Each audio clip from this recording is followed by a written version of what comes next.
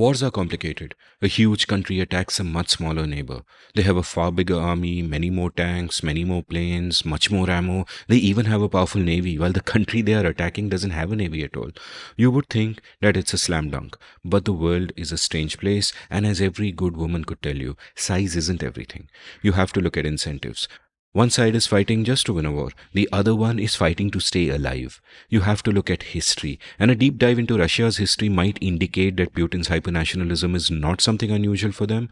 But if you look at Ukraine's history, you'd also realize that they weren't going to roll over and give way.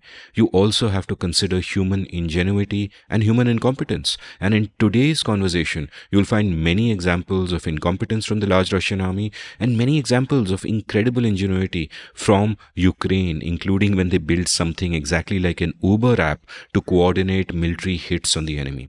You will also realize, as I did, that this war concerns us all. If you care about human freedom, if you want liberal democracy to flourish, it's important that Ukraine win this war. It's not just Ukraine's existence as a nation state that is at stake. All the values we care about are also up for grabs. This war matters. Welcome to The Seen and the Unseen, our weekly podcast on economics, politics, and behavioral science. Please welcome your host, Amit Varma. Welcome to The Seen and the Unseen. My guest today is my good friend, the brilliant Ajay Shah. Ajay is a geek who, once he gets into a subject, really gets into it. He's always been into military history and history in general. And once his Ukraine-Russia conflict started, he made himself such a geek on it that the Southern Command of the Indian Army invited him to give a talk on this conflict to their top brass. We sat down and recorded this episode on Sunday, June 18th, and we went in detail into Russian history, Ukrainian history, modern geopolitics, military weaponry, military strategy, and so on. This is a comprehensive deep dive. I know you'll love it. Then on June 24th, when the Wagner rebellion happened, we decided to add an addenda to this episode where we discuss Wagner. That'll come at the end of the recording, so hang around after we say bye because, hey, we return. Also, we meant to release this episode next Monday, and before that, release episode 1 of a YouTube video podcast Ajay and I are starting called Everything is Everything. So we start this conversation talking about Everything is Everything as if it has already released, but sorry, not yet. It will release at noon India time this Friday, June 30th. I'll post a link on my Twitter at Amit Varma AMITVARMA. Meanwhile, do listen to this episode. I hope you start geeking out like us, and don't miss the resonance to what is happening in other parts of the world as well. But first, let's take a quick commercial break.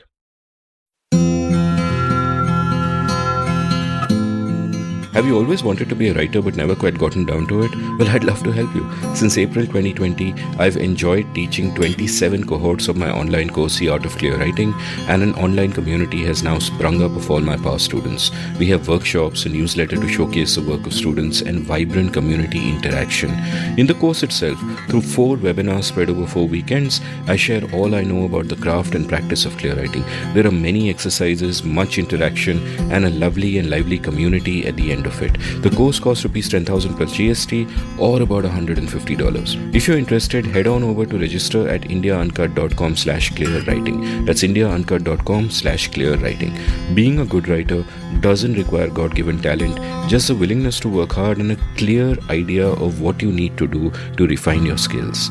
I can help you. Ajay, welcome to The Seen and the Unseen. It's great to be here, Amit, as always. Not only is it the 8th or 9th time that I've had the good fortune of having you on The Seen and the Unseen, but we've also started our YouTube show together, Everything is Everything. And logically, one could say you are already doing a YouTube show. Why don't you talk about this subject there? And this subject didn't fit that format because that format is really 1 hour or 15-minute chapters and it doesn't really fit this. But at another level, it does fit the theme of the show, because the theme of the show, as that name indicates, Everything is Everything, is about the interconnectedness of everything. And in a sense, that is also why you felt that you wanted to talk about the Ukraine-Russia war, because it is deeply connected to all of us here in India, here in Bombay, in fact to anyone anywhere in the world, wherever you're listening to this. It's not a random war in some far-off corner of the world. It is deeply interesting from a point of view of history, from a point of view of warfare, from a point of view of society, society and from a point of view of our local interests. So tell me a little bit more about this, and what are the different sort of strands of interest that brought you to thinking about this, and why do you take it so seriously? My interest is in the world, and I'm always trying to understand all the pieces that are in motion. It requires an interdisciplinary perspective, and here there is, as you mentioned, the fields of history, international relations, military affairs, economics, a whole bunch of things are in motion together. And there is so much in play. The world is now richly interconnected. It is more interconnected than it ever was in previous high intensity conflicts. So I just got sucked into reading more and thinking more and pulling on threads and understanding how X is linked to Y. And so at the outset, I just want to warn everybody that I'm not an expert on most of this. I know many of the pieces, but there is a great deal of intellectual trespass. I've not written on most of these fields. I've been an enthusiastic reader. So I just like to warn everybody there will be mistakes. Our hope today is that we will show you something about how interesting and important this is. We hope to give you the broad contours of the story and its interconnections into the world, and get you going on curiously plucking at the pieces on your own. And, as we record this, I felt this breeze on my foot, and I have to tell you that we are recording this almost in a semi-outdoor place in a village in distant India. So if you hear sounds of a storm brewing, well, metaphorically, we're in the middle of a storm, but there might well be an actual storm, but you can kind of excuse us. Before we begin, I sort of have a sort of question on how people approach A, history, and B, current events, and both of them. One, there is a tendency to always look at current events as part of some kind of historical trend, in some way to have this teleological narrative on it. Things are determined. Timothy Snyder once spoke about the tendency of calling Putin fascist. He said, quote, "It sounds weird, but to say that he is influenced by fascism is to give him credit. He's not just a historically determined piece in the story of transitions. He's been doing something different for more than a decade," stop quote. And a tendency for, and this is like many of the authoritarians that Snyder has studied, like Stalin and Hitler, in different ways believed in a historical reading of the world, and how what they were doing, perhaps, apologists for Stalin will often say that he was building a modern society into being, this was the only way to do so, the end justifying the means. Hitler would also give a similar historical justification that, this is something that had to be done, and this just happens to be the way that I do it. This is, the power of the will, as it were. So one way to look at current events is to look at them as if, everything in history has led up to this point, almost as if this is inevitable, and therefore, if this is inevitable, there is also the sense that what follows will be inevitable. Another way to look at history is to perhaps, while using heuristics of the past, to not be too intellectually lazy and to actually look at the world and say that, look, it's madly complex. History doesn't repeat, it may rhyme, it doesn't repeat, and you have to look at every event in a new way, right? Every person is a new person. Putin is an individual all his own, with his own motivations, with his own sort of a view of history. And that's one thing, that you embrace the complexity of that. But at another level, like Snyder's book himself on tyranny itself, aims to find a common thread in tyranny. Jan Muller had a great book on fascism where he aimed to find that common thread of what fascists have in common. And you read that and you see a resonance of that, not just with Putin, but many other leaders of the current time. So what is sort of your sense of this, that to what extent does history and historical narratives play a part in understanding where we are? And to what extent must we watch out for that as a danger and just try to see what is happening as something that cannot necessarily be explained by the past? I don't share old Marxist conception of history as the inevitable play of historical forces and the so-called scientific claim that these forces are at work and we've got to understand them. History is deeply contingent every step of the way. History is made of the thinking and the choices and the values of a lot of us. And we each, puny individuals, we matter in how things work out. I find it very useful to use the intuition of nonlinear mathematics. Nonlinear mathematics shows us worlds where initial conditions matter into deep in the future, where the fluttering of the wings of a butterfly in the Gulf of Mexico generates a tornado in Texas, and so on. So things happen that appear to be disproportionate, and I believe that recaptures human agency. So because there is nonlinearity in the equations of the world, so to speak, we regain human agency, and we each of us matter, and we each of us matter disproportionately. So that's my version of thinking about it, that of course there is a flow of history and there is a lot to understand. And at the same time, each of us are here as sentient, conscious players. We are pebbles in the avalanche, but what we think and do matters.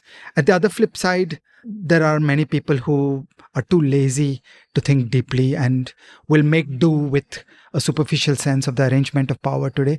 And very often these are also people who just want to get along and figure out how to play their cards in a way that's reasonably viable with today's world. And there's a willingness to ignore or overlook history. So there, I think it is interesting and useful and important to have that historical context, because over and over in history, if you look at a small data set, if you look at a data set of 2 years, you will be surprised at what comes next, because you just didn't know the distributions that were involved. Whereas when you look at a data set of 200 years, then you have a better sense that this can happen in these conditions, this kind of person does this. Today, when we talk about military affairs, I'm going to appeal intensively to history, because actually history teaches us a lot about how you wage war and what works and what doesn't work. And so that is valuable knowledge. There's a beautiful pithy saying, history does not repeat itself, but it sometimes rhymes. So I'm somewhere there. So I feel that we should not become despondent. We should not feel that we are irrelevant, puny figures on a stage where grand men walk the world and they make the decisions to do things like invade Ukraine, and our job is to fall in line and cover and hope that nothing bad happens to us. I feel that it's good and important to read and think and understand, and then make up our own minds for what we each of us can and should do in our own lives. Yeah, no, I was just thinking about the butterfly fluttering its wings in the Gulf of Mexico, and it strikes me that a million other butterflies fluttered their wings at that exact same moment, and nothing really happened. So it's only with hindsight that you can say it is that specific butterfly, but in a particular moment, what will be a butterfly, you never know. I mean, if Gavrilo Princip ate something different the night before he shot Franz Ferdinand and he got a stomach upset and he didn't go out, the 20th century is different.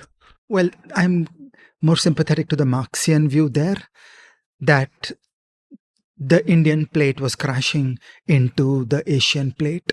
And if the tallest point is not Everest, the tallest point would be something else.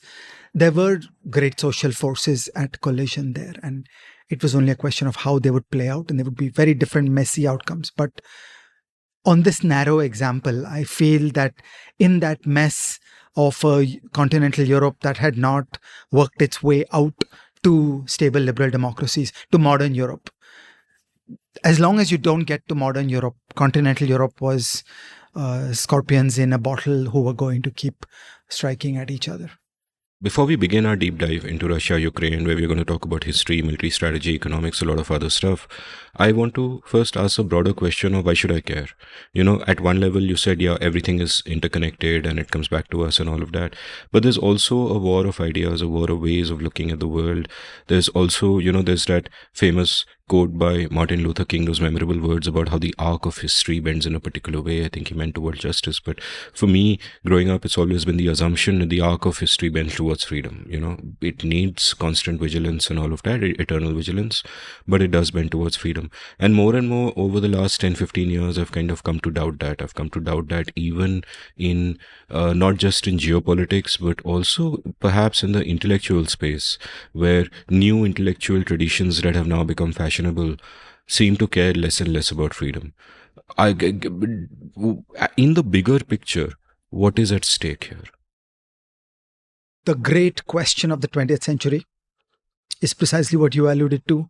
It was the drama of the idea of freedom and liberal democracy facing up to nationalism, and in its nationalist socialist version, that is the Nazis, and Stalin's version of nationalism and populism. And that is the grand story of the 20th century. And it feels happy that things worked out as they did. So, we're all very thrilled that in 1945, Hitler lost and Imperial Japan resigned, so to speak, and that in 1989, the USSR collapsed. These were historic moments. And in the recent years, it seems that there are revisionist attempts at questioning all this. And this war is the biggest example of a frontal attack on the ideas of liberal democracy and freedom gradually taking root all over the world. As you've emphasized, there are also other undercurrents that were going in an unpleasant way. And these things are all connected, as we'll talk today. But there has been no bigger, more frontal assault on the concept of the post-Second World War order as being peace, liberty, and democracy than this war. And that is why this war is important. I could give you many practical stories about the energy market and the wheat market and so on. But there is one huge thing, which is that the whole concept of us coming out of the 20th century holding something better, as having put some demons to rest in 1945 and 1989, is being litigated all over again. It's sort of ironic that where you and I think of the fall of the Soviet Union as such a big moment in the fight for freedom, that Putin himself considers it a geopolitical catastrophe, in his words, something that absolutely needs to be reversed. And I think it's important to note, because do you think in all of this talk among elites like us, that we often almost glibly take the end of history for granted? Now, of course, the original essay, The End of History, the end was meant in a different way. It was a means and ends kind of end. It's a much misunderstood essay, and the original essay had a question mark at the end of it, like, is this the end of history? And a sensible question mark, as it turned out. But are these contrary currents something that we sort of ignored, that thinkers of the the last 3-4 decades perhaps made a mistake, saying that inevitably this is where we were going to come, and suddenly we find that no, we don't really matter so much, and there are other directions the world is going in, and there's not much we can do? Let me decompose that first on the question of inevitability.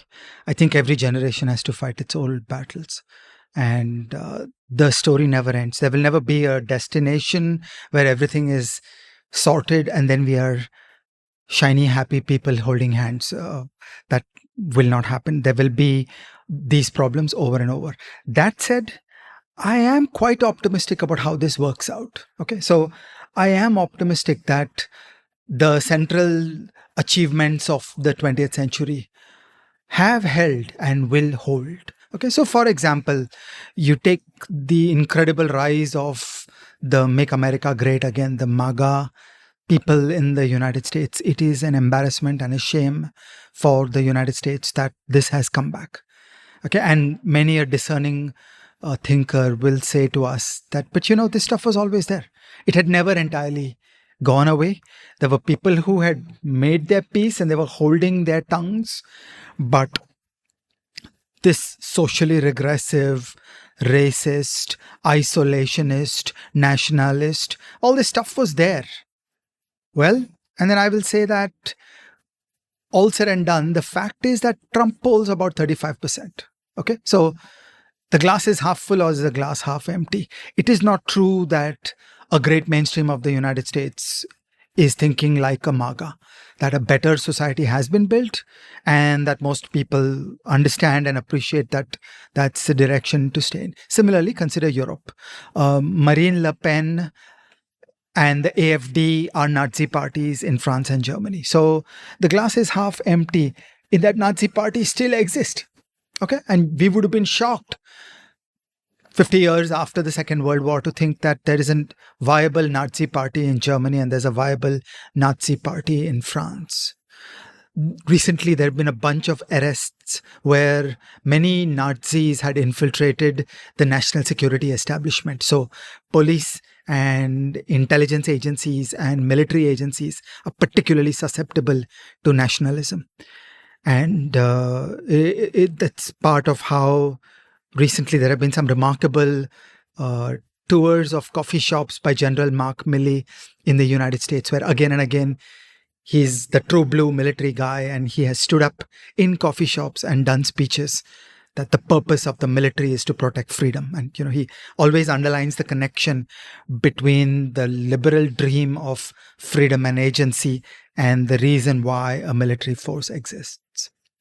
We're not there in its entirety. There is still a Nazi party in France and there is still a Nazi party in Germany. But then, look, the glass is half full, because these get vote shares like 15% and 20%. They're not that important. So I think that all in all, the prosperity and peace and the values that have been created in Europe remain a great civilizing factor. And by and large, most people are persuaded. Okay, so yeah, there are a few holdouts.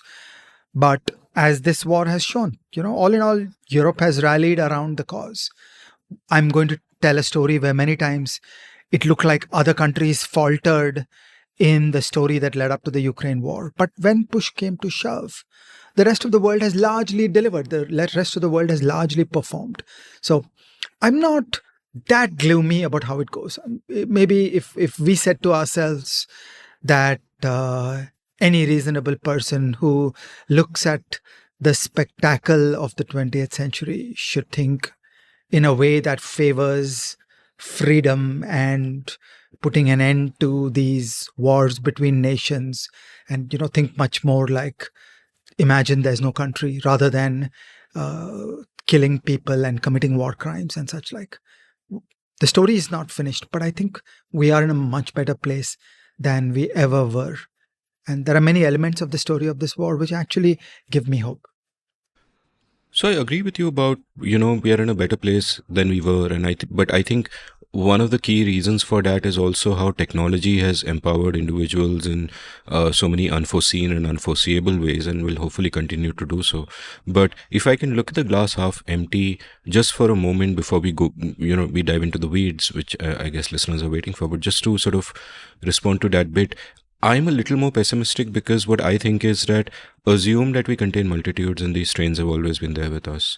And your point is that strains have always been there. There was a time where they came to dominance, but they went, and we've learned the lessons from history, and the numbers are too small and they won't come up again. But even 35% and 15% scare me. One reason for that is individuals also contain multitudes, obviously. And I think what happened, and we spoke about this in one of our YouTube episodes, is that you sort of had a preference cascade at some point, where many of these people who had a MAGA strain to their characters could now found that strain amplified, now found the incentive strong to join people in that tribe and to find ownership and all of that. And that made the Trump movement, the preference cascade for Trump, as it were, much stronger than it would otherwise have been. And that's something to worry about. One, that the incentives of our times, where social media almost pushes you to be tribal, and where there is a drive towards the extreme because that is how you stand out even within a party, can exacerbate those aspects. And the other thing is that even if only 35% of the people support Trump or any other leader you might name, those 35% are going to be much more committed than most of the other 65%, because in politics you need another and they have another. Whereas people like you and me might be tempted to look at nuances everywhere and sit on our armchairs and not do much, and maybe we go out and vote against whoever the demagogue is.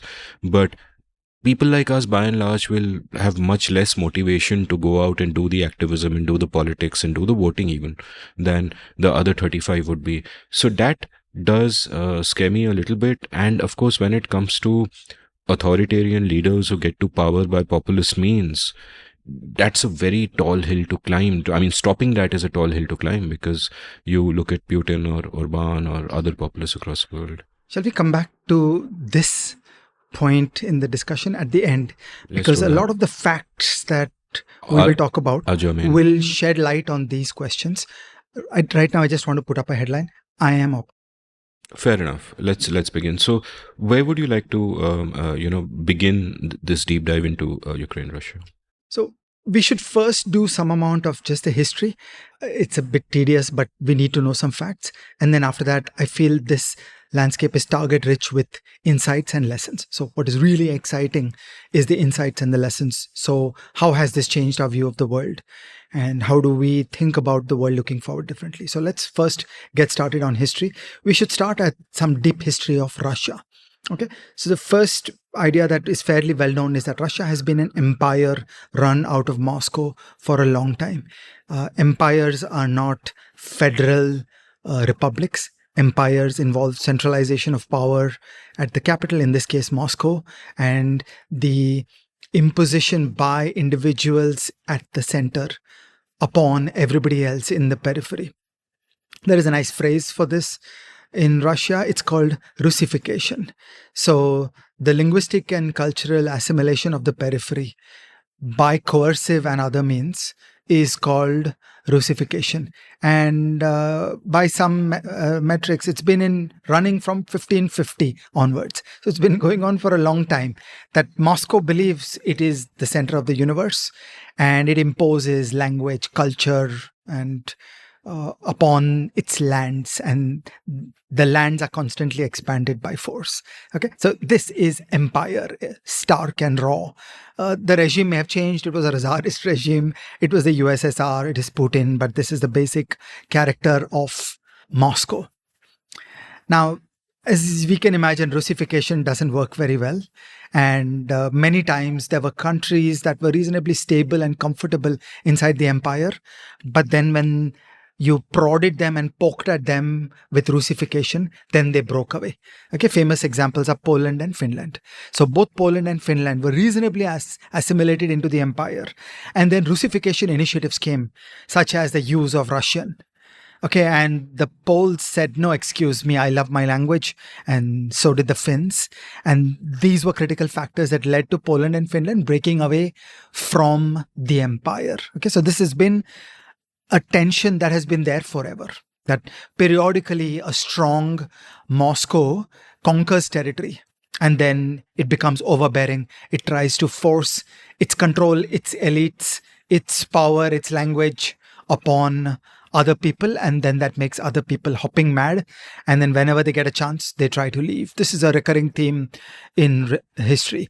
To give you a flavor of how bad Russification could get, here's an example. In 1876, HQ, that is the center, banned publishing in the Ukrainian language.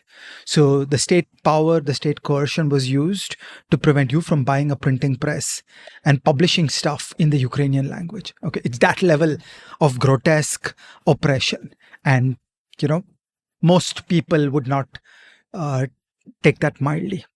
Now, the Tsarist Empire was endlessly in a messy power game with the West. They faced military threats from Germany, from Sweden, from European powers, and they were always lagging in their cultural, financial, technological power compared to the West. So again, back to the ancient days, they were under very high levels of pressure to buy equipment from Europe, most notably to buy from England. So the UK was a military equipment vendor to Tsarist Russia. And to get that, they had to export something. And so they were exporting grain. Okay, so this is again a recurring character, that Russia did not have European culture. And so they were permanently lagging. They didn't have the fire of what was going on in Europe. Okay, so just to give you the compare and contrast, while the Industrial Revolution began in the UK, the Industrial Revolution spread all over Europe, carried by equipment salesmen and wanderers of British origin who went all over Europe and carried their knowledge, carried by European people who became apprentices in the UK and took the knowledge back. But there was no barrier, there was no gap. So by the time we got to the First World War, by most accounts, Germany was a more successful industrial and engineering nation than the UK. In 1932, 1 year before Hitler gained power, there were more Nobel laureates in Germany than in the UK. Okay, so There was no gap. Continental Europe had every bit of the cultural, financial, technological, institutional capabilities of the UK, even though the UK got those revolutions first. That was not the case with Russia. Russia was always lagging.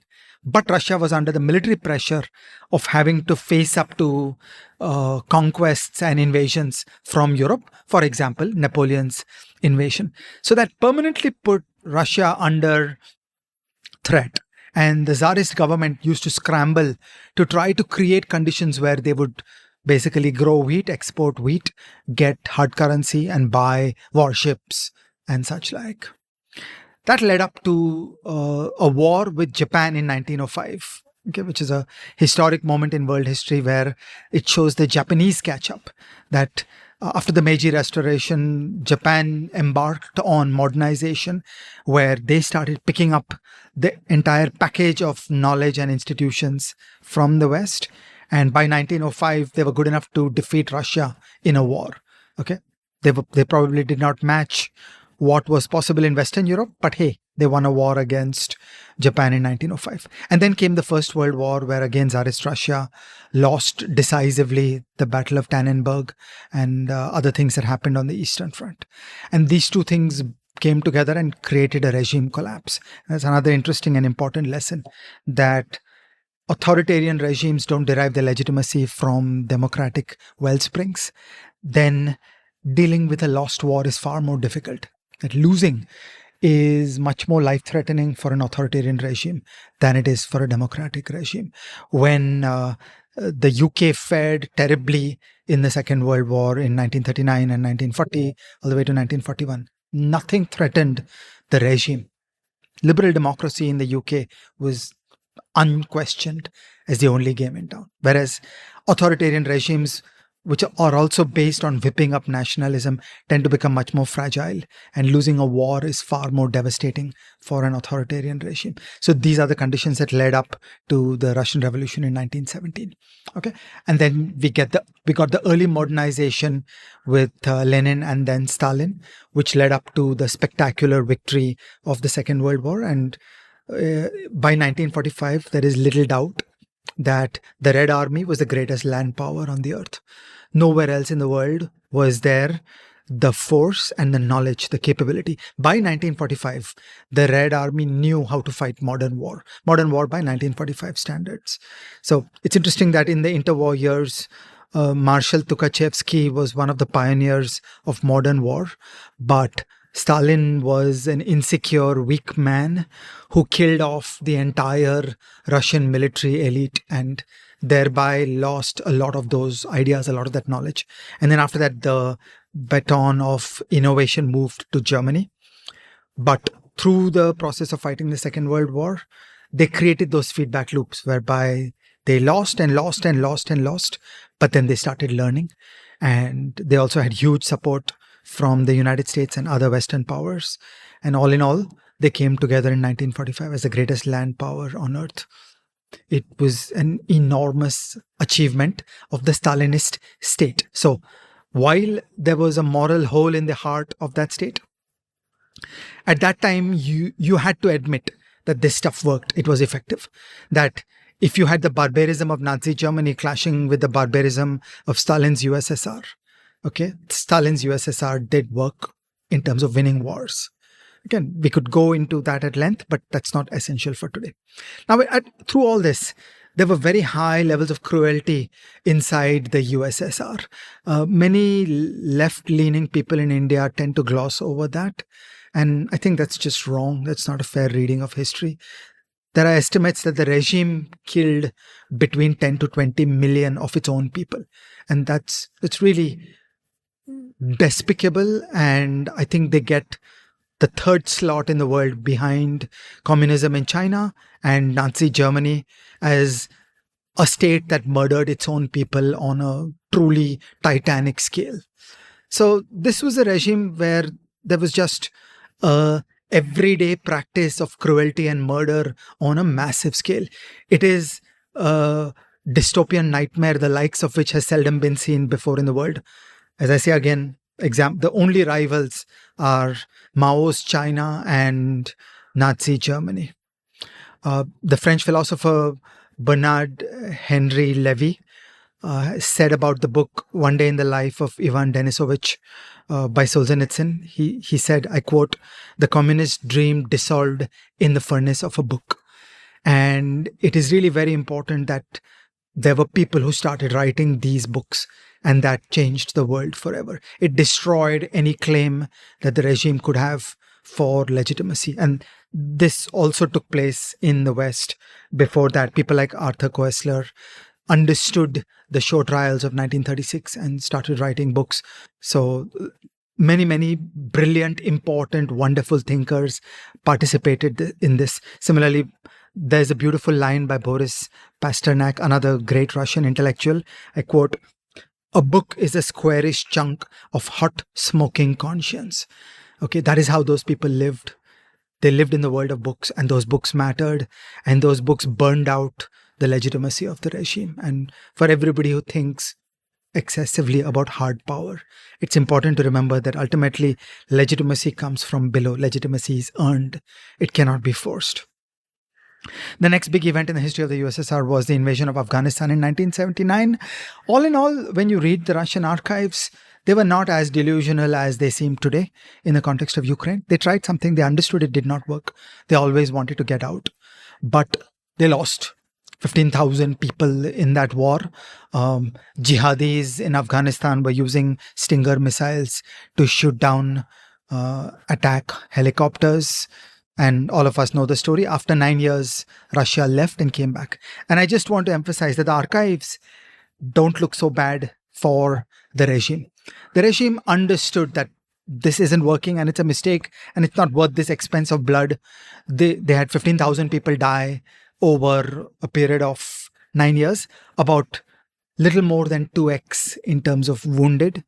And they made the rational decision to walk away and they exited. But again, that war mattered disproportionately. It exerted a cost on the regime that, 15,000 people died and 35,000 people were wounded. And then through the friends and family, the disrespect of the regime percolates that, what was this nonsense? You went to this war for nothing. And that led up to a country where the regime was on weak legs, and it was once again a weak economy and a weak society which depended on export of oil and the import of grain. And when the prices of oil and the prices of grain went in the wrong direction, we got to the collapse of the Soviet Union.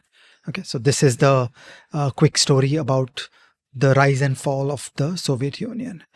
The moment the Soviet Union collapsed, a whole bunch of countries chose to walk away. Okay, and if you are a hardcore nationalist and you believe in inviolable national boundaries, then this seems like a bad thing. But if there is a feeling in the people that they'd like to leave and build their own country, beyond a point, it is interesting and important to respect that. So many countries walked away. And it's interesting to recall that the countries that walked away had different colonization dates. So, of course, the Baltic republics, which had been captured by Stalin only after the Second World War, they walked away. But many other parts of Soviet Russia chose to walk away. And when a bunch of referendums took place, the people were overwhelmingly clear that I don't want to be part of that Russian empire. Certainly, the Soviet regime didn't work and I don't want to know what comes next. I will build my own country. So there was a very strong sense amongst many countries that they'd rather walk away. There was a great deal of confusion and chaos after 1989 that led up to the rise of Putin in 1999. And things appeared to stabilize. Things got better after Putin consolidated power. But once again, it's a story of the price of grain and the price of oil. So because the price of oil went up, Russia at one point was the world's highest oil exporter. And suddenly Putin had a gush of money coming in.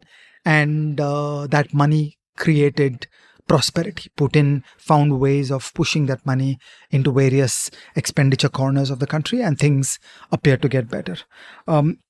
I fault many people, more with the benefit of hindsight, elsewhere in the world, who thought that the fall of the USSR is so pregnant with implications. that any sensible person in Russia will never try to go back to that. So people abroad were a little complacent that, just give it time, they'll figure out that everybody knows it's got to become a democracy. The same optimism debate we were having. People worldwide thought that we don't have a Russia problem anymore. We have a China problem because China never went through the collapse of the communist regime. But here they've done it. They've had a communist regime and they overthrew it themselves. And the people ran away from the old USSR and formed their own countries. And it's patently obvious to anybody that that old stuff didn't work. So now, you'll meander a little, but you'll find your way. That Ghum Firke, you'll come to liberal democracy because that is the only answer. That is the only game in town. And that's not how it worked out with Putin. And there is a very fundamental way in which, as you said a moment ago, Putin stands for the reversal of 1989. In 2005, he said, and I'm going to quote, and these are sentences that are incredibly important, and I'm not plucking out two sentences that are being quoted out of context. Putin has an entire body of literature in which he's hammering on these two themes. So I'm just going to read out carefully. Quote, "First and foremost, it is worth acknowledging that the demise of the Soviet Union was the greatest geopolitical catastrophe of the century." Okay, so what you and I might consider the greatest moral triumph of the 20th century alongside 1945, Putin considers the greatest geopolitical catastrophe of the century. And I go on with Putin, quote, "As for the Russian people, it became a genuine tragedy.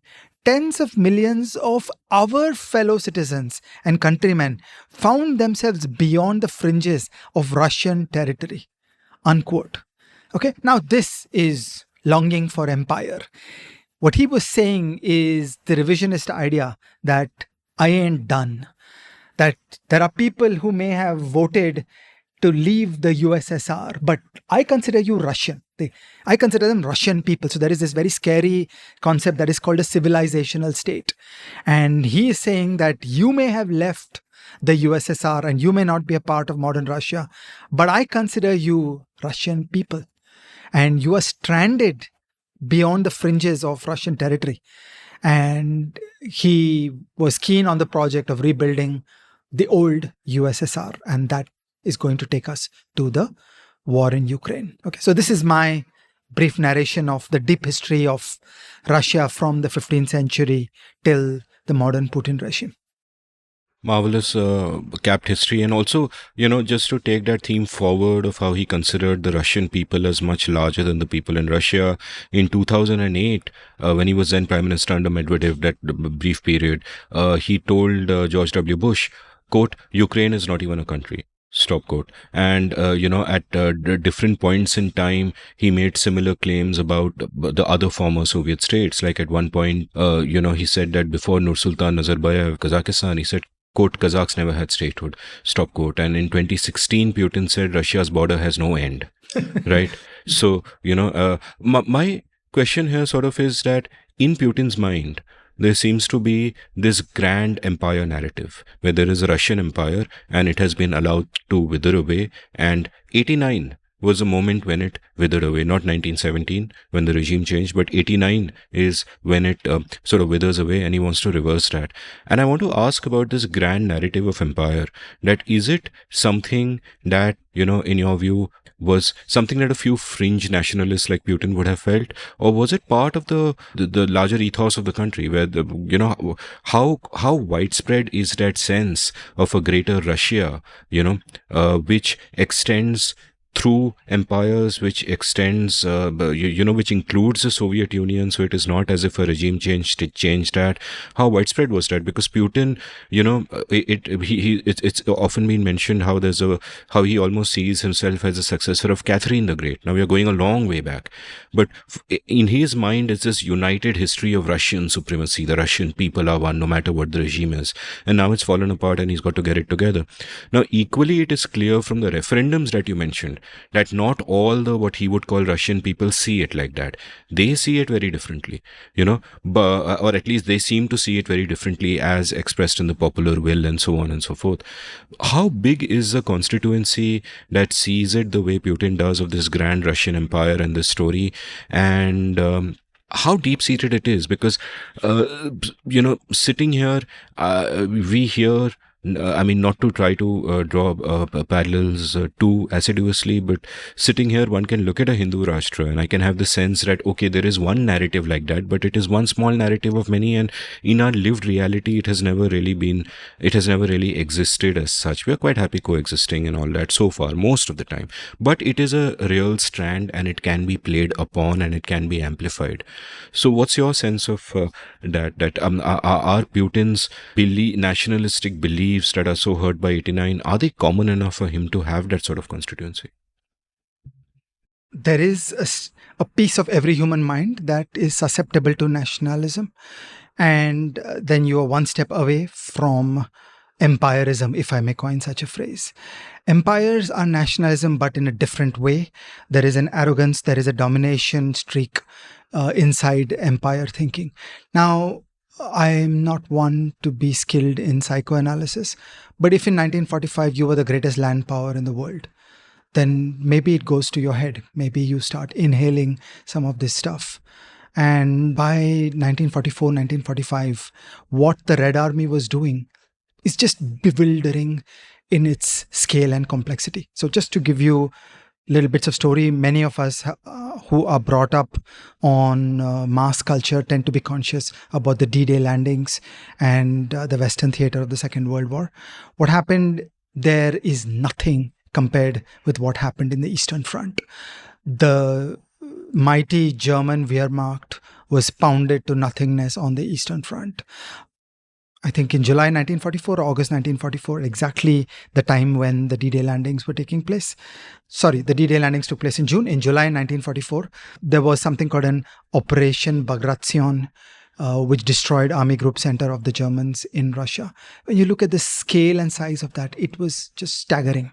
So imagine that you start at a little bit of nationalism, you start at a little bit of empire, you start at some superiority complex that Moscow contains intellectually more advanced people than Kazakhstan. They couldn't say that about Ukraine, but they could maybe say that about Kazakhstan.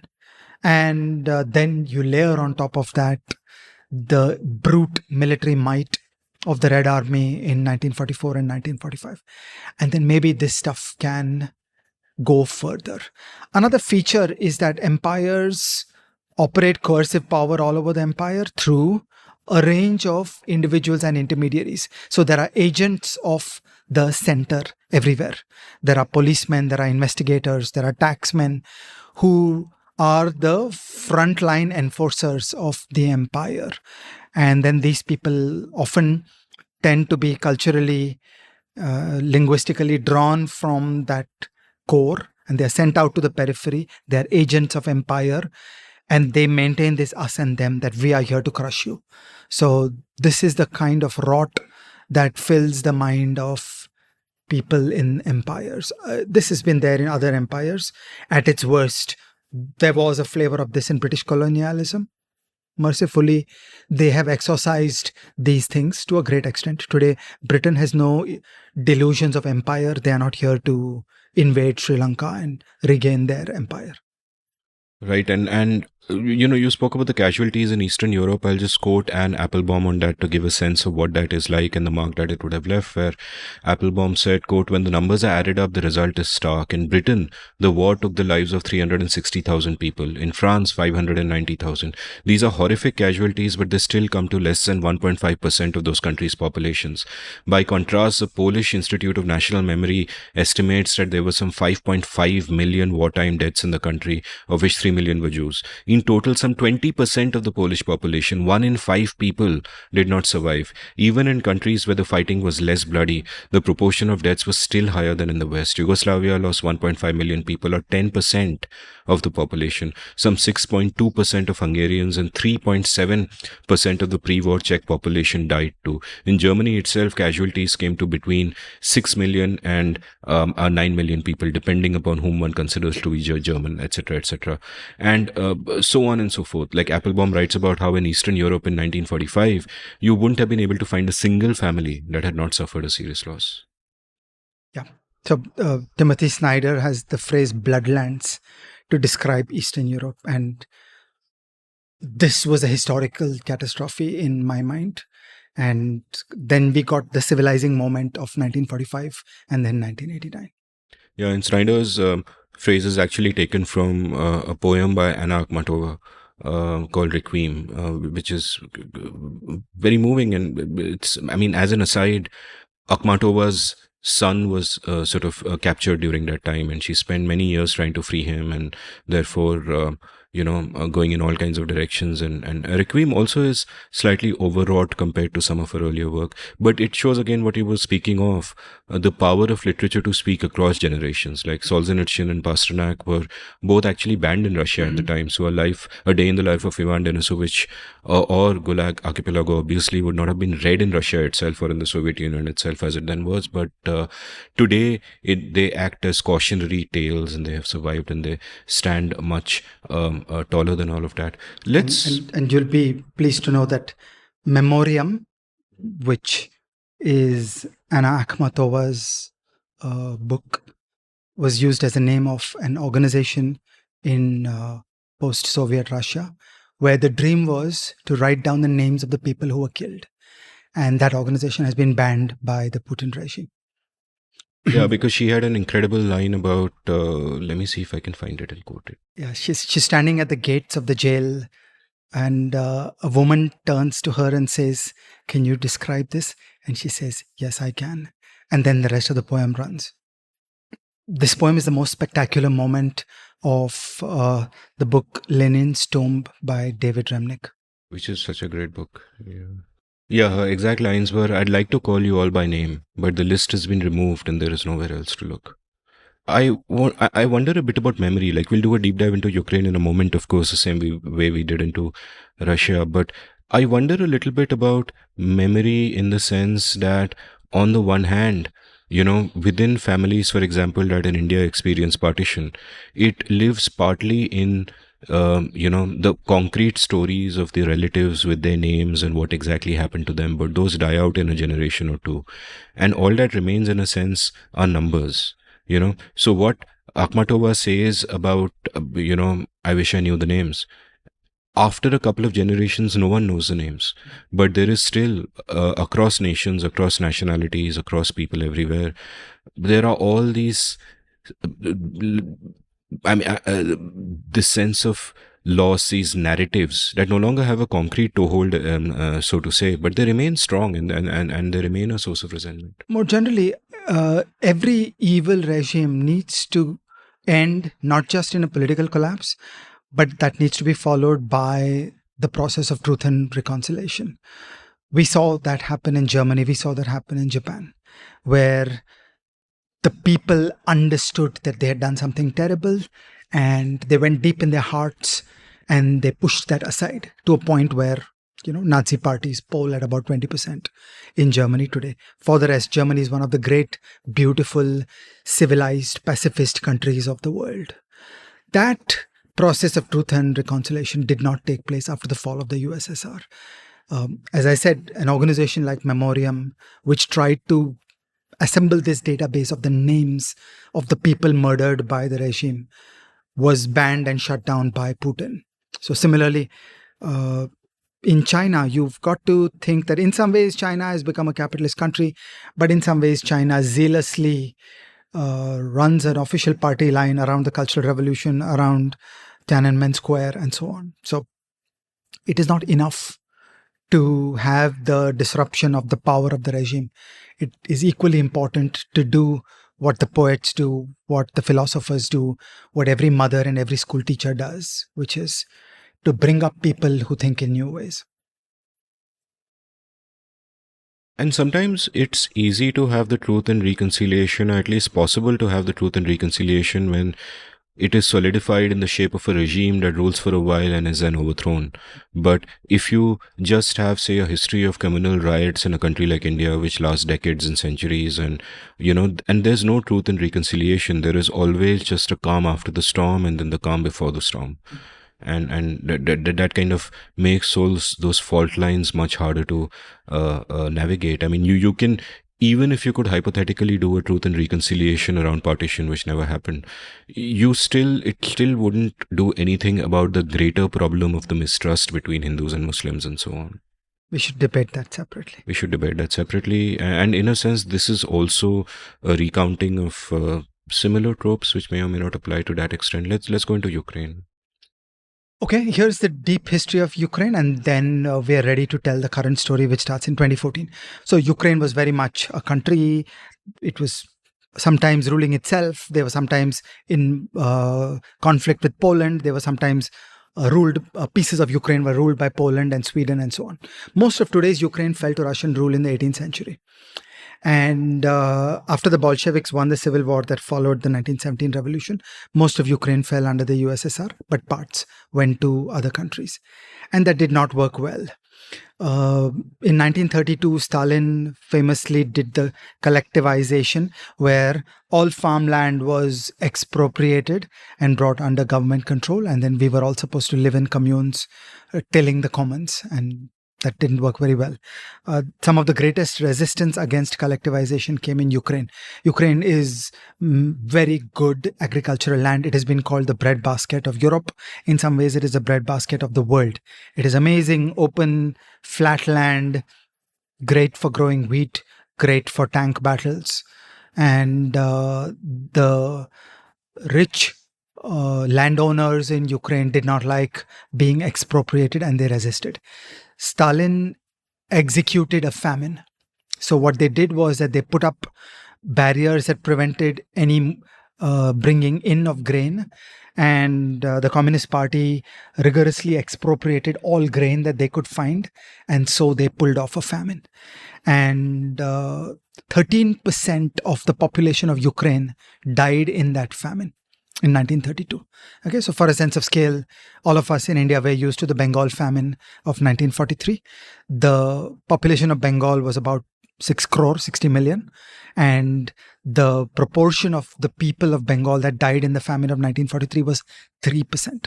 Whereas, for a comparison, the fraction of the Ukrainian population that died in this famine was 13%.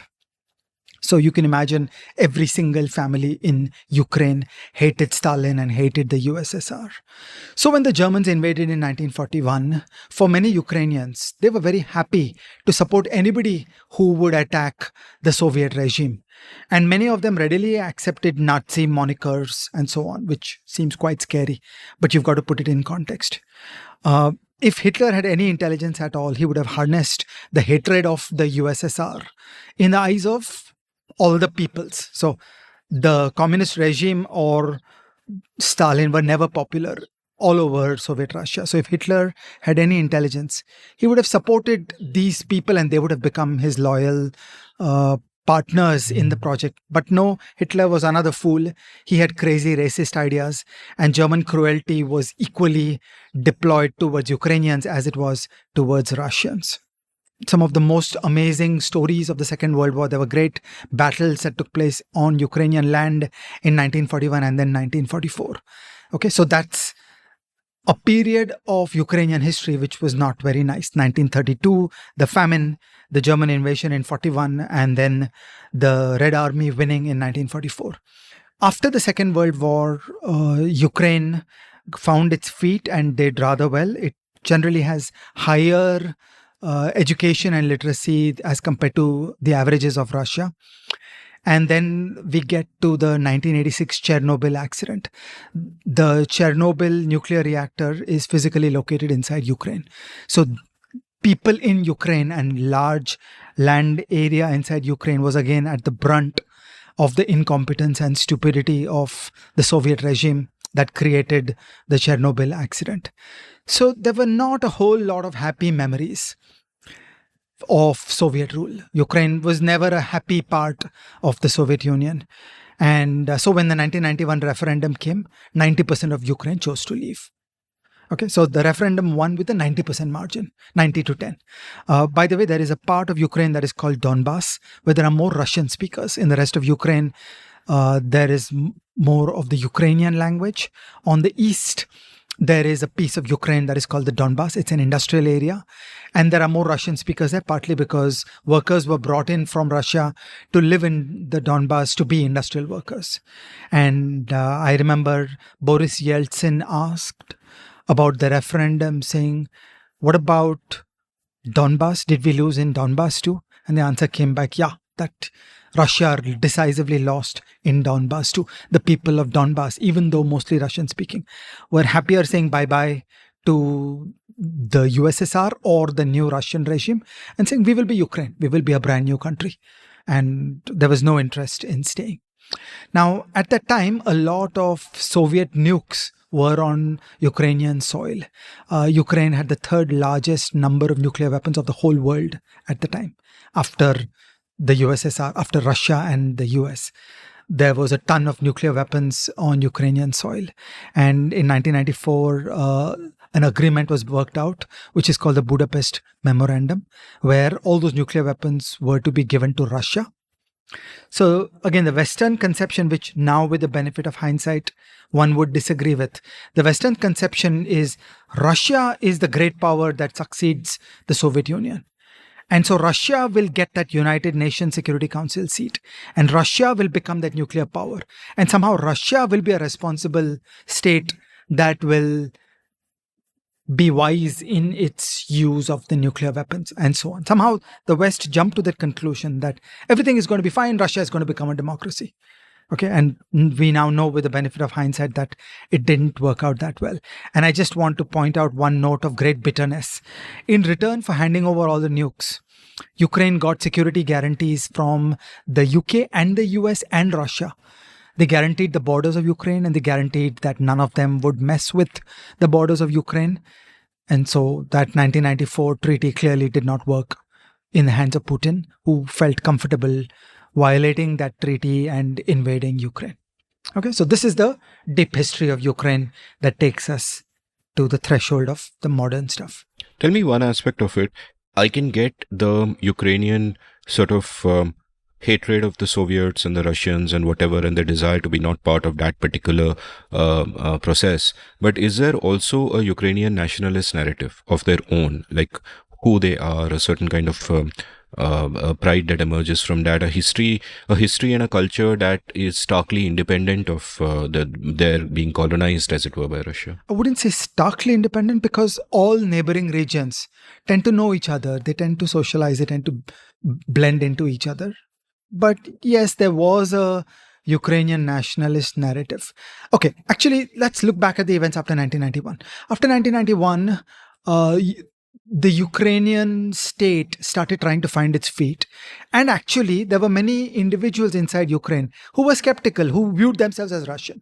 Okay, so while 90% voted in the referendum to leave, partly there were 10% that didn't. Also, the early birth pangs of a new country are never edifying. So many people started looking to Russia, and Russia started meddling in the internal affairs of Ukraine. It is very difficult to be a fledgling country trying to find its feet as a neighbor to a giant that is meddling inside your local politics. So there was constantly this tension between a Russia-leaning faction or somebody that would gloss over the differences and say, yeah, we're basically Russian, versus a much stronger Ukrainian nationalist narrative saying that we are distinct, we have our own language, we have our own culture, we are different from Russia. So there was a long element of these birth pangs in the period after 1991. And it didn't help that in many ways the country was floundering. The country was finding its feet, I mean, as was Russia. But Russia had that oil. So they had huge revenues from oil after Putin came to power. And that in a way papered over many of the difficulties. But Ukraine was in a messy state and had many difficulties in terms of finding its feet as a country, fixing up a republic, getting to rule of law. All those things were very difficult. They had a better hand of cards than mainland Russia in that they had more talent, they had more human capital. In a way, not having oil is a blessing, right? Because of the resource curse. The best thing for a country that you would hope for is to have no natural resources, so that then only intellectual capital is the way to get ahead. And that happened to Ukraine. So they started building bigger and bigger human capital and capabilities through the years, but it was a tough period. So let's come to the present day, or rather, let's come to 2014, which is when the next big rupture sort of happens. Tell me about that. So the Ukrainian state was messily moving along in this fashion. And there was a head of state called Yanukovych, who was basically a friend of Russia. Okay.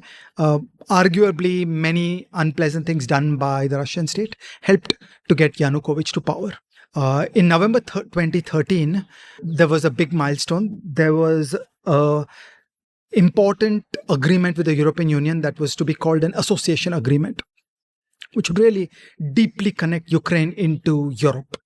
That agreement was about to be signed, and Yanukovych, under Russian pressure, decided to not sign it. So that was a big turning point for Ukraine because the people took to the streets. Just lakhs of people came out in demonstrations every day. There were many, many days where 10, 20, 30 people would be killed by security forces every day. So you can imagine lakhs of people coming out into the streets and 10, 20, 30 people being killed by government, police and troops every day in the course of those protests. All around one question: do we lean Russian or do we lean European? If the association agreement was signed, it would bind Ukraine more into the European economy. And the people were out on the streets. There's a phrase for these protests. They're called the Maidan protests. We will recognize the word Maidan, of course. So with the Maidan protests, the people of Ukraine screamed at the regime, at the pro-Russian regime, saying, we want to lean European. We do not want to lean towards Russia. So here, once again, you see a milestone of how the unique Ukrainian character was created. It was created out of this adversity. Modern Ukraine has been created out of these battles. And lakhs of people coming out to the street and fighting the regime every day. And it ended when Yanukovych fled Ukraine. The date is important. He ran away from Ukraine on the 22nd of February, 2014. Now, that was bad for Putin because Putin was nurturing the dream of making Ukraine a part of the Russian Empire with various shades of grey. One ready demo is Belarus. Belarus is right next to Ukraine, in between Ukraine and Russia in one part of its border. And Belarus has a government which is completely in bed with Putin. So Putin effectively has control over the Belarusian government. While technically Belarus is a separate country, for all practical purposes, Belarus is a puppet in the hands of Putin. So that was a model that Putin would have liked with Yanukovych. And that didn't work out. Yanukovych had to flee the country. So on 22nd February, Yanukovych fled the country. On the 27th of February, Putin organized the invasion of Crimea. Okay, so Crimea is the piece of land jutting out below Ukraine into the Black Sea. It's a beautiful piece of land from which you can build naval power and dominate the Black Sea. And Putin preserved deniability by sending in Russian soldiers wearing non-Russian military uniforms. So on paper, it was claimed that no, this is not a Russian invasion. These are Russian loyalists inside Crimea grabbing power from the Ukrainian government. But actually, they were Russian soldiers. There's a phrase from that period, they're called little green men. So it was claimed that they are just militias. They are angry Ukrainian people who want to be in a brotherhood with Russia. But within a matter of weeks, Putin agreed that this was Russian soldiers that were sent in, and they grabbed Crimea.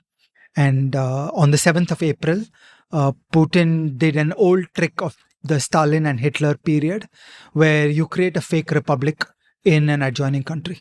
Okay, so Putin invented the DPR, the Donbass People's Republic, and the LPR, the Luhansk People's Republic. These are bullshit names which are given to a separatist movement in a neighboring country, which is a bullshit name given to your own troops fighting in another country. So this is standard playbook of Stalin and Hitler. These are things that the tyrants of the 20th century did, and that playbook was rolled out here, and a war started in the East. So in February, Putin invaded Crimea, and in April, Putin started a war in Donbass. And both times, on both sides, at first it was claimed, oh no, this is not Russia. These are local people. This is a rebellion by local people who want to be embraced by Russia. But actually, they're Ukrainians who are fighting against Ukraine. And Russian propaganda is very effective. You'll be amazed at the number of people in India who have bought into a lot of this. Many Indian newspapers regularly carry Russian propaganda, and it's really, it doesn't stand up to a little bit of scrutiny, as does a lot of fake news. But you've got to know a little and think a little and read a little bit of history to understand these things. Now, what did all this do? Ukraine had a struggle of its life on their hands. Okay, on one hand, a chunk of Ukraine, namely Crimea, had been grabbed. On the other hand, there was a war on the eastern side where Russia was basically invading Ukraine. So the first is Ukraine once again embraced Europe more closely. So that agreement that was blocked by Yanukovych was finally signed in 2017.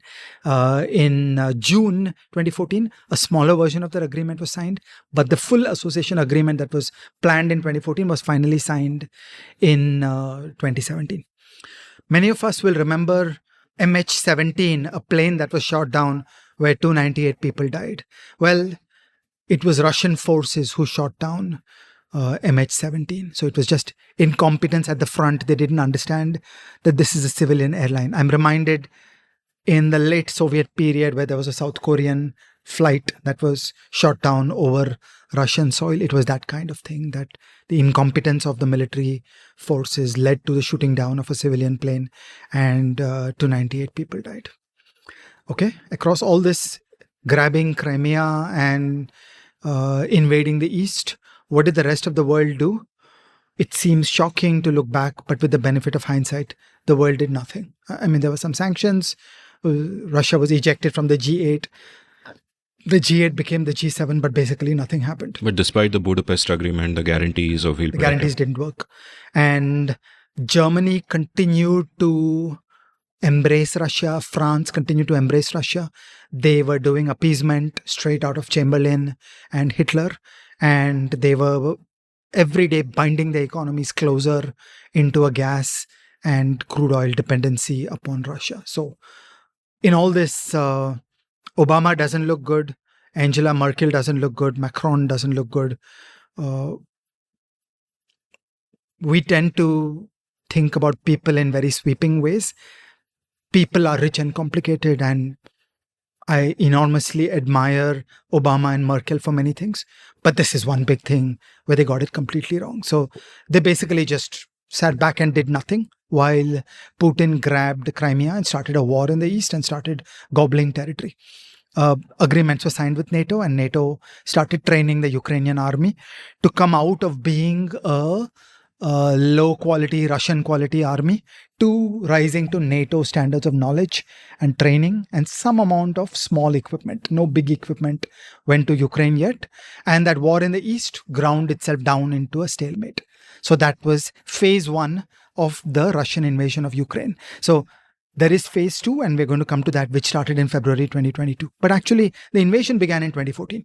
Russia invaded and grabbed Crimea and a chunk of the east in 2014. And in the case of Crimea, not a shot was fired. In the case of the east, it became an active hot war, which ground down to a stalemate where 50, 100 people would die every year. What was the thinking of the West in all this appeasement that went down? What is the rationale? Germany and France have long had this notion that they will be a bridge between the East and the West. And by the way, they believed this with the communist USSR. Okay, Germany, there were many pieces of Germany that was not entirely on board on the more hawkish project of the destruction of the communist regime in the USSR. They were in a mood to make peace. They would gloss over these differences, and they had this idea that we will civilize them through trade. Okay, with the benefit of hindsight, we know none of this is true. But there has long been that strand of thinking in Germany that you make peace with Russia, and that Germany and France will be the middlemen who will be the peacemakers between Anglo-Saxon hostility towards Russia versus this concept that you can make peace and that you can live and let live and don't need to come to blows. Some of it may be rooted in German pacifism. There is a deep sense of guilt in Germany for what German armed forces did in Eastern Europe and the USSR. So they feel that pang of guilt. And so then they think, oh, but we should be nice to these people. But there, I feel they made a mistake in conflating the people and the state. The state and the people are completely different. And by the way, similarly, many times there are accusations of Russophobia or hatred of Russia. And I think that again reflects the mistake that many people make, that the Indian state is the same as the Indian people. They're not. They're two distinct communities. And it's possible to have a very different view of these two. It is perfectly possible for a person such as myself to be a great admirer of the Russia of Tolstoy and Tchaikovsky and Vasily Grossman and movies like Dersu Uzala and so on. I am a great admirer of Russian culture and Russian science. Okay, I am very conscious that some of the first proofs of the law of large numbers and the central limit theorem came out of Russian mathematicians and so on. We admire the people. That doesn't mean we make peace with the state. The state and the people should always be seen differently. And, Russia will blossom into becoming a beautiful, great country, as happened with Germany and Japan, when they get the pieces right of a civilized state that protects the people and does not oppress them and does not deploy violence against its own people. This is the same everywhere. So I feel it's important to maintain that distinction. And I feel that for many in Germany and France, there was this mixing up of we want to be nice and kind to the people of Russia. And so then they became nice and kind to an authoritarian regime that ruled Russia. And that's not the same. Somehow I thought that during this episode you might, if you had to mention cinema, you might mention Eisenstein, but I didn't expect Kurosawa to come in there with Dersu Uzala. And that line, we will civilize them with trade, is again, like you point out, a great line when it comes to the people, because you change the incentives and, it's a great way to just bring about peace. But when you're talking about a regime, you can't do that. Like a phrase that our friend Pranay Kotasane is very fond of using when it comes to Pakistan is a putative state of Pakistan, where the point is there is a military jihadi complex and that's a putative state. It's not even clear that the people want that. But the people are so different. Yeah, the people are basically us culturally, so that's something to remember. Bring me up to the current day. Like, I'm particularly interested with, if I'm a Ukrainian, how am I reacting? Because I am, for example, imagining, let's say China takes over Arunachal Pradesh and they make an inroad somewhere in Ladakh where there's an active war and whatever. And then I'm just sitting around and waiting. Like, what are my feelings? What is going on? What is happening in internal politics? Doesn't internal politics change because you're likely to have shriller, more nationalistic voices coming? Or what's the domestic scene like, and how do we get to the present day? And so first of all, this is I want to use adjectives with care. This is the worst high-intensity war since the Second World War. Okay? The ferocity of modern weapons and the capability on both sides has never been seen since the Second World War. So there is something unique about the horror of this war. As a consequence, this is not a faraway war. This is not China making trouble in Arunachal Pradesh, China making trouble in Ladakh. This is a war that hits at the lives of the people in a way that takes you back to the Second World War. Nobody can ignore this war. You're referring to the 2014 Donbass thing, or you're referring to the current war? Yeah, the current war. So if you are an average citizen of Ukraine, you can't ignore this. This is not something happening far away. This is a ferocity and mayhem and destruction. No, I was referring to the reaction to Donbass, but carry on, yeah. I'll come back to this. A very, very important person that shaped the story here is Volodymyr Zelensky, the present head of state.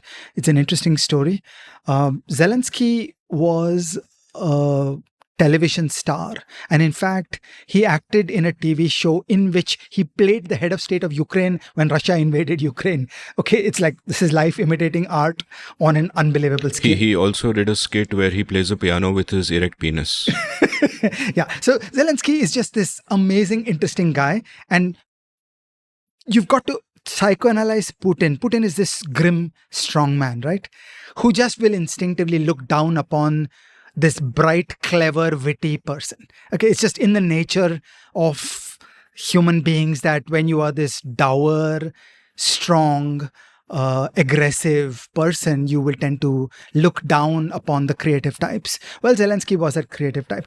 Zelensky should not be underestimated. He has a law degree. He's a successful businessman.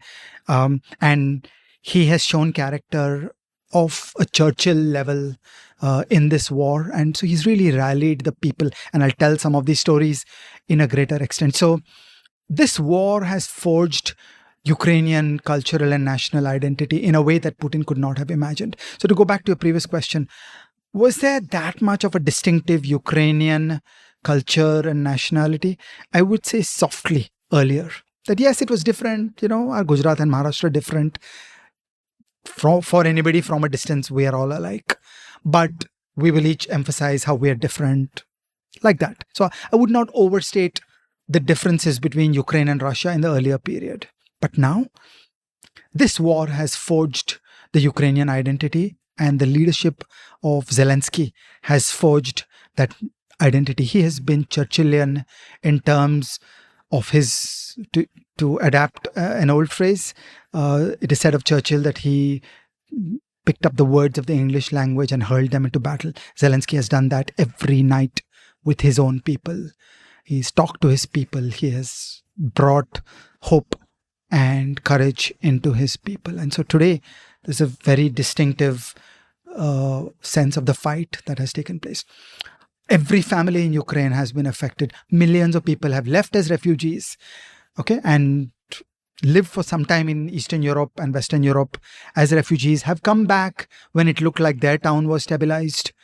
So all kinds of things have happened to everybody in the country, that this war is not something far away. This is something that people have had to look at.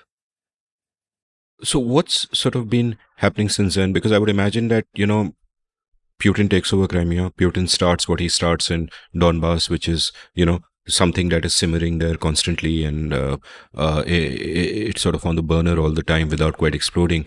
What is the plan? What is the plan, and what do others perceive the plan to be? What does Ukraine perceive the plan to be? What does the West perceive the plan to be?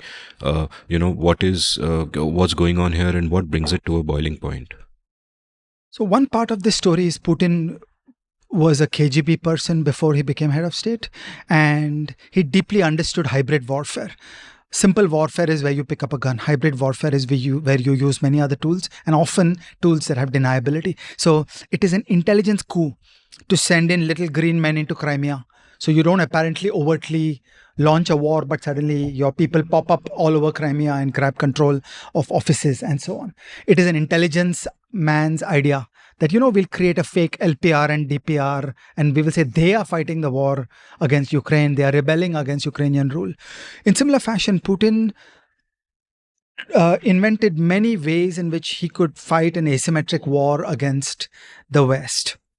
You mentioned the rise of social media, and Putin and his people understood how to use modern internet and social media to attack institutions and shape state power and the working of elections in the West to a remarkable extent. So the phrase that is used in the modern world is either influence operations, or the phrase that is used is FIMI. He played this very well. In the UK, Putin was a major player tipping the scales to get the UK to leave the European Union. Now, this was a long-term, historic Russian strategic objective, to separate the UK from Europe. Because if the UK and Europe work together, that would be a much more powerful opponent against Russia. So he achieved something remarkable by using all the screaming on Facebook and weaponizing the kind of nonsense that can be written on the internet. He actually, in my opinion, achieved Brexit, because, the margin was wafer thin. And if Putin's operations moved 500,000 votes, then that suffices to tip the Brexit outcome. But that is still speculation. Like, even Russia's role in the 2016 election was later found to have been extremely overblown. No, I want to say this in two parts. So let's start at Brexit. There is no doubt that Putin played for Brexit. He worked hard for Brexit. We have hard evidence. Investigation reports are now out. About Brexit, I agree. But wait, can I just finish? Sure. There was no collusion between Putin and Boris Johnson. Okay, so that's the British case. So in the American case, first, there is no doubt there is the intelligence documents that we know about Putin's internet actions trying to damage Hillary Clinton and help Trump to win. There's no doubt that that happened. What is not clear is the level of collusion, is the extent of collusion. The reports were redacted and you could not indict a sitting president, and it is in fog. And for right now, I'm willing to give Trump the benefit of the doubt. Putin understood that getting a bad president for the United States is a great deal for the US. And he also did some things to plant important ideas about Ukraine into Trump's world. Now, again, we don't know how much bribery. We don't know how much was the quid pro quo that you help me on winning the American election, I will help you on Ukraine. We don't know. Okay, here are elements of the smoking gun. There is a man in America named Paul Manafort. Paul Manafort was a consultant for Yanukovych, the person that I just described. Imagine, Paul Manafort worked for the Russian stooge in Ukraine and was paid for by that person and by Russian interests. Isn't it the case Joe Biden's son also did, for that matter? Hunter Biden had Ukraine business contacts. Had Ukraine businesses, yeah. Here it's direct. This guy worked as an election advisor and an election manager for Yanukovych. So it's as direct as you get, and got payments from oligarchs who were linked to Putin. Okay. Paul Manafort pitched for and won the job of being a campaign manager for Donald Trump. So here you had the election campaign of Donald Trump being run by somebody with strong Russian links, bracket, with a payment of zero. Like, who does the work of being a campaign manager for zero? Okay. So in all probability, there was some other quid pro quo going on where Manafort was carrying some agendas, perhaps, and getting deeply embedded into Trump's orbit. There was some remarkable stuff that happened right before the Republican National Convention, where Paul Manafort changed the Republican Party position on Ukraine to become more pro-Russian. Okay, things like that. So Putin was playing asymmetric warfare. Just to clarify, by the way, I actually agree with you, and I'd go further and I'd say that I agree with you on the evidence of collusion and the implication that Trump was practically a Putin client. I agree with all of that. I'm just saying his influence on the 2016 election itself was later found to be very overblown and not remotely as much as stated. But that's a different matter. Let's discuss information warfare separately. I think the world has been getting better on information warfare. All of us are more skeptical about the rubbish that comes to us on WhatsApp or social media. But in 2016, everybody was a little more credulous.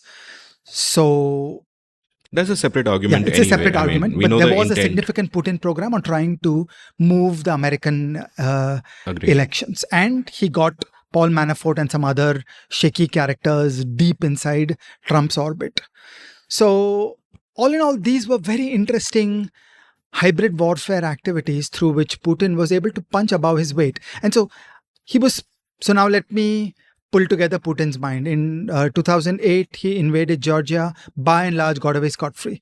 In 2014, he invaded Crimea and started a war in eastern Ukraine, by and large got away scot-free. Now he executed Brexit, which he thought would reduce the collaboration between the UK and Europe. He thought that Germany and France are collaborators, are appeasers like Chamberlain. And he thought Trump is a bit of a fool and is somewhat compromised. So he was actually looking at the chessboard and thinking, this is going pretty good. And that led to the decision on invading Ukraine. Okay, so I just want to reconstruct his mind that there was a lot of laying the groundwork in terms of hybrid warfare to create conditions on the chessboard under which he may have thought that he would get away with this. It is also said that he responded to COVID in a ridiculously paranoid way. He famously stopped meeting people. Like, nobody would get to meet him. If you had to meet him, you had to be quarantined for 2-3 days, taking many a test. And only then you would be admitted into the room. And then he would keep the person, 15 feet away on a long table, those kinds of things. So not being around human beings may have further warped his mind. So when you're a powerful person, always and always, you see the world less well because everybody's lying to you. So there's a great line by an American novelist: the further away you are from power, the more clearly you see. And I flip that around. The more you have power, the less you can see the world because you are warped in the best of times. And on top of that, in a COVID environment with the paranoia, not meeting people, it probably further contaminated his decision making, and maybe he succumbed. He's a 70-year-old man. He's got a lifetime of stewing on resentment. By Russian standards, he's a short man. Okay, maybe all these things came together. He's 5'7". Yeah. So maybe all these things came together, and that led to the decision to press the Hitlerian trigger. stature. I think Hitler was also pretty short. Yeah. Okay. So this is what brings us to early 2022, right up to the war. Perfect. So let's talk about early 2022. So Putin made the decision that we're going to invade Ukraine. I'm first going to describe what happened, and then we're going to go back and analyze what was going on under the hood. So first for the facts, and then for a little more of the insight. And I think the insights came later. At first, I'm just reporting the shock and awe. Remarkably enough, Western intelligence had penetrated Putin's regime completely. So it is just amazing how Western intelligence knew everything that was going on blow by blow. And they chose a remarkable strategy. They kept on releasing everything into the public domain. So, you think of hard-won secrets to be held tightly to their chest. They kept on releasing this into the public domain. And I think that is an interesting new strategy of the 21st century, that sometimes the best way to diffuse something is just to release the information in public, and the person who may have been preparing something in secret suddenly realizes all that is exposed. But don't you lose your access or whatever because of... They would have thought about it. All the way till today, the West has excellent sources inside the Putin regime. So there are enough people who hate the regime. So like in old communist Russia, there are enough people who don't like what is going on, and they are managing to access many, many documents. I guess they would think that I've got to get the document from 3 different sources. Only then I'll release, so that it can never be identified that it came from one source. And they kept on releasing all these plans in public domain. Also, this is psychological warfare against the mind of Putin. Putin is an intelligence guy. He's a KGB guy. So particularly in messing with his mind, in running interference against his mind, it may have helped to say to you, you think you're an intelligence guy? We have penetrated your system. Your counterintelligence people are not good enough to stop us. There may have been an element of that. And everybody thought that this would never happen. Everybody thought invading Ukraine is dumb. Okay. So if you go back and read the commentary of that period, people were just kind of enumerating the kind of steps the West would take. And it made no sense. Okay. And even Ukraine was relatively complacent that an invasion would not happen. They were surprisingly ill prepared. There is a famous moment where there was a visit to Zelensky by a key person just from the US, just 2-3 days before the invasion, where that person just had to fight with Zelensky. No, there is an invasion that's coming. Like, don't kid yourself. This is real. And Ukraine was like really unprepared for the invasion, because they thought that this is so dumb, Russia will never do it, that Putin will never make such a big mistake. They thought he's just saber rattling. So you gather troops on the border, ask for a concession. He wanted Ukraine to guarantee you will not join the European Union, you will not join NATO. And Ukraine was as usual answering, I'm a sovereign nation, I'll do whatever I want. Okay, so it's like India saying to Bangladesh, you will not join some association of country. And Bangladesh will say, who are you? I am my own country. I'll decide what I like. That kind of dysfunctional conversation was going on at the surface. And Zelensky and the Ukrainians thought nothing is going to happen. But lo and behold, it happened. So on the 24th of February 2022, tanks started trundling towards Kiev from Belarus. Note, I said Belarus is not Russia, but for all practical purposes has been controlled by Russia. So there was a attack vector from Belarus, and there was a huge invasion story all across Ukraine, from the top at Kiev, from the sides, from the east, and from the south. Everywhere there was a big long invasion front. As an aside, the invasion front was the Russian invasion front in Ukraine at February 2022 was longer than the German invasion front in June 1941. Okay, and that should straight away make you start thinking, because surely the Russian army of 2022 was less powerful than the German army of June 1941. But you can start seeing how this is not going to work very well. But it was breathtaking looking at all that. And we should think a little more ahead about what was going on, what were they really trying? Because in a way, this makes no sense. If you wanted to do an invasion, Russian military capability would not have come up with this invasion plan. So what happens next? I mean, one narrative that we've read about after the fact is about how the Russians underestimated the strength of the military, and they underestimated the extent of corruption within that military. There's a great video from a YouTuber which you sent me, which is about the corruption in the military, and one of the things it talks about is that it is not enough to say that there is 20% corruption. That doesn't indicate exactly what is happening. If someone is stealing the wiring of your reserve vehicles, if someone is stealing your fuel to buy vodka for himself, then that amounts to a very small proportion of corruption in terms of costs. But when your vehicles are actually rolling towards wherever they are going in the middle of an invasion, it can be catastrophic for the invasion. So on the one hand, there is a force that does it. The military itself is not as strong as you thought it was, because all of this was institutionalized and you had no idea how broken and corrupt it was from inside. And at the same time, the planning was terrible, because you had all these tanks and military vehicles going towards Kiev, but no supply lines.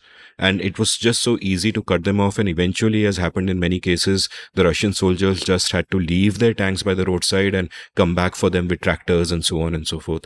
So just describe the chaos that happened, because it seems to me that in his hubris, Putin assumed that he simply marches to Kiev, puts his own government in place after overthrowing these guys, and that's it. It's a done deal. It's like Georgia. It's over. Or it's the same kind of hubris which the Americans imagined in Iraq when they went in, that, oh, we'll go to Baghdad and we'll quickly take over, and that's the end of the story, and we'll, outlaw the Baath Party, and then we'll just take over and it'll be fine. And of course it wasn't, So tell me about it. So we all know what happened. The roads turned into a killing field.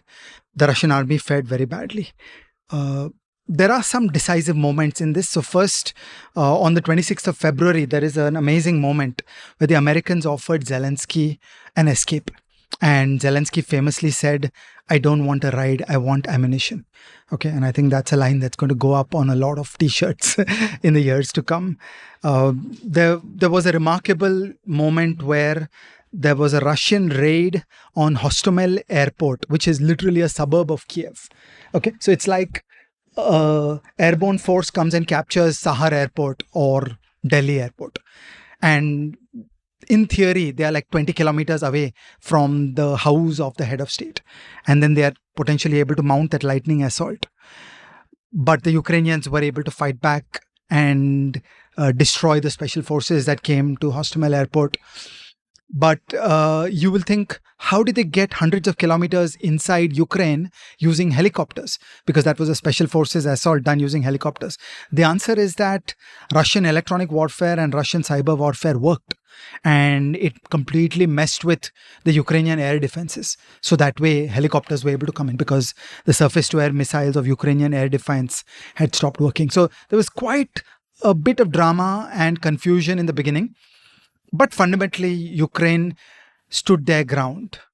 So it's interesting to ask, what went wrong? Why did Russia not win? Okay, so for all of us at the early stages of the war, come on, Russia is like a small superpower. They're not remotely equal to the United States, but they are a small superpower. So if they invade a country like Ukraine, of course they're going to win. Like, there was no question to most of us that of course they're going to win. And the only question is how and how much time. And then what kind of insurgency will come up. That I used to think that Ukraine will run an insurgency that will make Afghanistan seem like a walk in the park. But really, one expected the Russian army to win. Now, with the benefit of hindsight, we understand that actually it was not planned as a military invasion. It was planned as an intelligence-style coup. That you show tanks, you show force. They believed, their intelligence assessment was that the Ukrainians have no will to fight. Okay, they believed it was a Crimea. They believed that the West had no will to fight. Okay, so Putin believed that Germany and France will be pacifist and they'll be vaguely left-leaning and they'll try to support Putin. They will protect Putin from the wrath of the Anglo-Saxons. In any case, America is absorbed on overcoming its MAGA problem, and Boris Johnson, conservatives in the UK are not too effective. So Putin thought he'll get away with all this and Ukraine will fold. So it was designed as an intelligence coup. It was designed as a spectacle. That when you see so many tanks, you're supposed to just give up. Okay. And they also knew that they had many quislings at positions of power inside the Ukraine government. So at the right time, those people would, throw down the keys or throw down their arms, or entire divisions would switch loyalty and join the Russian army, which was the sort of thing that happened around Crimea. But in fact, Ukraine stood and fought. And the moment Ukraine stood and fought, the invasion plan was the wrong one. Okay, so I don't read a lot into Russian state capacity. There is the Russian incompetence story. Okay, so like you describe very correctly, when a person steals 0.1% of the military budget by ripping off some critical parts out of a tank and selling them, the impact on combat power is not 0.1%. The impact is disproportionate because the tank stops working well. Okay, so there were many things rotten in the Russian army. However, if a correct military operation had been designed for fighting with Ukrainian resistance, they may well have come out much better.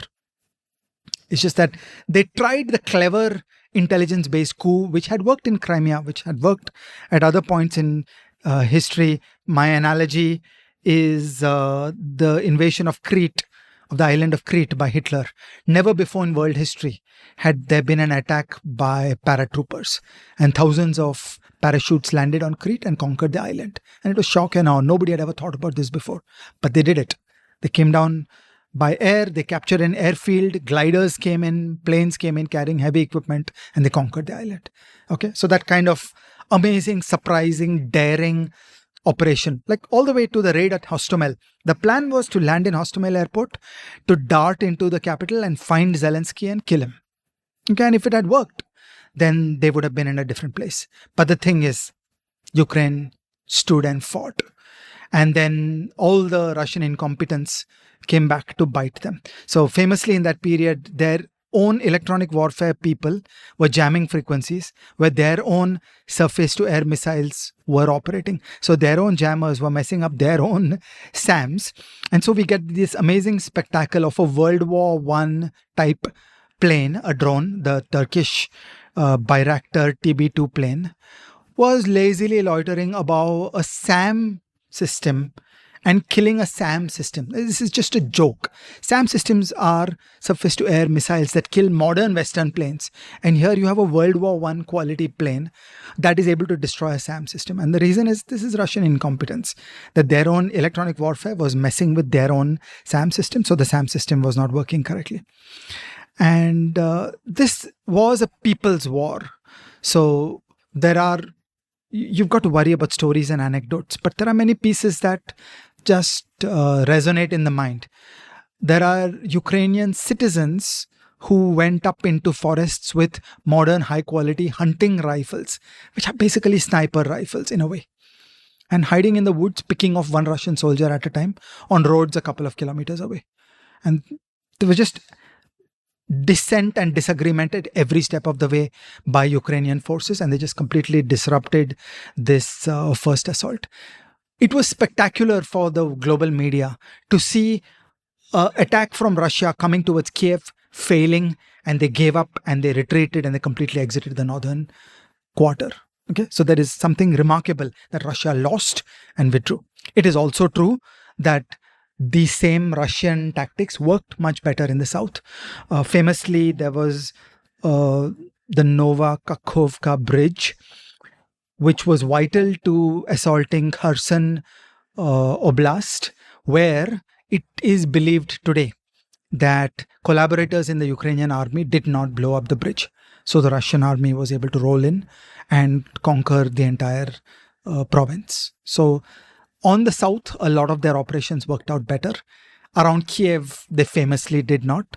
But by and large, they gained a lot of territory. They grabbed land, particularly in the south. So this was the stage one of the operation. That Russians, electronic warfare, cyber attacks, quislings, all that stuff layered on top of the world's second largest army, a small superpower, incompetence, corruption, all of it delivered a significant invasion, which grabbed a lot of land in the south and in the east, while failing around Kiev. So it was surprising for us to see it fail around Kiev, because generally you expect Russia is going to win. I mean, who is Ukraine to stand up against Russia? So, what's now the response to it at this point in three different fronts? One is, how is Russia itself reacting to this setback? Because the imagination is that, okay, they saw it as an intelligence operation. They realized, oh, what the fuck, it failed. Those guys fought back. But if their military is anywhere near as good as it is, and Putin at that time still seems to think that it's, a superpower military, how do they recalibrate in what they do? Secondly, how does the West now react to this? And thirdly, what happens within Ukraine itself? Like, what is the state of Ukraine's army? What are the incentives under which they are functioning? Are they a better army simply because they're smaller? We're number two, so we try harder. That kind of Avis Hertz kind of thing. How's it all working out? Yeah, all three great angles to think about. So let's go step by step. Russia is an authoritarian country. It is a fundamental nature of power that you don't learn. Okay, so it takes a certain kind of decent, civilized discourse where power is kept out of the room for people to be able to talk honestly to each other, to be able to diagnose a problem, to be able to listen to evidence, to be able to listen to experts, to be able to bring intellectuals into the room. All that doesn't happen in Russia. It is brute power. So messages filter up badly and slowly. So Russian learning did undoubtedly happen, but to a smaller extent than one would think is optimal. So as an example, they figured that their electronic warfare is jamming their SAMs. So there is an abrupt date where they fix this problem and suddenly the Turkish TB2s became useless. Okay, so there were these little tactical things that the Turkish drones ran wild for a bunch of days, and then abruptly, like over 1 week, they became useless, because once Russian SAM units could actually engage with those planes had no ability, and the Ukrainians completely stopped using them because they would just get shot down every time. So there were incremental improvements, but it is very difficult in an authoritarian regime to be able to accurately diagnose, to pass blame correctly. In an authoritarian regime, everybody is cover your ass, is lying to the boss to pass the blame on to somebody else. So the reactions that are taken are often not the correct ones. I mean, so somebody gets killed, somebody gets sent to Siberia, some new people are recruited, but oftentimes these diagnoses are not correct. Power is a curse. Strong leaders and fear psychosis in a system where people worry that they will be harmed in ways that are unspeakable. Then suddenly, every use of the brain and every sentence that is uttered is an act of self-preservation rather than of winning the war.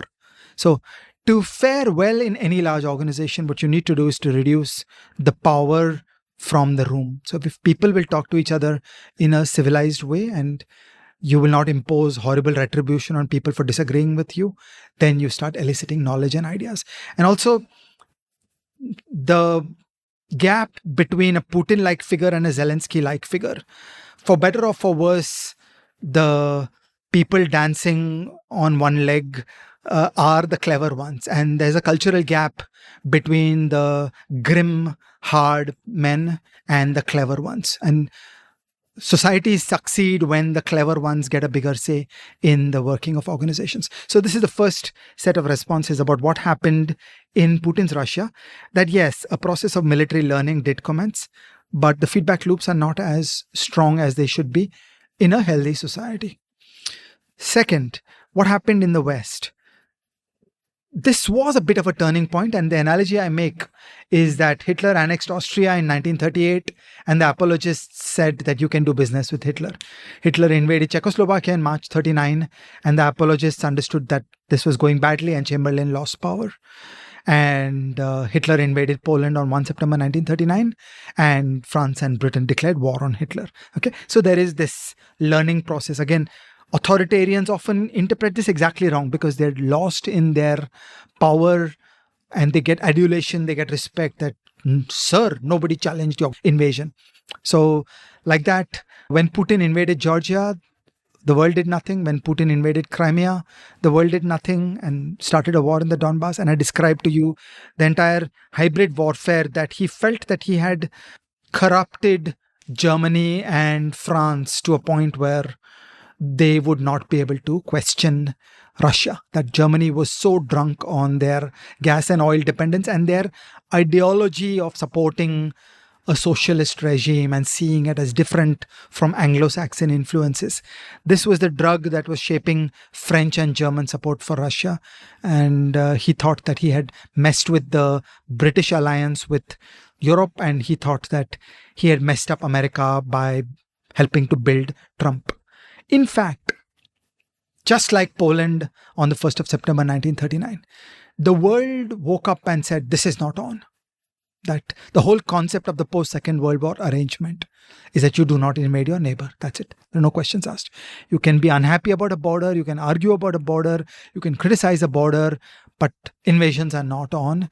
And the world will punish you very badly when you invade. So, for example, when Saddam Hussein invaded Kuwait, the world came up with extreme responses to make his life miserable because we do not accept invasions. That's the only way to put an end to the nonsense of the 20th century.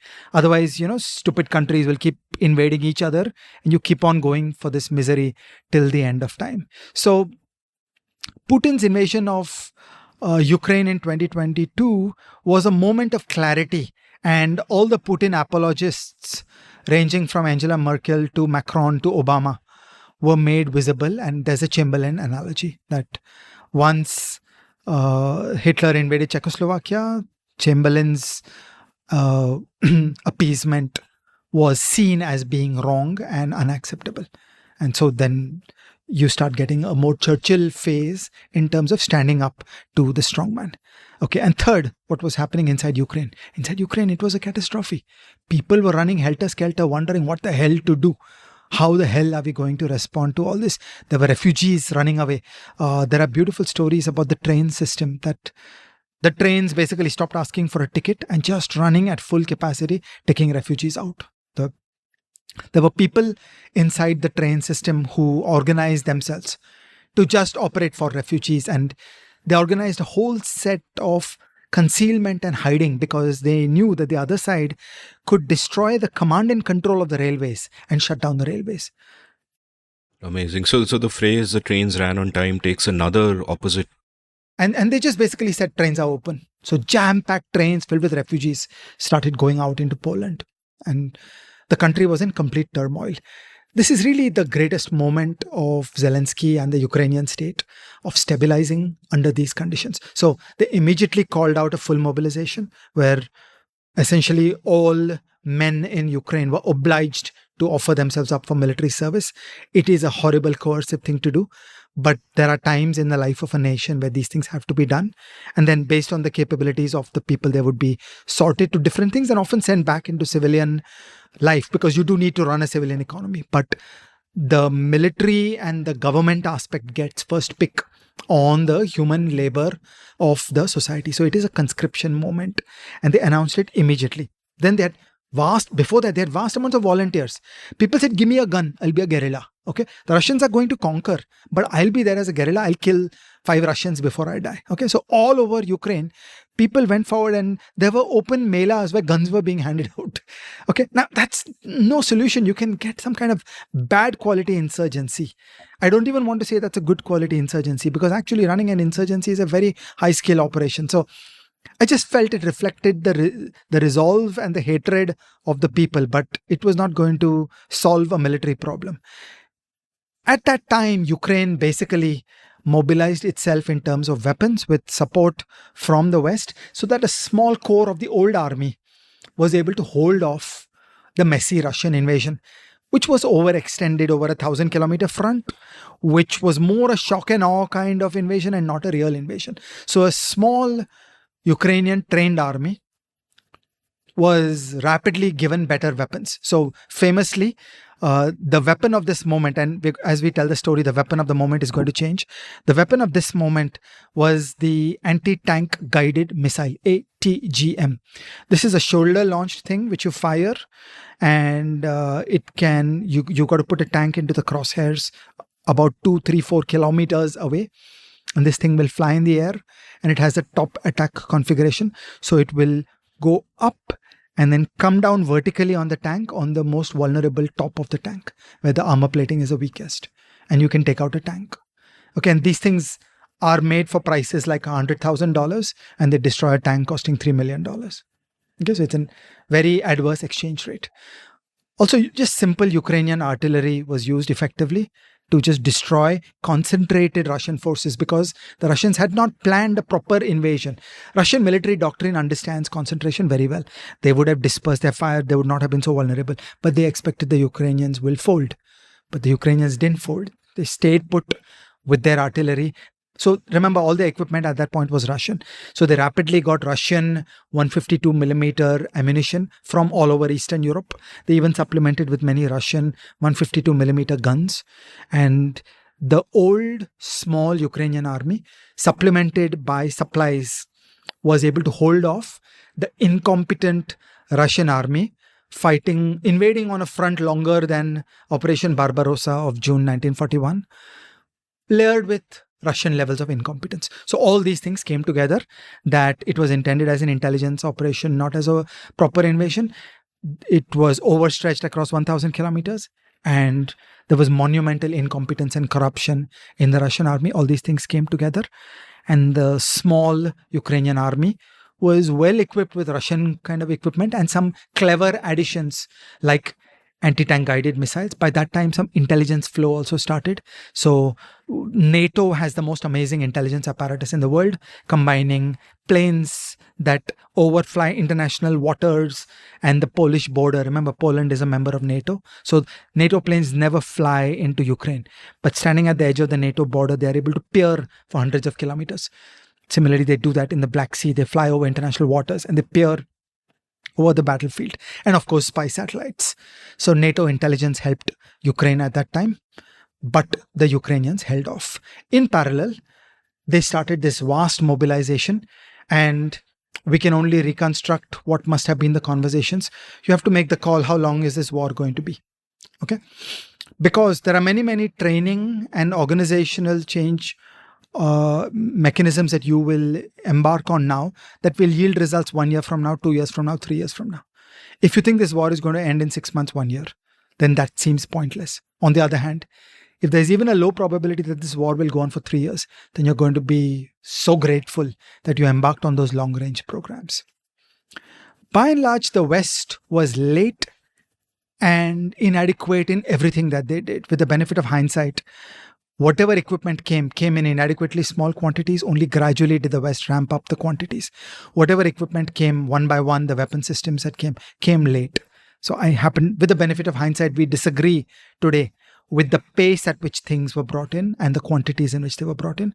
But by and large, Ukraine found its steel in terms of starting with a small Russian quality army and starting to build out towards a Western quality force. Along the way, by the way, just think, you have to do brain surgery while in flight. They began replacing all their Russian weapon systems with Western weapon systems while fighting in the war. So these are the things that were happening in Ukraine at that same time. Incredible. Let's take a quick commercial break, and on the other side of the break, continue talking about what has happened in the last few months since the war started. Long before I was a podcaster, I was a writer.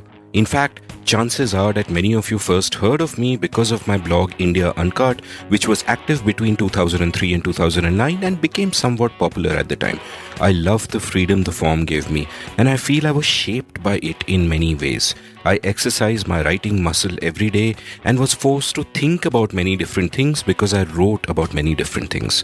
Well, that phase in my life ended for various reasons, and now it is time to revive it. Only now I'm doing it through a newsletter. I have started the India Uncut newsletter at indiauncut.substack.com, where I will write regularly about whatever catches my fancy. I'll write about some of the themes I cover in this podcast and about much else. So please do head on over to indiauncut.substack.com and subscribe. It is free. Once you sign up, each new installment that I write will land up in your email inbox. You don't need to go anywhere. So subscribe now for free. The India Uncut newsletter at indiauncut.substack.com. Thank you. Welcome back to The Scene and the Unseen. I'm chatting with Ajay Shah, and we're taking a deep dive into the Ukraine-Russia war. Before the break, we've spoken about, we've set a context for this with the deep history of Russia, deep history of Ukraine, the geopolitical context of the current times, and we got to the start of the war, which is the first assault, and, why the assault into Kiev kind of failed, why it was so much like an intelligence coup, as it were, and that didn't work out. So let's move on. Like, what happens next? They've been repelled from the north, from Kiev, but in the south it's a little bit different. And the Nova Kakhovka bridge across Dnieper, as you're saying, isn't blown up because of the Quislings and so on. Now, how does it sort of begin to evolve from here, both in terms of what the Russians do and how the Ukrainians manage to mobilize and fight back? Yeah. So in part one, there are some people who portray the part one, the failed campaign against Kiev, as an important military failure, and I don't. I view it as an audacious intelligence coup, and it didn't work. And look, that's part of life. Okay, so over and over in military history, there have been many moments where an amazing, risky raid was imagined, and sometimes they work and sometimes they don't work.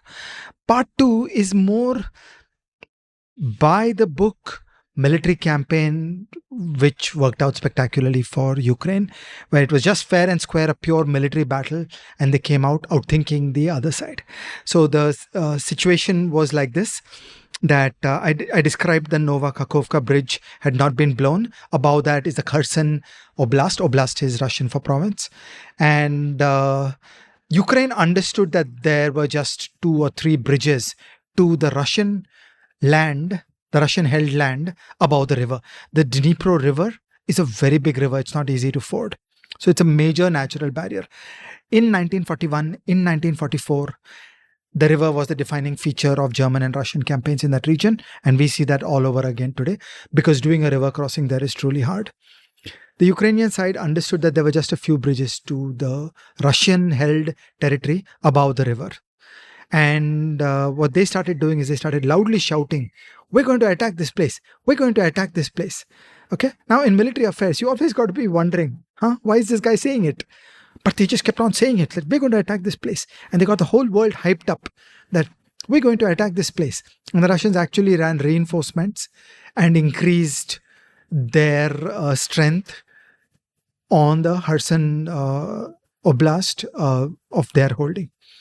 At that time, Ukraine started blowing up the bridges. So there was a finite list of bridges, and they started destroying the bridges. In this, they used the wonder weapon of phase 2 of this war. The wonder weapon is called HIMARS.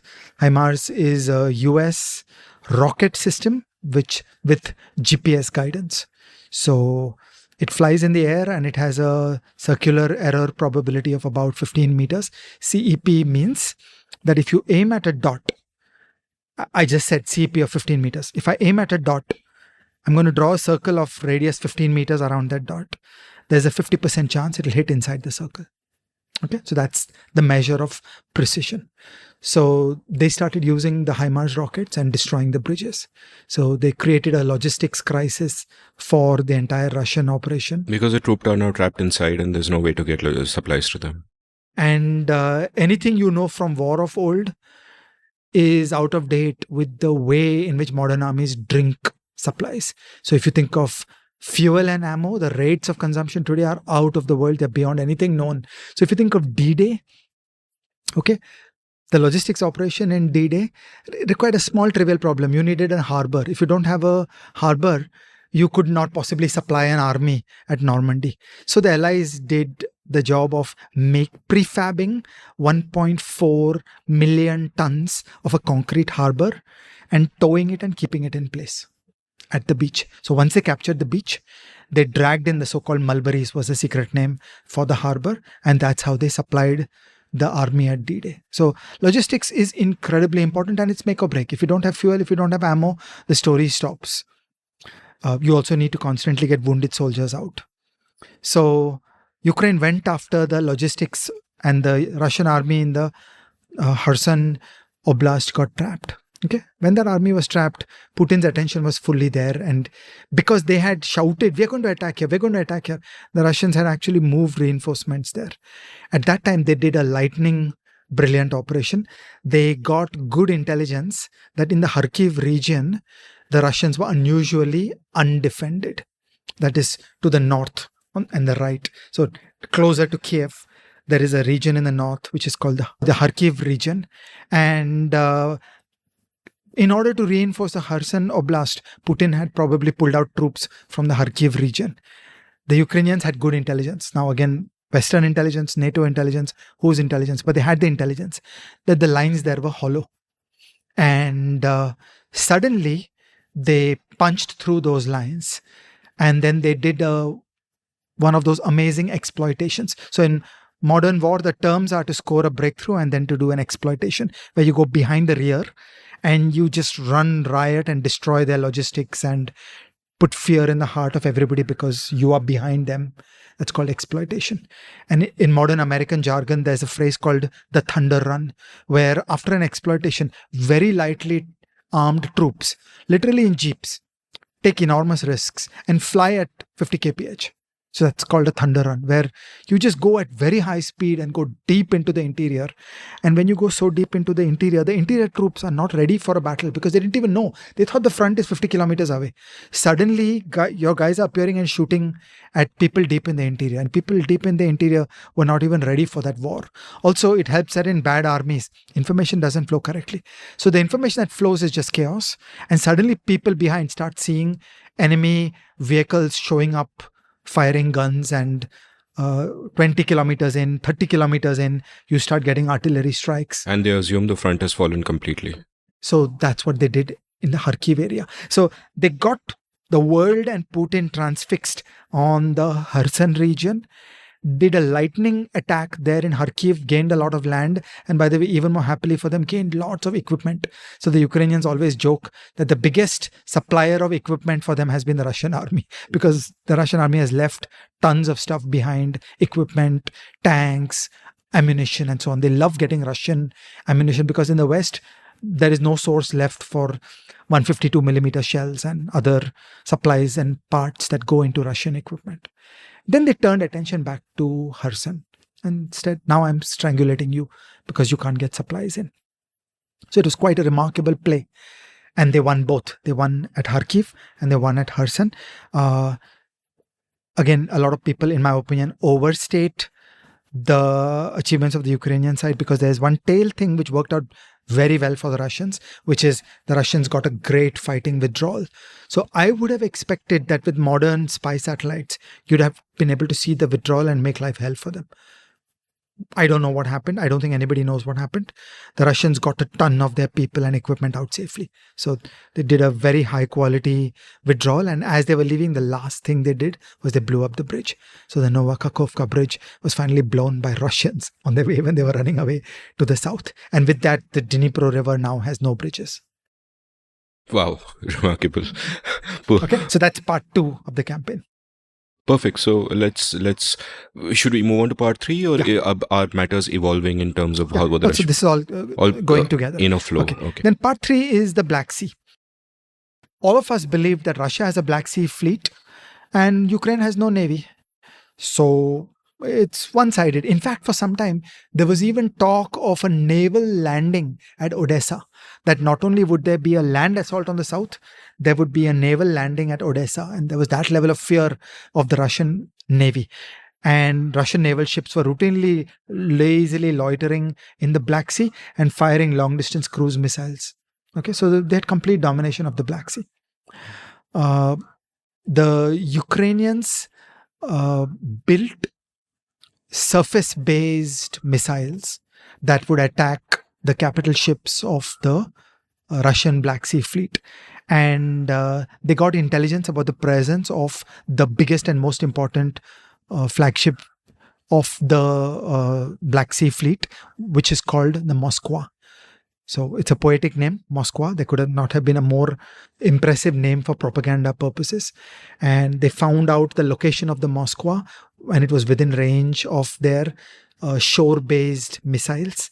And they say that they fired 2 missiles and they sank the Moskva.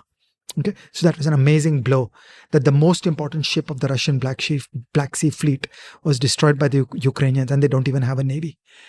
Then there was some skirmishing around Snake Island, where again for some time the Russians thought they had captured Snake Island, and it's a real choke point at Odessa to be on that island. The Ukrainians got them out of Snake Island. And then there was a remarkable event that they started using naval drones for the first time. So imagine, we know about drones that fly in the air. Same idea applied to a ship. So you run a small boat going low in the water, charge it with 500 kg of explosives, and it's either going on its own autonomous guidance system, or it's got a video camera and there's got a guy with a joystick sitting far behind. And they started guiding these boats in to generate explosions at Sevastopol harbor. And a lot of the Russian Black Sea fleet then had to be pushed back behind to safety beyond Sevastopol harbor. And finally in 2018, so in 2014, Putin had got Crimea. In 2018, Putin had commissioned a bridge from the Russian mainland to Crimea, which is called the Kerch Bridge. They pulled off a spectacular special forces operation where they blew up a chunk of that bridge. They damaged the railway line and they destroyed the automobile bridge. And it took some months for it to rebuild. So these are all the things that happened in a naval war. And you would have thought, but Ukraine has no navy. Okay. And I think the answer goes that when you start thinking and building and innovating, then all kinds of things become possible. And this is all building and innovating under fire, that under war conditions, they started building naval boats and shore-based missiles and so on. So it really speaks well for the intellectual capacity and the scientific and engineering skills that they were able to bring to bear.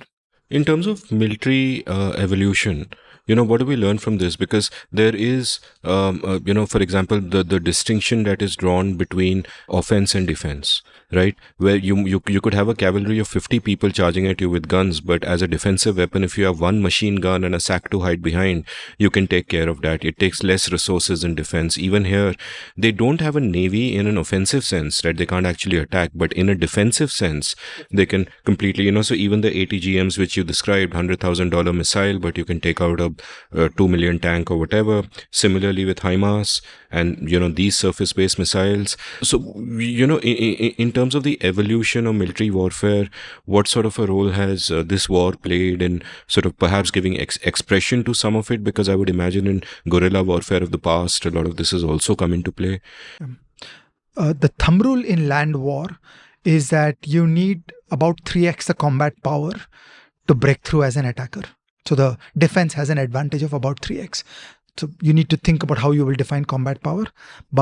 And it varies with the amount of entrenchment. So if you can build really good concrete bunkers and all that, then the ratios can become more asymmetric. An attacker needs about 3x is a thumb rule. And I want to emphasize is only a thumb rule. So it has always been the case in land war that a defender does better. And in modern war, some of these things have become worse, and I'll come back to lessons for modern war based on this in a moment.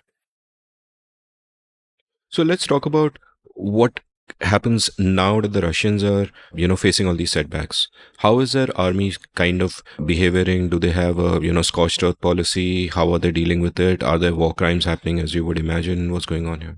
So for many people, the idea of war is war is always total war. War is like the Second World War, where there are no limits to depravity and barbarism.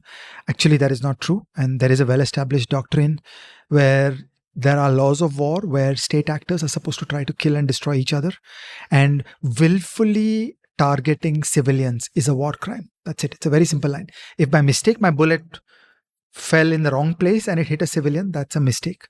But if you targeted a civilian, then that's a war crime. So there's a very clear doctrine around it, and the International Criminal Court has emerged as an institution where you are able to start check and balancing the unlimited brutality and barbarism that we are used to. So what the Pakistan army did in Bangladesh is war crimes, and in modern times there would be an increasing escalation of punishment against war crimes, which I consider a welcome development. That unlimited brutality and barbarism in the hands of an occupying army is medieval, and we should not allow that to happen. But does it have practical application in the actual chaos of war? Yes. A professional army, the soldiers should be trained that while you have unlimited ability to inflict death and destruction upon the other state actor, which is an army, you don't have the power to harm civilians. That is the training of professional soldiers. And B, we are coming to a world where there are war crimes prosecutions. So the Nuremberg trials were the first, when there has been increasing development of doctrine and institutions. So there are pretty bad elements of evidence of war crimes committed by Russians. So right at the beginning, when they failed on the attack to Kiev and they went back, what was found at Bucha, at the town of Bucha, was war crimes, where civilians had been killed, civilians had been tortured. And in this age of the internet, it is remarkable how much investigation can be done, because there are stupid soldiers who shot selfies of themselves with those corpses. So there is a whole community today that is working on using public domain data to investigate Russian war crimes, to be able to clearly pin down this soldier did this. Now, we hope the wheels of justice will grind away for the next 50 years. We don't know when we'll get that guy. Okay? Today, Russia will say, I'm not turning him over. Fine, we'll wait. Maybe at the end of the war, as part of the treaty, Russia will be compelled to serve up its people for war crime trials. Maybe there'll be a new regime in Russia and they will extradite those people in the future. So we don't know how this goes. But there is a different level of data and documentation and the establishment of dossiers to go after soldiers who have misbehaved on the subject of war crimes. And the Russian record is not good. The second thing that the Russians have done on a large scale is destruction of infrastructure and housing and buildings. And there is a gratuitous destruction that seems to have gone in their war effort. I don't quite get the military motive. So, for example, they periodically keep lobbing missiles at Kiev and other urban centers. From the viewpoint of military expertise, each missile that you waste killing civilian targets is one missile less that is available for military objectives. And they are not exactly flooded with equipment. So there just seems to be this attempt at breaking the will of the Ukrainian people, which I consider an intelligence failure. They have not understood the will of the Ukrainian people. After all that they've come through, now a few more missile strikes disrupting electricity supply in Kiev is not going to change the will of the Ukrainian people. Finally, there's been a lot of stealing of people. Going back deep into history, there has been a recurring theme that tyrannical states want not land, but people. Tyrannical want to be able to tax people. Tyrannical states want to be able to conscript people. People are the prize, because when the state is a community that gets to rule the people and extract resources from the people, then it wants more people. So there is evidence of claims by Russians that, but these Ukrainians are just Russians. And so we grab them and we'll take them to a good life in Russia. And they're grabbing children, they're grabbing adults and taking them out into Russia. And that was the subject of one of the war crimes trials where Putin has been convicted, because the litigants were able to obtain hard evidence at the International Criminal Court that Putin authorized the kidnappings of children from Ukraine to take them away from their parents and take them away to Russia, where they are trying to put them up as foster children with Russian families and turn them into Russian citizens to help reduce the demographic crisis of Russia. This is crazy. I wasn't aware of this. And it's happened at a large scale. And adults also, you said? So if you are a Ukrainian living in Russian occupied zone, you run the risk of being given a Russian passport. You run the risk of then being deported or relocated. We are taking you for your own safety. So they don't respect the commitment of a person to their place. So people are being forced to take Russian passports because we have occupied this land. Now this is Russia.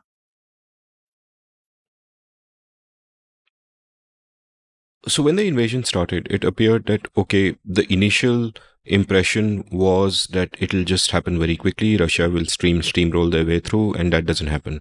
There is all of this fighting. You could even say that Russia is losing, for a period of time, and then the weeks pass and then the months pass.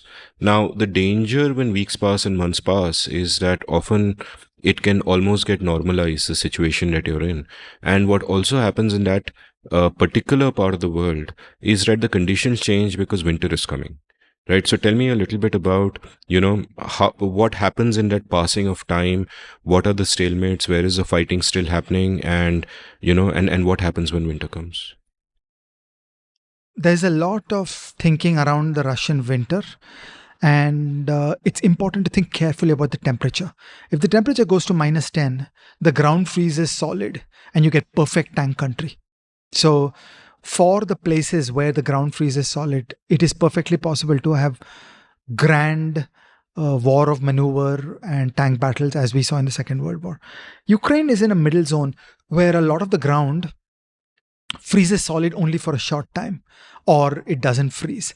So if it doesn't freeze, then it just becomes mud and slush, and it's just horrible. Nobody wants to be there in the winter in trenches.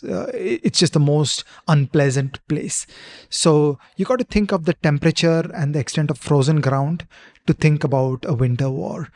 Many people in the West tended to jump to the assumption that general winter works for Russia. I mean, yes, but it depends on where in Russia you are and who is the invader. So if you had a German invader playing in -20 centigrade for the first time, yes, the local Russian troops know how to operate in -20. But if you have a Russian invader playing in Ukraine, then the Ukrainians know their locale better. And in fact, a large parts of the Ukrainian winter just turn into mud and slush. Now it varies year by year. It was very interesting that you had to watch the weather forecasts carefully, and you needed a couple of days of -5, -10 for the ground to freeze. Then you could do a tank-led fast assault. This was an unusually warm winter, and that never really happened. So there was not a lot of opportunities for attack. So this is the feasibility of what you could do in winter. Now, in the back of your mind, you also had to think that both sides had just been through an exhausting time from February, and then the summer drama of Kherson and Kharkiv, like I described to you. And Ukraine had been in a large mobilization, gradually building their forces. By that time, by winter, they were in the midst of giving up on their Russian equipment. In June, they were at the end of their tether on running out of Russian ammunition. And all over Eastern Europe, there was no more Russian ammunition available to give them. And so then they were in the transition to Western standards. Like the Russian standard is a 152 millimeter artillery shell.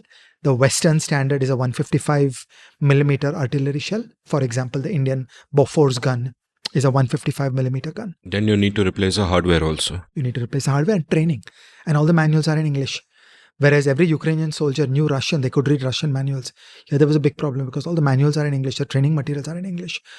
Modern war requires English knowledge to a great extent because the entire conversation around this, like in many other technically complex areas, the books are in English, the videos are in English, the manuals are in English. So these were all important choke points.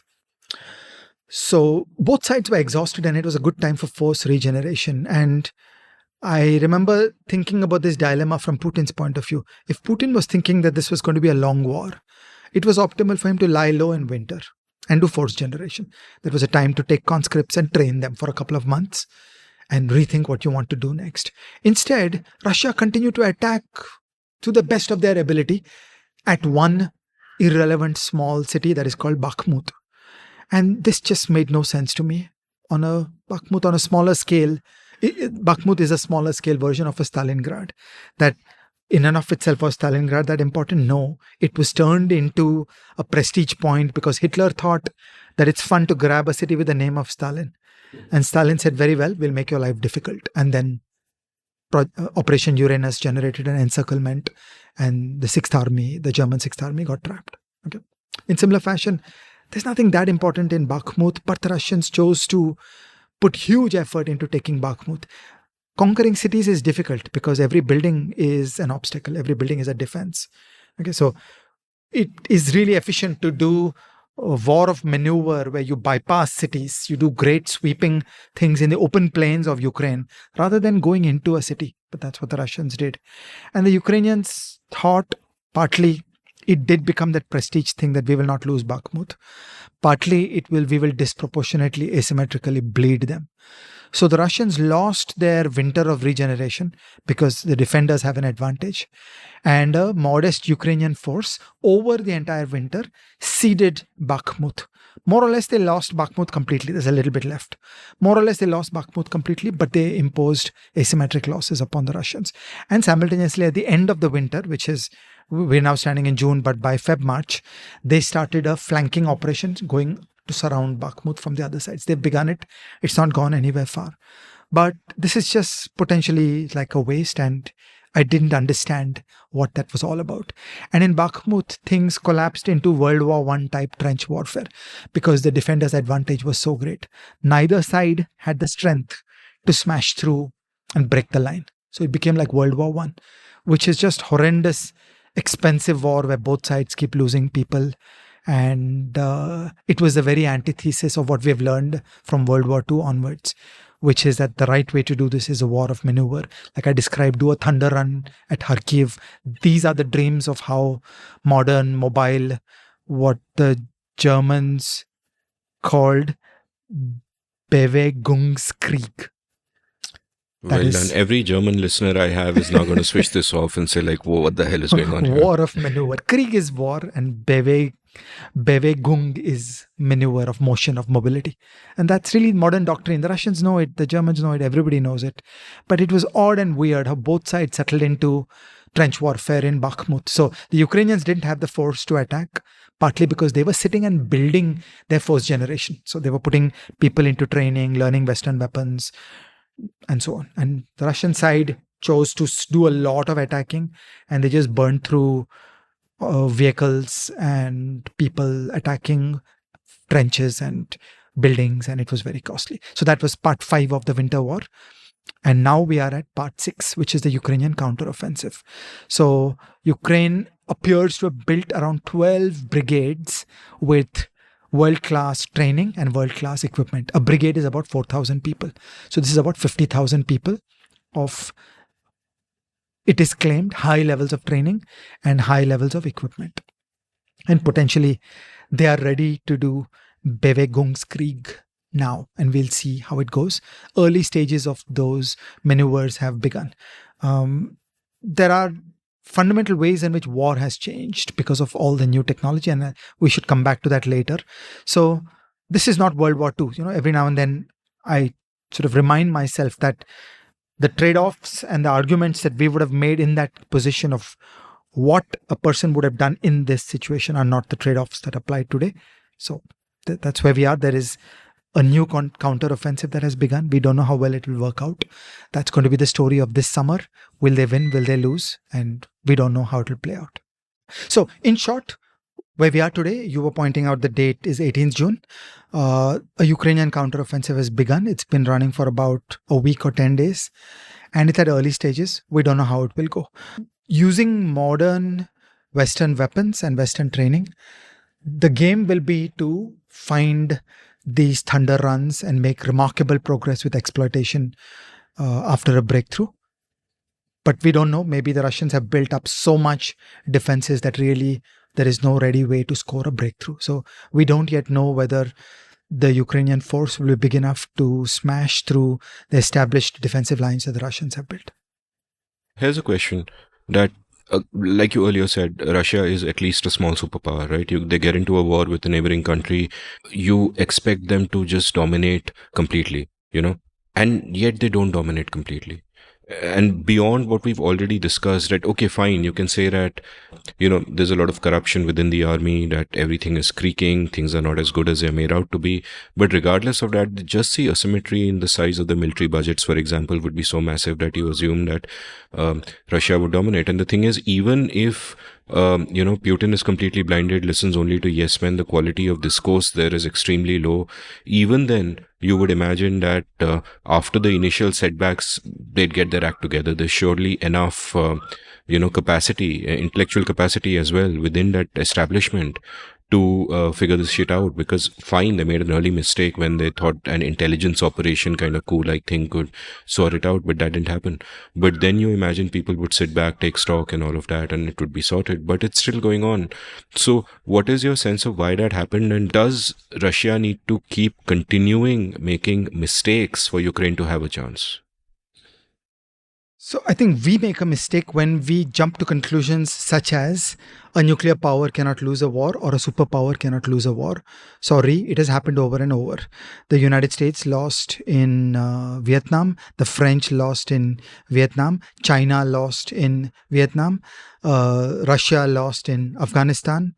Okay, and all in all, America lost in Afghanistan. So nuclear powers do lose wars and superpowers do lose wars. And so you've got to go deeper into thinking what is that overwhelming force, what is put up as a defense, and so on.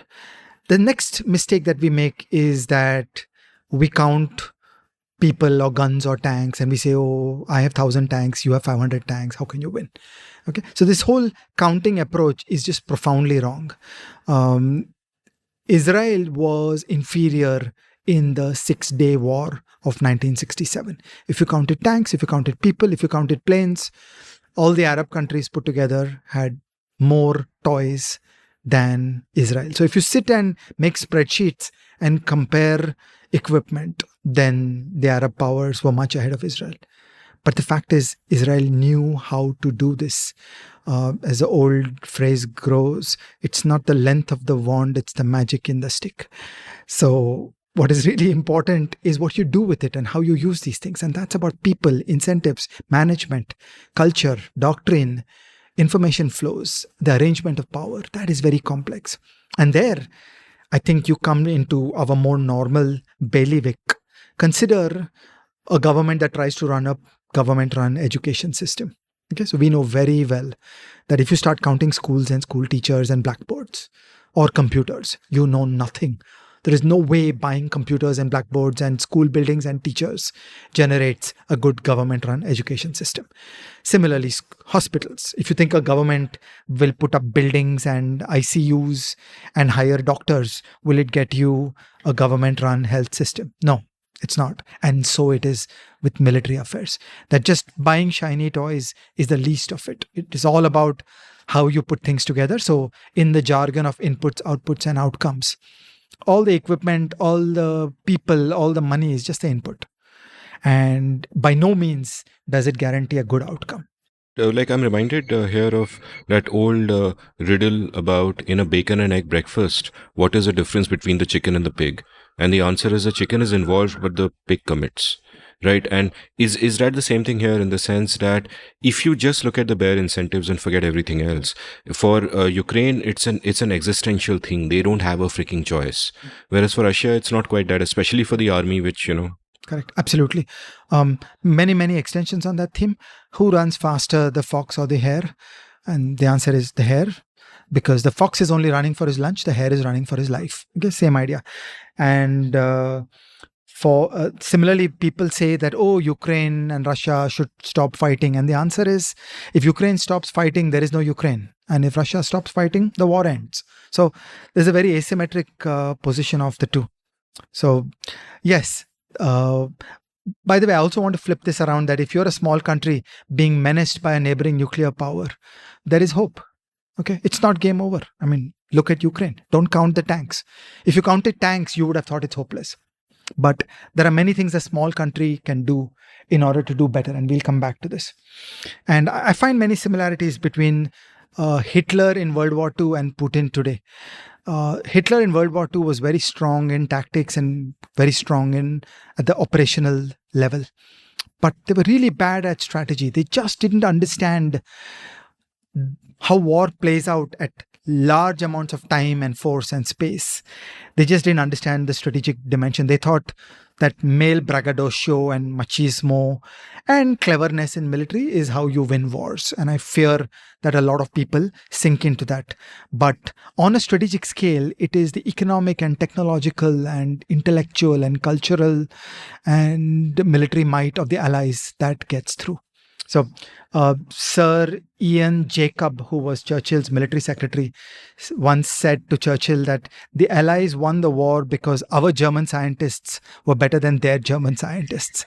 Okay, so when a regime loses its best people, then that doesn't bode well. And that is exactly what we've seen in Russia. 500,000 of their best people, in some ways, have left the country after the war started because they just don't see a future in today's Russia. These things matter. These things matter on a strategic scale. In the long term, these things matter above everything else. So, as in everything else in life, the puzzle is about creating a power structure where decisions are shaped by clever people who will think and debate and criticize and create. And if you just have a brute imposition of power in a more military way, with generals instructing and ordering each other, then would like to again remind ourselves of Churchill that war is too important to be left to the generals, that there's much more going on in these things than can be comprehended by the generals. And so on a strategic scale, you got to point out that Russia is a GDP like Spain. It is hilariously outmatched against Western economic and technological might. So you can't fight a long war.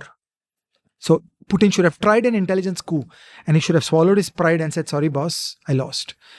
When Putin and Russia try to fight a long war, they are in trouble, because on a strategic scale, it is economic, technological might that rules. And the West is just, streets ahead of Russia.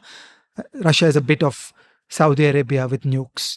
They're a Spain-sized GDP. They're not a country that can keep pace with the challenge. There's one area which might have given Putin confidence, which is that given that Russia is a nuclear power, they can play the game of chicken better, because Putin certainly seems to be unstable and unpredictable and is certainly completely in control of Russia, whereas in the Western world there's no leader who's completely in control of his country. It's a democracy. There are various voices. Among those various voices, there will be many voices saying, let's not go toward nuclear Armageddon. Why are we getting involved? Let Russia handle it. Why do you want to risk a World War III, etc., etc., all of which are, powerful and compelling reasons for caution. And yet, those arguments didn't win out, thankfully, though they still take place. And yet, NATO kind of got its act together, what you call making NATO great again. So tell me a bit about what's happening there on the international scene and how the tide kind of turns, which I think someone like a Putin would not have expected. Yeah. So on the nuclear side, actually, this is a very interesting story about escalation management. If on day one you send F-16s to Ukraine, then you run a greater risk. Mr. Putin says, I will explode one nuclear bomb at the border between Russia and Ukraine, and I threaten you, and you must take your F-16s back. These are subjects that have been very well studied. So for decades, people have thought a lot about nuclear arms and the doctrine that surrounds them, and the ways in which these are to be used in modern statecraft.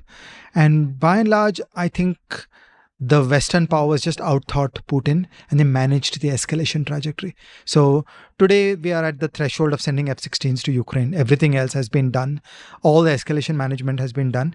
Every now and then Putin has done saber rattling with nukes, and then lefties in the West and the supporters of Putin in the West say, oh, look, it is so dangerous. Let us not anger him, otherwise there'll be a nuclear war. So by now, it has just lost all its credibility, and the escalation management has been completed. I do not have the hard information, but I believe certain threats have also been delivered in private to Putin, that if you do the slightest nuclear thing, X will happen to you. I do not know what the X is. One example that has been written about in public domain is that imagine that so remember, after a nuclear escalation by Russia, nobody wants to harm the Russian people. Okay, your problem is with the Russian state and with Putin, not with the Russian people. So even if Putin kills a lot of civilians with a nuclear attack, nobody wants to go kill Russian civilians. A crown jewel of the Russian state is the Baltic fleet. It's a significant piece of military hardware. In about half an hour, F-35 planes can completely destroy the Baltic fleet. That's an example of a threat to make. That you spent $100 billion building this crown jewel. You make one mistake and use a nuclear weapon, and we will just use F-35 planes and we'll completely destroy the Baltic fleet. Or imagine that if China and India can be persuaded that if you use a nuclear weapon, then we will stop buying oil from you, and then the money flow into Russia stops. Okay, so I don't know what diplomatic arrangements were made behind the scenes, but by and large, the escalation management was done pretty well. And this is also a reminder to us that it is a childish view of arms that the guy with the biggest bomb wins. Okay, so nuclear bombs are very big bombs, but it doesn't necessarily translate into power and influence. That there is a need of a very clever layer of game theory on top of it, on how and when to threaten and use and not use nuclear weapons. And I just want to emphasize that just dumbly getting nuclear weapons and randomly engaging in nuclear threats when you feel unhappy doesn't get things done. You don't gain power by that. Nuclear doctrine requires game theory. Doesn't the game theory require at some level either rationality on the part of the other person, or at least a way to estimate the probability of rationality on the part of the other person. Because, as we discussed towards the start of the show, people are different, people are unique, and Putin could just be at a stage where he's in his 70s, he wants to be Catherine the Great, maybe dressing up like her is not enough if he does that, and everything is going so bad, and he could just completely lose it. There's no perspective. He could literally just go mad and go off in that direction, and none of this thinking that, oh, he'll want to save his Baltic fleet. It may not even matter. At that point, he's a 70 plus man. He's dying. He's wearing Catherine the Great's gown, if that's what he's doing. What's he going to do? It is also hard to find good uses for nuclear bombs in battle. Okay. So case one, it's a tactical operation. There are trenches, there is fighting going on. You'll use your nuclear bomb. You'll burn up 50 square kilometers of land. A tactical nuclear weapon will burn up 50 square kilometers of land. Some of your own people will die. Then what? It just turns into a Chernobyl exclusion zone and you start all over again. So it doesn't win wars. Wars are won in conventional war. Or he nukes Kiev. Correct. So case two, he will nuke Kiev. And then what? You think the people of Ukraine are going to give up the fight? The entire world will now come together and support Ukraine. Not even China and India will buy your crude oil. So there's no clear path of using a nuclear weapon that really helps, not where he is placed. So fine. I mean, even if he lashes out, it doesn't win the war. And so far, he has not lashed out. Okay. And this relates to NATO. So once again, if you had done German appeasement or French appeasement of Russia, then maybe all this would have played out differently. What is crucial is NATO has come together. So this is the invasion that brought NATO together. There were many, many problems in NATO. Trump openly talked about getting America out of NATO, okay, which was the greatest coup for Putin. So Putin tried to disrupt the Western alliance by getting Brexit done, by getting Trump into the United States. And German and French appeasement were well in place. There was European energy dependence. All these pieces were there. And remember, we may respect Barack Obama in many, many things. But when faced with Crimea, Obama folded. So maybe today's Republican-dominated House of Representatives in the United States would vote against American support to Ukraine. All these things could be done. At the outset, I did not know which way the West would go. Okay, so hindsight is 2020. I want to emphasize how remarkable it is. And I think Biden and company need a lot of the credit for assembling and maintaining the coalition that the Western Alliance came together. And there are big shifts in the military posture in many, many countries, including Poland, Germany, Japan, Taiwan, Australia. All these countries have seen the world differently. So the moment this war started, suddenly Taiwan understood that you can't be calm that Xi Jinping will be rational. Australia understood that you can't be comfortable about what China will do. Japan understood you can't be comfortable about what China will do. So there's been a tremendous resolve on the part of the Western Alliance. So for me, as I am a child of the 20th century, I think a lot about how the Allies let down Spain in 1936 when the Spanish Civil War began between the Republicans and the Nationalists, and the Nationalists were supported by the Nazis. The rest of the world basically left the Republicans to burn, and there was no great support for the Republicans in the Spanish Civil War, and that has not happened. And the last straw for Putin is that after 200 years of neutrality, Sweden chose to join NATO. And after the entire post-Second War period of what is called Finlandization, where Finland tried to be particularly careful about offending Russia, Finland has gone and joined NATO, saying we don't trust you. That if you could invade Ukraine, you could invade us. So these are huge milestones in growing NATO and making NATO the most important security system of the world today.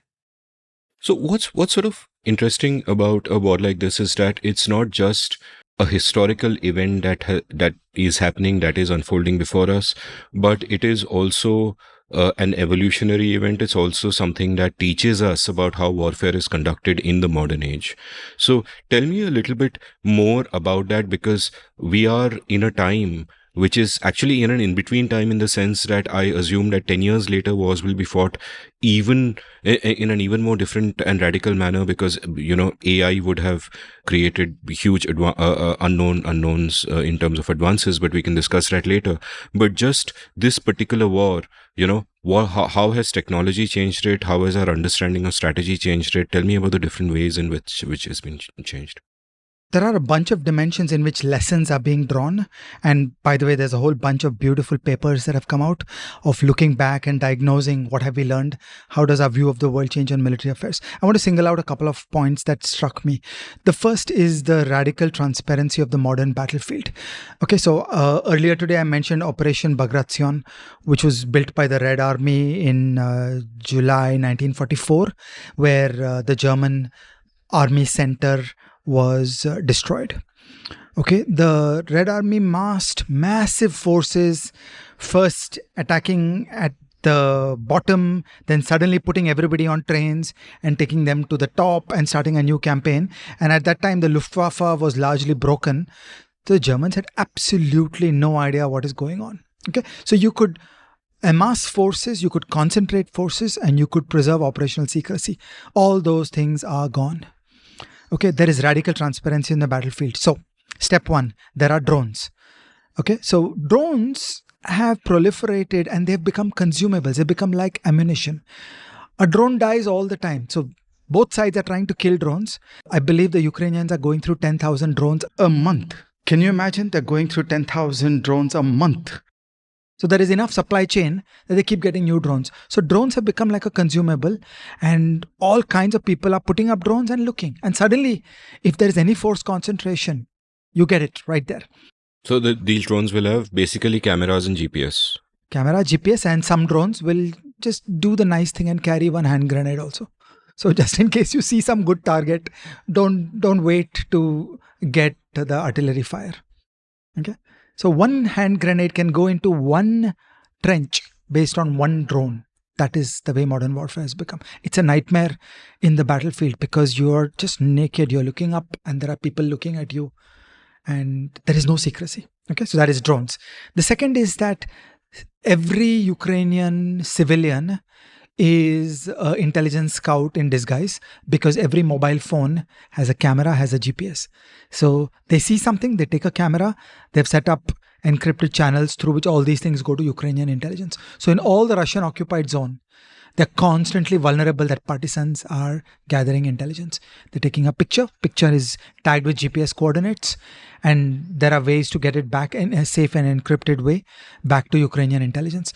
So the Ukrainian intelligence is constantly seeing in the backfield, behind the front, wherever there is an occupied zone where there are Ukrainian civilians, the partisans are carrying information back. The third is all over the occupied zone, there are ordinary surveillance cameras like in a compound. So in a compound, there's one surveillance camera. Okay. And the Ukrainians know about a lot of those systems, or they've been able to find out. And a lot of those systems permit remote access. So there'll just be one innocent camera in a parking lot in a Russian occupied zone. And because they are local Ukrainians, they're managing to break into its feed and get data back. Or just turn the camera slightly and suddenly it's looking at an airfield. Now you have a monitoring camera on an airfield. Okay. So that is the third, that the plethora of surveillance cameras that are there in modern buildings and compound walls are all generating radical transparency in the occupied zone. Finally, NATO. NATO is arguably the world's greatest intelligence organization today. They are running surveillance aircraft, flying over Poland, flying over the Black Sea in international waters, flying high up and looking into the battlefield from a distance. And they have spy satellites. They have the world's best spy satellites. They have the machine learning and the AI to process the data explosion coming in from spy satellites to find features of interest. And they are almost in real time delivering that intelligence to the Ukrainian side. So there is radical transparency of the battlefield. And this is completely different from World War II.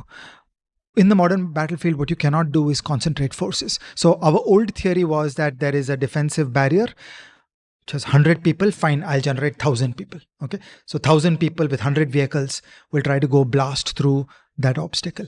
But to create that concentrated force of 1,000 people and 100 vehicles.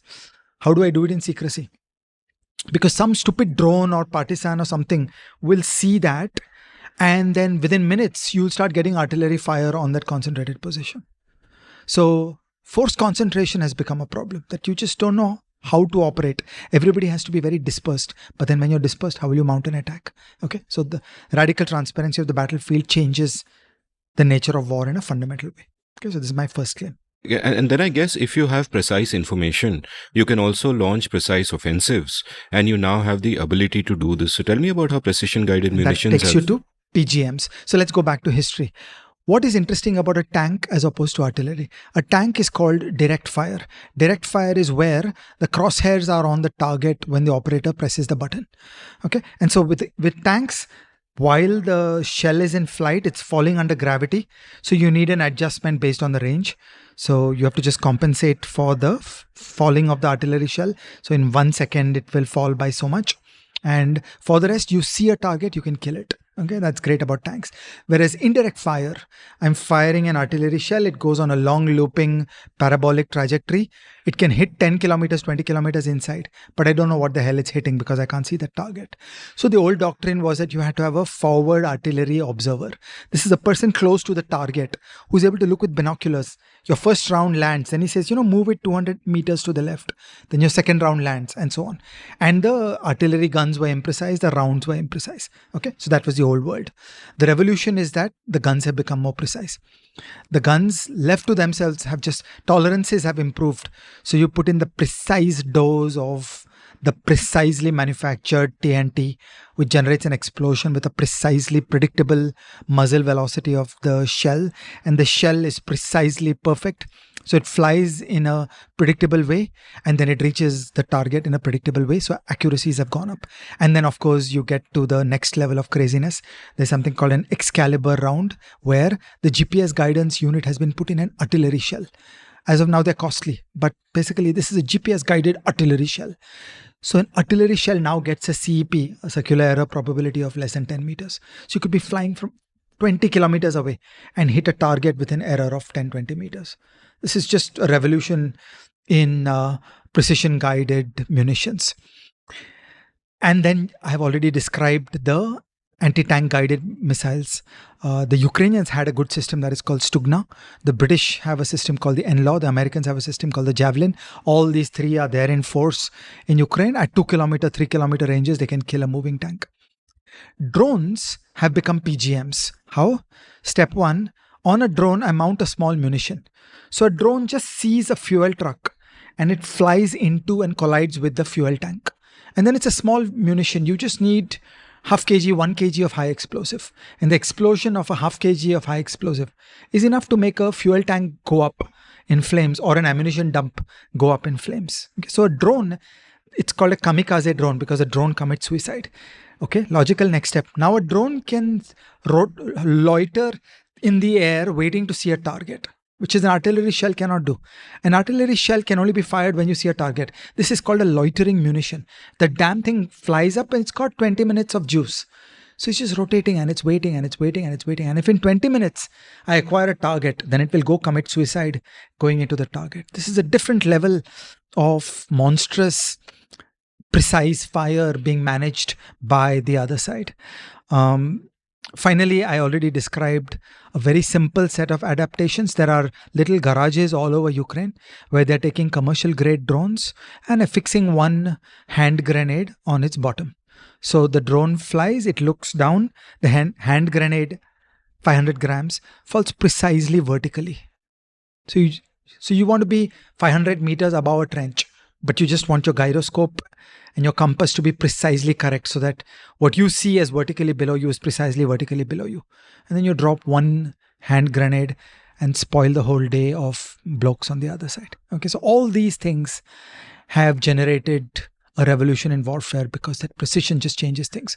In the olden days, people used to say that the rise of PGM means that you won't waste so much ammo. Okay, so in the olden days, for example, during the Second World War, if a plane tried to drop a bomb at a factory, the circular error probability was like 5 kilometers.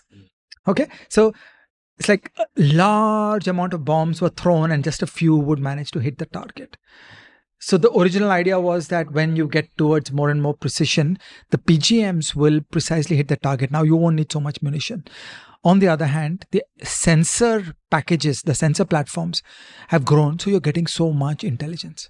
So you're getting so many juicy targets and you precisely hit them. So both have exploded. You got a lot more information. You hit each piece of information, actionable information precisely. But because we're getting so much more information, we consume a lot more ammo. That's the nature of modern high intensity war. It's completely different from the way things used to be. I was reading Wittgenstein's diaries from the First World War, and he was writing a diary while I think he was in the trenches. And if I'm not mistaken, he wrote part of or most of Tractatus Logico-Philosophicus also during that time. But whatever, he was writing a diary, and every entry in it is basically it's a combination of two things in different words. I'll put a link from the show notes as well, where he's basically either saying I'm very sad or he's saying I'm very horny, and these are the two things that keep kind of recurring. And I'm just thinking that yeah, if he was in the trenches today, a grenade would blow him up long before. A grenade randomly dropping from the sky. And just think of the fear levels. Just think of what happens to the psychology when you think you're deep behind enemy lines. You think you're 5, 10, 20 kilometers behind, but there is no safety. Okay, that continuous pressure of being surveilled. A man has to be in camouflage all the time. You can't go out to drink water because a drone carrying a hand grenade is happy to use its munition to take out one person. So you won't waste an artillery shell for one person, but you will waste one hand grenade below a drone for getting one person. So the psychic burden of this kind of modern warfare is very high. Let me just go on the subject of PGMs. So now what is the use of a tank? So I just described that tanks had an advantage because of direct fire, and direct fire was more precise. And now we're getting many other channels to get a fire correctly, to land a round correctly. Some of the videos that we see about tanks getting destroyed are because they're being badly used. Okay, so there's just a lot of bad doctrine about how tanks are being sent alone. Gully mein children in World War II knew that you never send a tank alone. A tank has to go with infantry. There is a combined arms between infantry and tanks, and you never send a tank alone. That is just foolishness. Fine.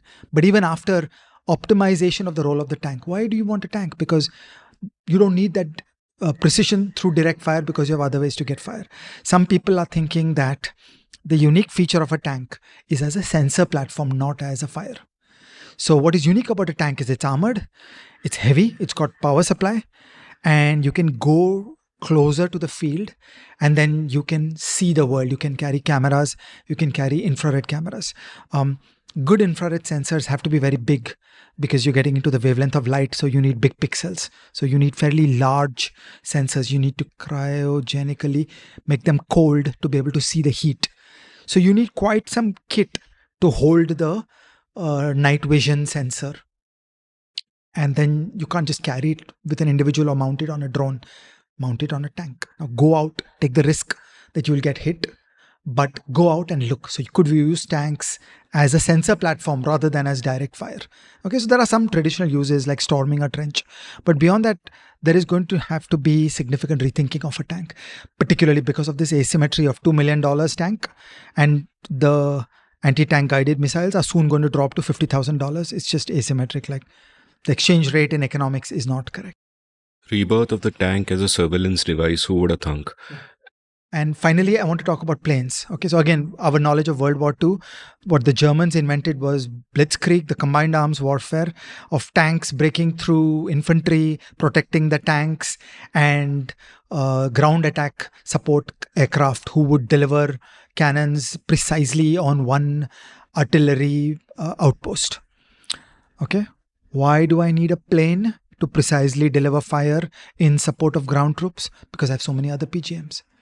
Okay, so once you have many precision guided munitions, you don't need ground attack helicopters. You don't need ground attack planes because you're getting that job done with a GPS guided artillery shell or with a drone dropped munition.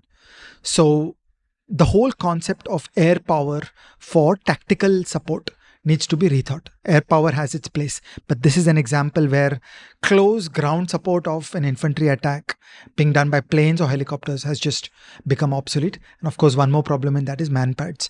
That a human being can hold a missile which can take down a low-flying plane or a helicopter. So that just underlines that that's too precious an asset. The exchange rate is not right. The amount of money it takes for a manpad and the amount of money it takes for a helicopter or a ground attack craft is just unequal. So suddenly you need to rethink, why do I have those planes? So precision guided munitions are now available through artillery and rockets like the HIMARS and through drone based attacks. And now that these three are here, you need to rethink all the other things we were doing in order to achieve precise fires at the front or behind the front. And I think what this points to is that what every modern army has been investing in so far, with perhaps the exceptions of those really ahead of the curve, and what certainly the Indian army must be investing in, is mostly already thoroughly outdated. You can't fight a modern warfare with that. It's not these big, impressive, manly, macho machines like tanks and aeroplanes and big ships that are really going to make the difference. It is really a tough quandary for military planners. Because of the nature of how expensive military gear is, nobody can turn on a dime. Nobody can change the force design quickly. You're always, the way this is supposed to work is you do a national strategy document, you identify the threats, then you're supposed to do a force design, that what is the organization and the equipment using which I will fight off these threats. There's supposed to be a systematic intellectual process that gets up to the force design. When you do that force design, you have to reckon with the fact that you can't change. Okay, that the amount of money required to trash my existing gear and force and design something completely new is just way out of reach. Then you have to be in North Korea. The kind of money that is required, 20% of GDP, 50% of GDP, is never going to happen. I'm giving you only 2% of GDP. So every 5 years, you're supposed to change course in an incremental way, respecting the platform's capabilities that are in place and incrementally evolving them.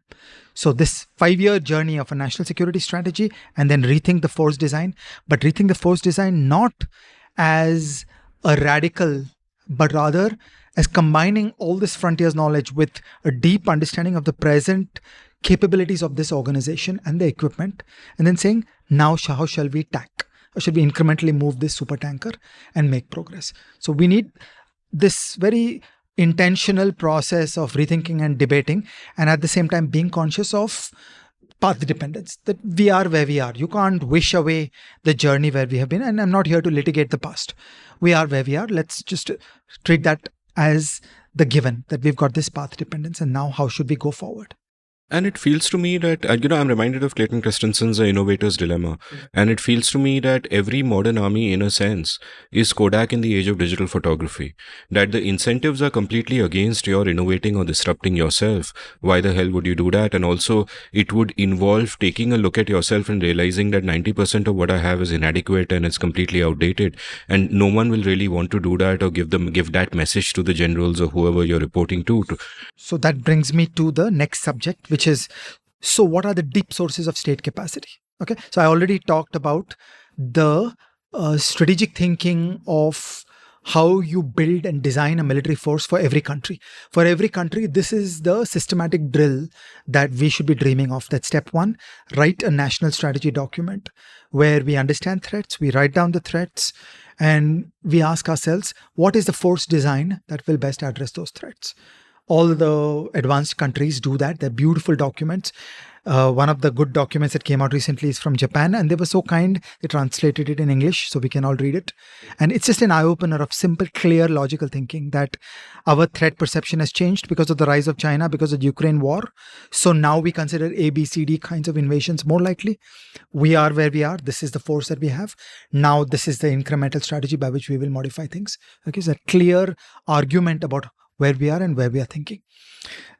And then you lead to the organization design. So, if you're not going to have ground attack aircraft, you need to redesign the way you think about the Air Force. If you're going to have drones, okay, will there be certain drones that are controlled by the Air Force? Will there be certain drones that are controlled by the frontline infantry? Okay, so what is the force design? What is the organization through which you will be running your next generation army?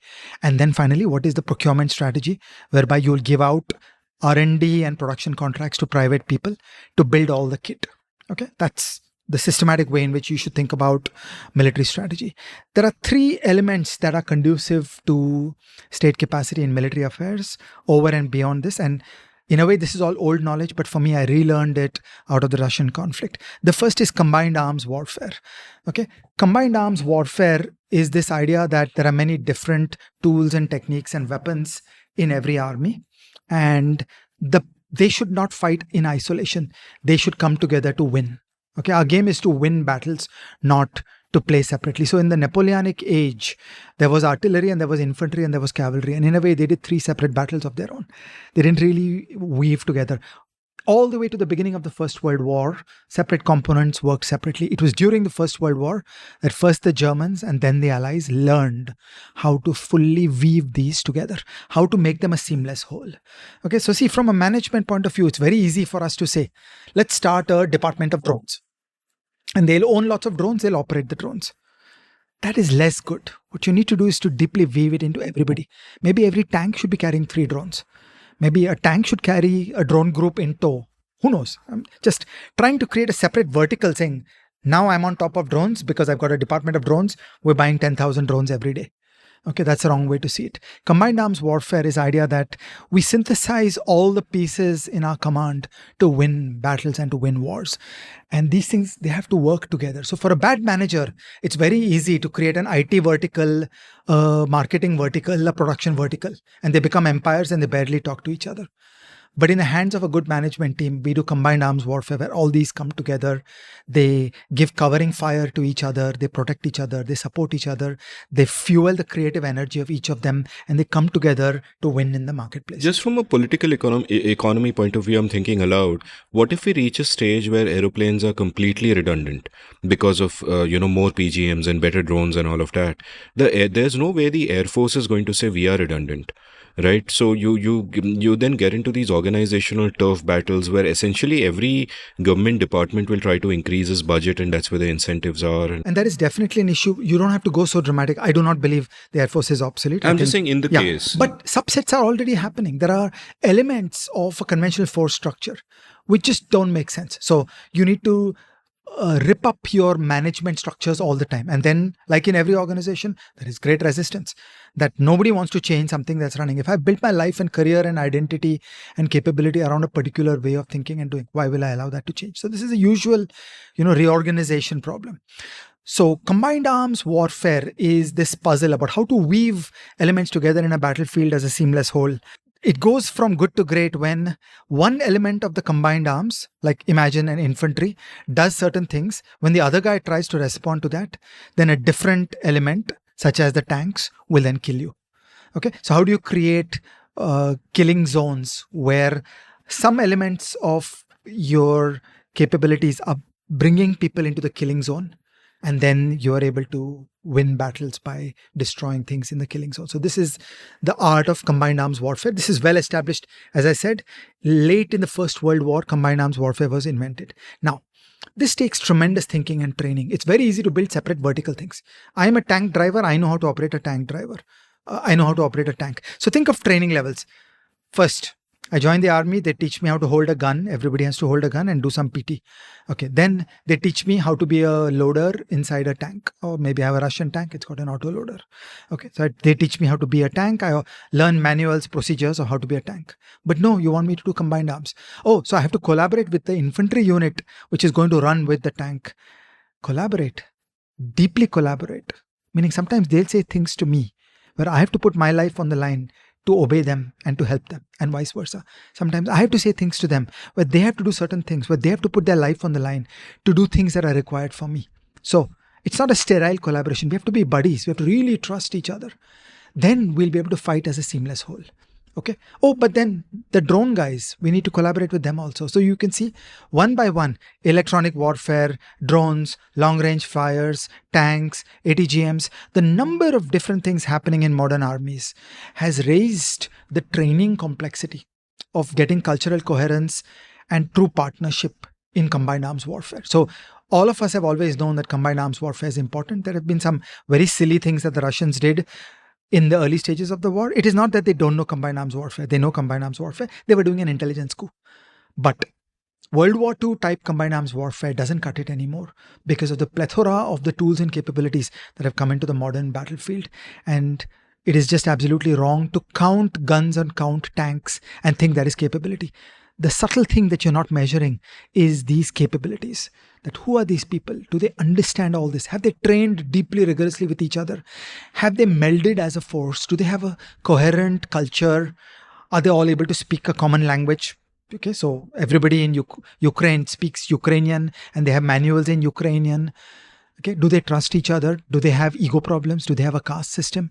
There are tankers somehow viewing themselves as bigger and more important than infantrymen. Okay, are they really equal? Things like that. If one says to the other, I want you to put your life on the line, will they do that? Okay, or do I lose trust that when I'll tell that guy, he'll not do it? He's not obeying me. He's supposed to be reporting to some other structure. So it's like a typical Indian corporation. When accounting says something to IT is not going to do it. They have to bubble up all the way to the CEO. There you are, Russian army. That rigid command structures, everything goes back up to Moscow. If a general doesn't order it, things don't get done. Okay. Whereas in the Western way of war, you get this fluidity of combined arms warfare at the junior level. Here's a question, a tangential question. Is this sort of cultural coherence and this coordination that you're talking about both incredibly critical in warfare today and absolutely irrelevant in warfare at a future date? Because at some point you will have enough automation and AI that you may not have humans driving tanks or doing the artillery work, and PGMs will be doing so much of the work. Like you said, they've almost made airplanes unnecessary. So if you're looking at a future where a lot of fighting is being done by drones and robots and AI is doing a lot of the coordination and taking the decisions, then not only do you have a situation where you need modern technology and not modern armies per se of people, but then you also have a situation where technically hitting any human being could be a war crime because everyone is a civilian. To make an analogy with algorithmic trading, in the financial markets, yes, of course, all the trading is done by programs. But the programs are written and controlled by the people. So it's actually the people. So we should think of algorithmic trading as one person sets 100 horses into the race and is watching and controlling them. So but much less people involved in that case. You don't have an artillery soldier. Cool. You so don't have to have a tank. We can debate how this will go. But I just think at every step, the evolution of weapons will create complex demands for coordination. For example, I talked about spy satellites. With generating a torrent of information coming down as images, no human being can process all those. So we run machine learning algorithms to identify where's the tank in the photographs. And then some humans set together. Then the human coordinates who has the artillery fire capability right there and sends the information there. So that humans coordinating, more and more work will be done in information processing. But finally, that doesn't substitute for human consciousness. That it is the humans who have to wage the war. All those are the tools. And it is humans who will have to keep innovating and surprising each other. The computers will never innovate. We're back to a different discussion that we have done. Yeah, but my point is like a lot of the Russian dilemma right now is where do we get the soldiers from? You know, all these botched conscriptions are happening and everything. And the point is in a future war, you'll need a bunch of generals and you'll need a bunch of coders, but you don't really need actual... It'll evolve that way, but I think in the deep future. For a while right now, we're just making that soldier in the modern battlefield some cyborg where the soldier is supported by CPUs and processing and a personal drone to go look around the next corner in that room who is there. Like that. So that's where we're definitely headed. That immense sensor packages, information flows. Soldiers are being overloaded with information. So now you have a very different problem of how do I sift through all this information and deliver the relevant information? So you may have heard of heads-up displays where there's a complex helmet where they can see things, including at night. There's night vision goggles. But then maybe the bloke there sees something that I don't. Is he able to tap a button and show me what he's seeing? Things like that. So that's where we're going right now. Heads-up displays, or HUDs as they're called, are a very common poker term because that's what gives you a lot of the information on how an opponent has been playing through a bunch of different sessions and how you yourself are playing through a bunch of different sessions. Is it fair to assume, as I am, that NATO, which is supplying Ukraine now, would have state-of-the-art equipment, yes, but Russia would not, and therefore that again... Yeah. So generally by now, there is a bit of a battlefield advantage that NATO equipment is generally technically superior to Russian equipment. But then, as I said, all this complex equipment comes with a tremendous training problem that it's not easy to operate, and not just operating a tank, I have to learn how to do combined arms warfare. So the fellow who's being trained to fly an F-16 then has to go through training on how to cooperate and collaborate with all the others. So it's a very long training cycle. And that brings me back to the sustainment problem, that we have to undertake training projects today that will yield results 1 year out, 2 years out, 3 years out. And all those have to be truthfully conveyed to Mr. Putin so that he and his friends, collaborative decision makers, understand that on the Ukrainian side, there is the ability to fight a long war. And then maybe you want to make peace right now. So this entire pipeline of sustainment and force generation, it is wise to show it to the other side, because actually this is a game of game theory. That there's no point fighting it if the other guy is going to do all these things. Whereas generally on the Ukrainian side, there is a sense that Russia is not able to sustain. Russia lacks the resources, the technology, the production to be able to keep up this arms race. What have we learned about how decisions are delegated, how militaries are run per se? What have we learned about that? Yeah, so there is a big problem in Russia, which is of excessive centralization that I alluded to it a moment ago. Frontline people are often conscripts. There are prisoners who are being brought in as conscripts. And the Russian way of war involves a lot of obedience, probably culturally consistent with authoritarian structure. And then people at the front line are not thinking too much, thinking too well. As an example, very senior generals have to go close to the front line to fight the war on the Russian side. I seem to think 12 generals have lost their life close to front lines. Whereas in the case of 20 years of American wars in Iraq and Afghanistan, only one general died, and this was in an assassination. It was not at the battlefield. So there is a problem in terms of management. Let me go back a little to history. There was a Prussian innovation. There was a Prussian way of war, which was then brought into the German officers' corps with immense success.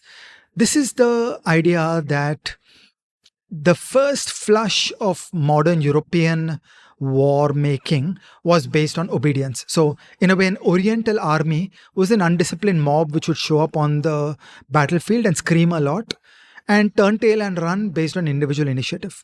The Western way of war, starting with the Greeks and the Romans, was about instilling discipline and obedience.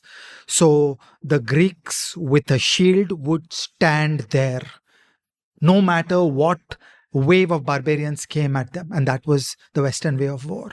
And the same with the Romans and that 4-foot spear. They would just stand there. And that's training. That under no circumstances will you break and run. You will stand there. And so it was discipline and obedience. That was the Western way of war. The training, drill, and brutal levels of obedience. Great innovations took place in the late 19th century in Prussia, and then were built on spectacularly by the German officers' corps in the early 20th century around the concept of some parts are orders and some parts are empowerment. So what they understood was that at every level of the army, layer N gives an order to layer N+1 on certain issues. So I want you to go get that hill. And I'm your boss. I'm ordering you. You have no right to question why are we going up that hill. But how you will go up that hill is your business. Okay. And then when that person who's asked to conquer that hill gives orders to the next layer, once again, there'll be some parts of the order that are absolutely inviolable. You will just obey like any other army grunt anywhere in the world. But the rest of it is left entirely to frontline individual initiative. So that is part of the secret of the German Wehrmacht in the Second World War, that there was immense empowerment. The idea being the guy fighting at the front knows what is going on. And don't ask for complicated chains of command where a question goes back 5 minutes later, 10 minutes later, 1 day later, an answer comes back. Yes, you can do this. So there are these famous stories about Rommel getting across the Meuse River. There were very good French tanks on the other side. They sent back for instructions saying, am I allowed to blow this guy out of the water? By the time the answer came back, Rommel had crossed the Meuse River. So the speed of decision making, the front line being empowered to look at the world and make decisions is a critical part of modern war. Nobody has carried that further than the Americans and by and large the NATO way of war. And this is something which is lacking. So you need a very flexible, nimble, creative, clever, not dumb conscripts, not dumb grunts, not sometimes I hear stories about army recruitment in India where hundreds of people show up at a village and they're told to run 15 kilometers and the first 20 people who reach the other side get kicked up into the level 2 recruitment. This doesn't seem like a very good way to find clever, intelligent, creative, problem-solving people. Modern armies need to be clever, creative, problem-solving people, and there needs to be this delegation at every stage. And everything I'm saying actually applies equally in the world of business. If a CEO is telling everybody in an organization what to do, that organization will be very mediocre. At every layer, you need this separation of, I'm telling you this part, how you do this part, you know well. You watch the world, you make decisions, and you adapt. So, the improvisation, the adaptation should be happening at the front line. And this is a very important thing we have known since Prussia, before Bismarck's reunification of 1870, and it's just doubly come back. So partly Ukrainian heroism and patriotism and love of their country is generating this kind of creative problem solving. Partly they are also unlearning the old Russian military training, and they are graduating up to Western standards of war, and they're getting all this knowledge about how to organize an army, and there's incredible knowledge that is being fed to Ukraine today. And what's wonderful about it also is that the Ukrainians would effectively be graduating from an old way of playing poker to a new way of playing poker while they know how the enemy thinks. So the Ukrainians often say, we know everything about how Russians wage war because they studied it themselves. They know all the manuals, they know all the procedures, they know all the rules, they know all the inflexibility, and they're able to exploit it to the hilt. I want to describe one remarkable system that happened in this war, which just struck me at how clever and how revolutionary and how subversive. Okay, so you have a problem that somebody's acquired a target. We know there is a SAM system at some lat long. Okay, maybe a drone saw it, maybe a spy satellite saw it. I want to get a fire there. Traditionally, the fire control goes in a hierarchical way. Okay, so leadership, it flows down a tree, and somebody chooses that this is the gun closest to that target, and does that gun have the correct ammo? Do they have any other fire package priorities? And are you free and ready to do this package? And then I want you to send fires to this lat long. This is the traditional way of doing it. In the early days of the war, there was complete chaos. So Ukrainian command and control had frankly broken down. And they innovated their way into it in a completely novel way. What they did was they basically adapted the Uber app. The Uber app? Yeah. Okay. So there are enough geeks in this modern world who know how to write an Uber app. It's not a complex app. Okay. So the principle was like this, that somebody acquires a target, that information goes to an HQ. And HQ just confirms that this is indeed a good target. We don't want to waste ammo on stupid targets, or somebody is wrong. They'll kind of try to confirm and verify that I want to kill this.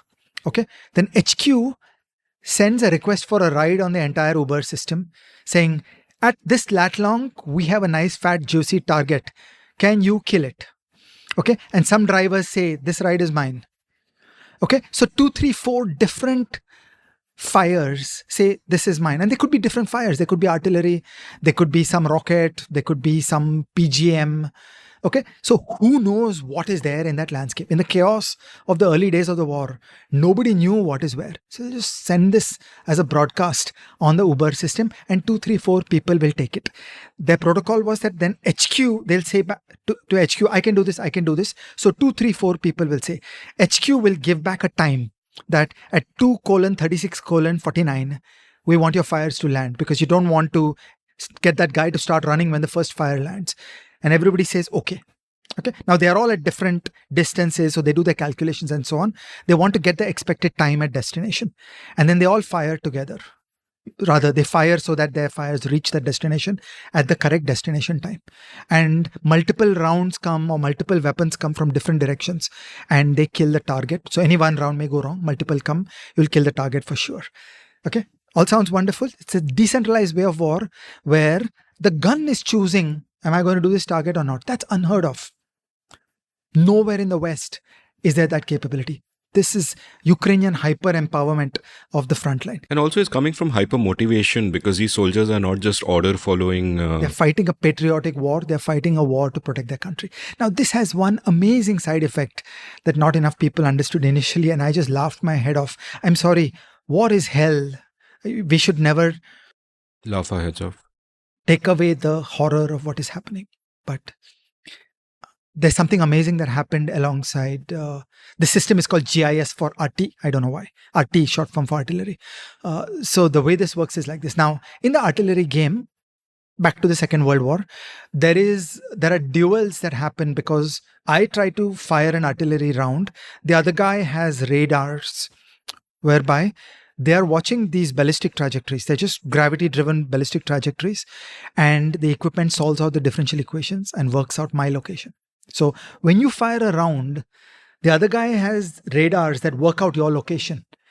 And those radars can sometimes be connected live to a gun, which will then bring back return fire on me. Okay, so this is standard. It's been there since World War II. This gun laying radar was part of the radar development of World War II. Now this GIS for RT system sends 5 different things from 5 different directions to the target. So the gun laying radar doesn't know where to look. Old style gun laying radars believe that there is a battery of guns where there are multiple guns and they all fly together. So it thinks that it will calculate all those locations and average them, and it'll actually get a statistical noise reduction. Here, when it averages across 5 different guys shooting in a synchronized way, it gets nothing. So the entire business of counter battery fire that was there in Russian hands just became impotent because of this innovation in warfare. So this is hyper empowerment, use of modern technology, all built within days after the invasion began. That is modern war. You want people with that level of cleverness, intelligence, innovation, adaptation, and the computer engineer's thirst that no hell with you, in one night I'm going to write this. You want that kind of aggressive culture around software development. No, it's absolutely mind-blowing, and the incentives. And I want to ask a question here about, if you go sideways for a moment, about Russian soldiers themselves. Like, there was a RAND report which estimated that 97% of Russian army and airborne personnel were deployed in this conflict. So essentially everybody is there, much higher percentage than Afghanistan or Chechnya and all of that. And Russian forces have sustained more casualties in the last 16 months than in 10 years of war in Afghanistan or 2 campaigns in Chechnya in the 1990s. So the body count is horrific. Pretty much everybody's involved. Morale is incredibly low. The Russian army is often working at, different units are working at cross purposes. Like you said, there's, there are coordination problems and all of that. And how does this play into the thing? Because it seems that if the level of motivation on the Ukrainian side is abnormally high, it would be abnormally low here. A lot of these people have been forcibly conscripted. They don't even want to freaking fight. So this is all the invisible stuff where I keep on saying military might is in the mind. It's not in counting tanks and guns. It's about the people. It's about their management. It's about their skills. So combat effectiveness is way, way more than counting guns. And I've just been describing the elements. Do you know how to do combined arms warfare? Do you trust your buddy that when you ask them to do something, will they actually do it, or will they lie to you saying, yeah, I did it? How much delegation of decision making is there? Are there alert, clever people at every level who will think and respond, rather than just having B grade and C grade agricultural workforce being attracted into the army? So these are all some of the things that we learned about modern warfare, and in some ways it just reinforces the old lessons. In some ways it is a escalation of the old ideas and the trends. So there is a reason why after the Treaty of Versailles the German army was limited to 100,000, and 100,000 of the best people of Germany showed up in that army, and that created the foundations for, arguably the best fighting force of World War II, in the sense that the German Wehrmacht never lost a fair fight. If there was ever rough parity in the number of people and equipment, the Germans always won. They only lost when they were overwhelmed on the strategic scale, because they were up against countries with more people and more equipment that Germany could ever muster.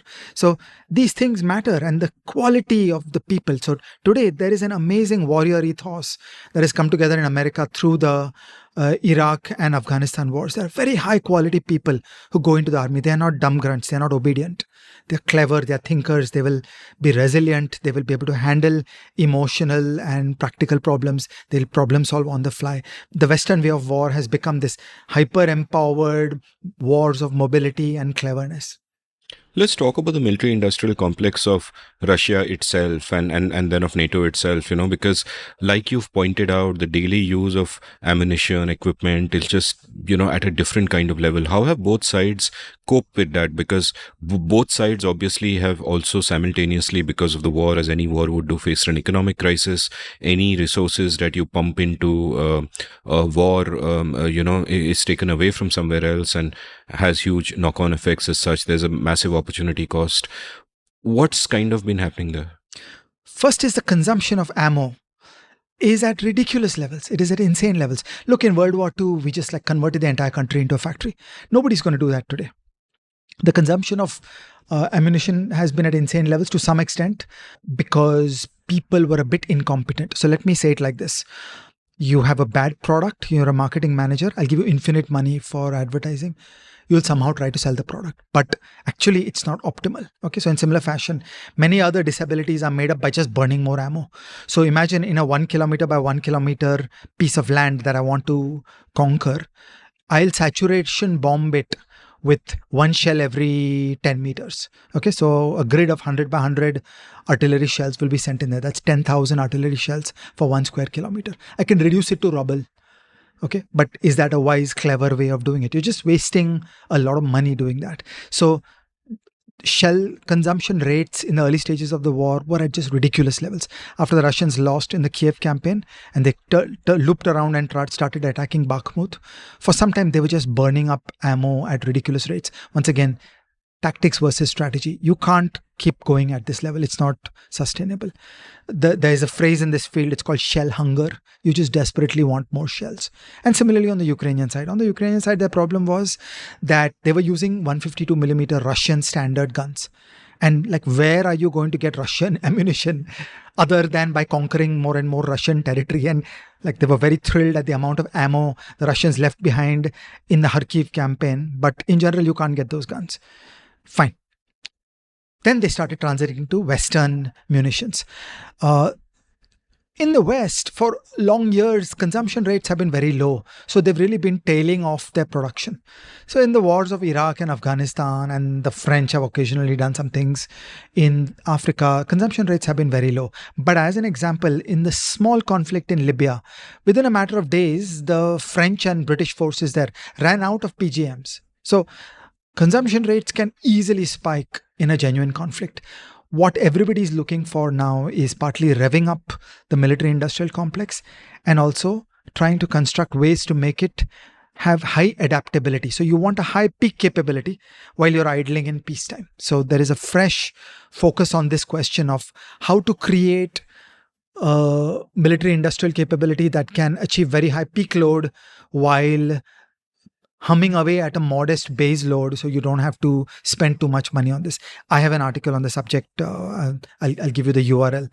But there's been quite a task in the West of revving up all the supply lines. There have been situations where it is essentially impossible. I'll give an example. The famous Stinger missile uses some integrated circuits from the 70s that nobody in the wide world makes today. So you actually have to specially redesign the circuitry to use some modern chips. It's not very complicated. It's not very hard. But to do anything at scale, this is hard because you effectively have to rebuild the design. You have to test it. You have to put it into a new factory. And now you're producing Stingers again.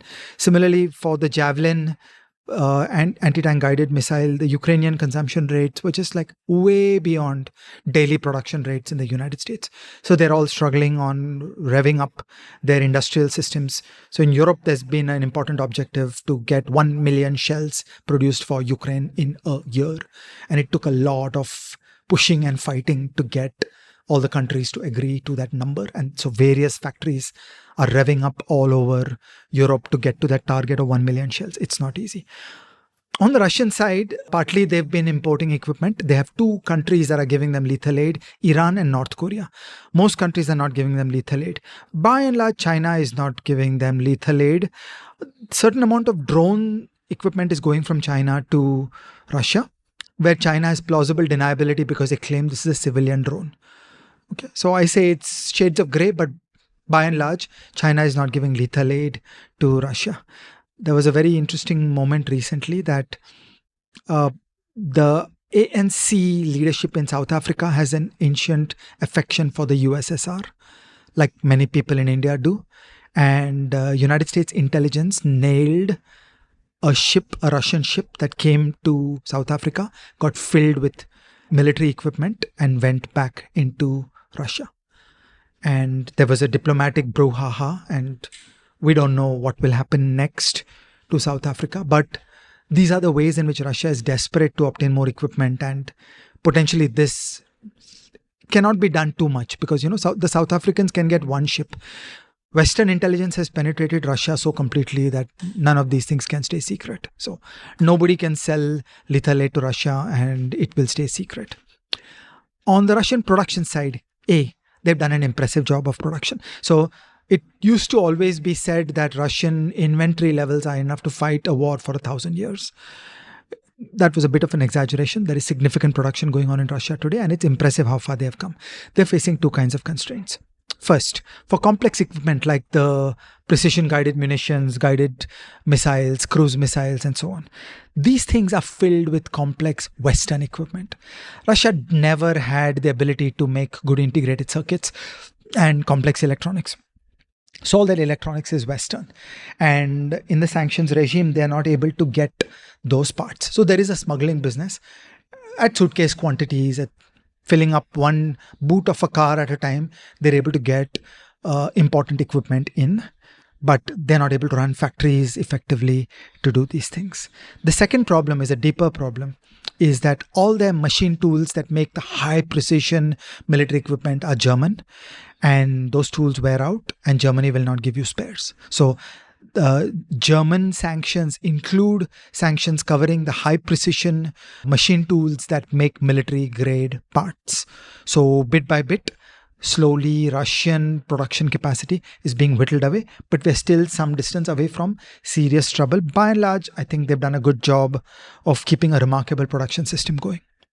And how does it affect their export market, like where they're military suppliers? Because I'm guessing in the past, export markets, as you've pointed out previously, would be super important to their own domestic production because they would enable more economies of scale, that more useful for, funding the R&D that goes into that. So, being a good military supplier automatically for them would mean that they also have a better army. Absolutely. So as I said earlier, Russia is a Spain-sized GDP, but they are number one or number two or number three on essentially every category of global arms exports. So they are a giant player in global arms exports.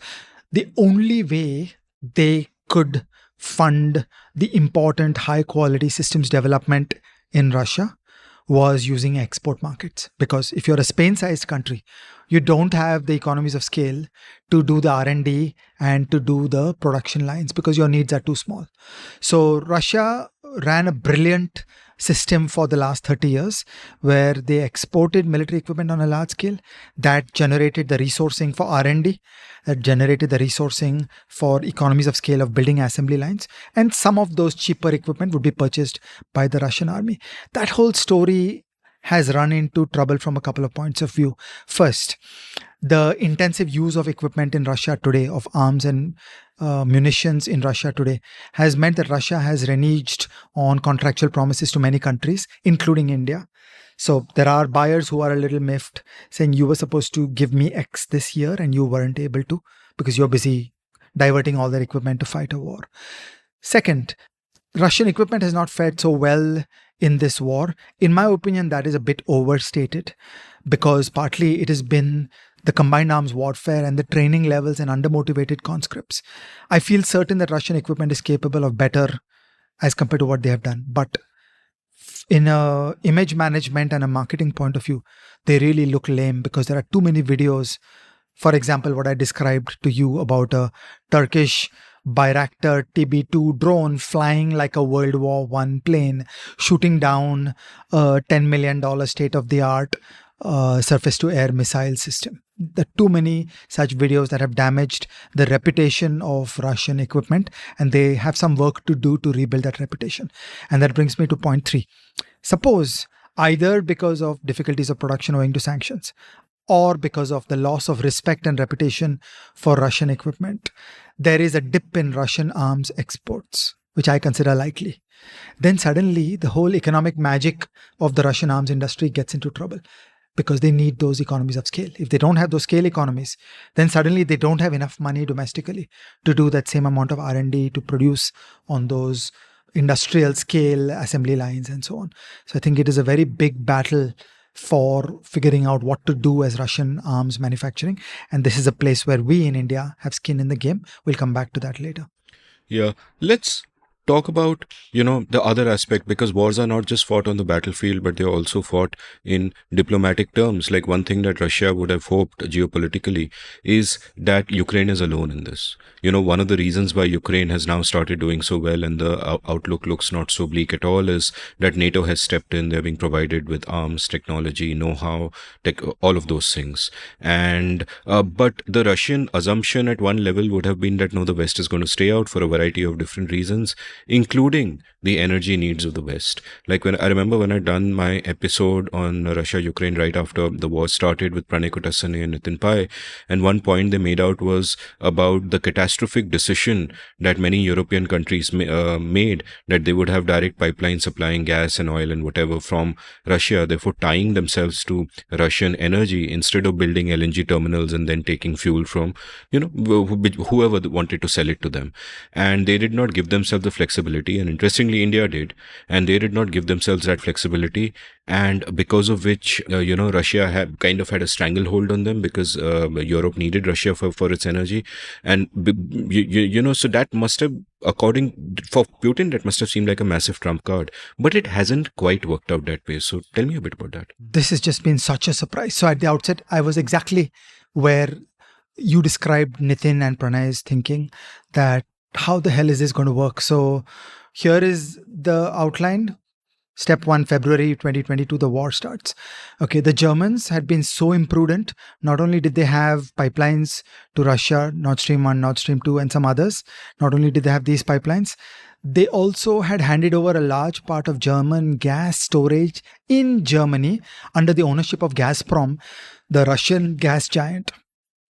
Okay, and just coincidentally, Gazprom in February 2022 said that all these tanks needed lots of maintenance, so the tanks were all empty. Okay, so in February 2022, Germany had a large amount of empty gas tanks. And then again, the advocates of a more pro-Russia stance in Europe were arguing that if Russia cuts off gas supply and crude oil supply to Europe, we will have a recession. Prices of gas will go to infinity. Poor people will suffer. In the recession, people will lose jobs. And echoing Keynes after the Second World War, they said that this will fuel Nazi parties all over Europe. So, after the First World War, you mean? What Keynes did after the First World War, but more at the late stages of the Second World War, where Keynes thought through a whole array of what he thought were government interventions into the economy, saying we should protect the possibility of civilization, because otherwise we'll get into Nazi and communist barbarism. I was remembering his economic consequences of the peace in 1921. I'm on a later thing. He wrote very articulately about the glory and beauty of Western civilization, but in a pessimistic way, that populism is going to win. Poor people will be incited to rebel and eat the rich. And the only thing that keeps us away from the pitchforks is going to be some kind of welfare state. So not that I like it, but it is the only way to keep the Nazis and the communists at bay. That was his argument, to protect the possibility of civilization, as he stated it. In similar fashion, there were people in Europe saying, to protect the possibility of civilization in Europe, we should let Ukraine go.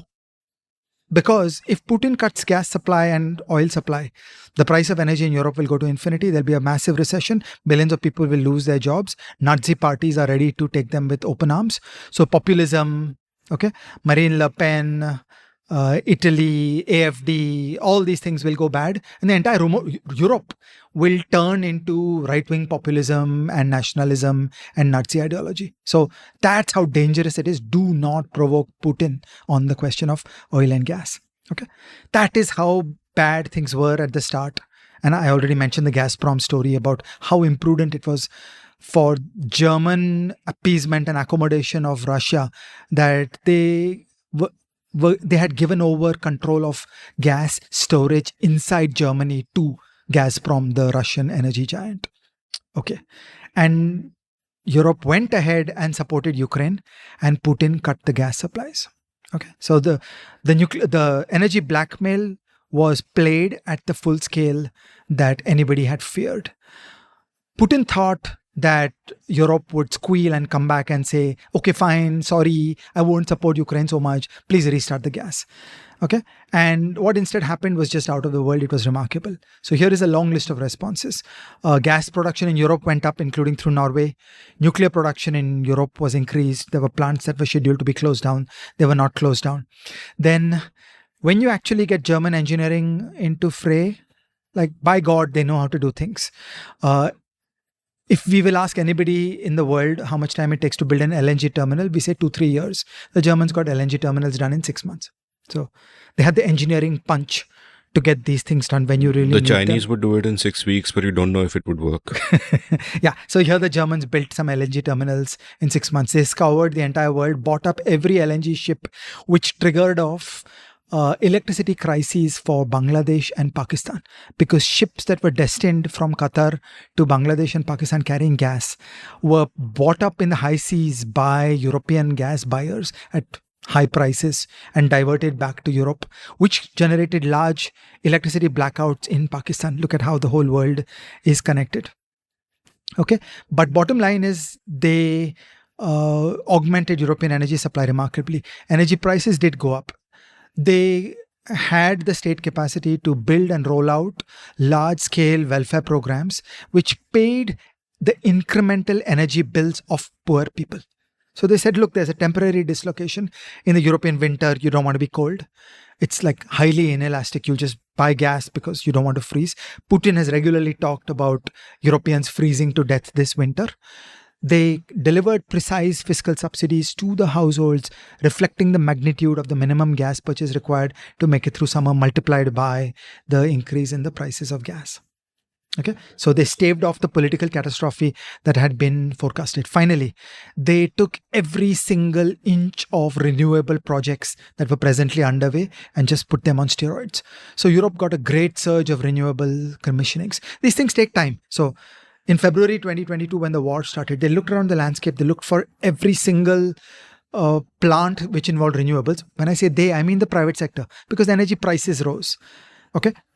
Because prices rose, they sent the price signal. So every private person said, oh, these are great prices. And they doubled and tripled their effort and started running 3 shifts a day to build out all that renewable capacity. And there's been a great surge in European renewables capacity. So all in all, Europe has fared well. Gas prices today are back to where they were before the invasion. And there has been no disaster. So this shows you once again that the advanced democracies, the liberal democracies of the world are incredibly resourceful and capable once you get them going. Exactly the lessons that a Hitler discovered many years ago, that strongmen can poo-poo the indecisiveness and the confusion and the debate and paralysis through analysis of liberal democracy. But in the end, this works out the best because the capabilities are out of the world. You're not working with conscripts. You're working with very smart people. You're working with the price system and so on. I want to make one last ironic comment. Europe was headed for net zero in 2035. So by 2035, anyway, their gas consumption was going to zero. They were basically going to switch off almost all gas consumption by 2035 or all gas consumption by 2035. All crude oil consumption by 2035 or almost all crude oil consumption by 2035 anyway. Okay, now we're standing in 2023 and their purchases from Russia have gone to zero. Okay, now what do you think is going to happen from now till 2035? Okay. Do you see a possibility of a Putin or a Putin-esque regime in Russia emerging at the end of the war? So say in 1 month or 1 year or 2 years, the war ends. Imagine if some Putin or Putin-esque regime in Russia tries to turn back to Europe and say, okay, fine, the war is over. Now will you buy some gas? And the Europeans are going to say no, because we figured out how to live without your gas. And anyway, we are on a tapering trajectory. By 2035, we are done. We're never going to eat gas again. So gas is going to sit in Siberian deposits forever because of this war. It's just an amazing outcome. So I claim that Trump and Putin should get a Nobel Prize because of all the contributions they made to galvanizing the global response to climate change. I wonder what Greta Thunberg would think about her Nobel Prize going to Putin. Not that I like either of them. Tell me more about the scene within Russia right now. You know, you've got one strong man, He's made a terrible decision. The war's going badly. It's going to continue going badly, one assumes, and we'll come back to how the war might, what directions it might go in, and what the end game could be. But as far as Putin is concerned, what is his scene right now? I mean, I would imagine this would have made him even more paranoid. He'll be even more scared of being overthrown from within. How does all of that work? How does all of that play out? Putin is a KGB person, so he understands the dark arts of the coercive instruments of the state. He has organized power into like 5 or 10 verticals that don't get to talk to each other, and they all spy on each other. It is very difficult to mount a coup against Putin. Okay, so everybody thinks that shouldn't the Russian elites get together and overthrow Putin? And I think that is not an accurate reading. The oligarchs are not independent rich people. They serve at the pleasure of Putin. The oligarchs are under everyday fear that Putin will turn on them.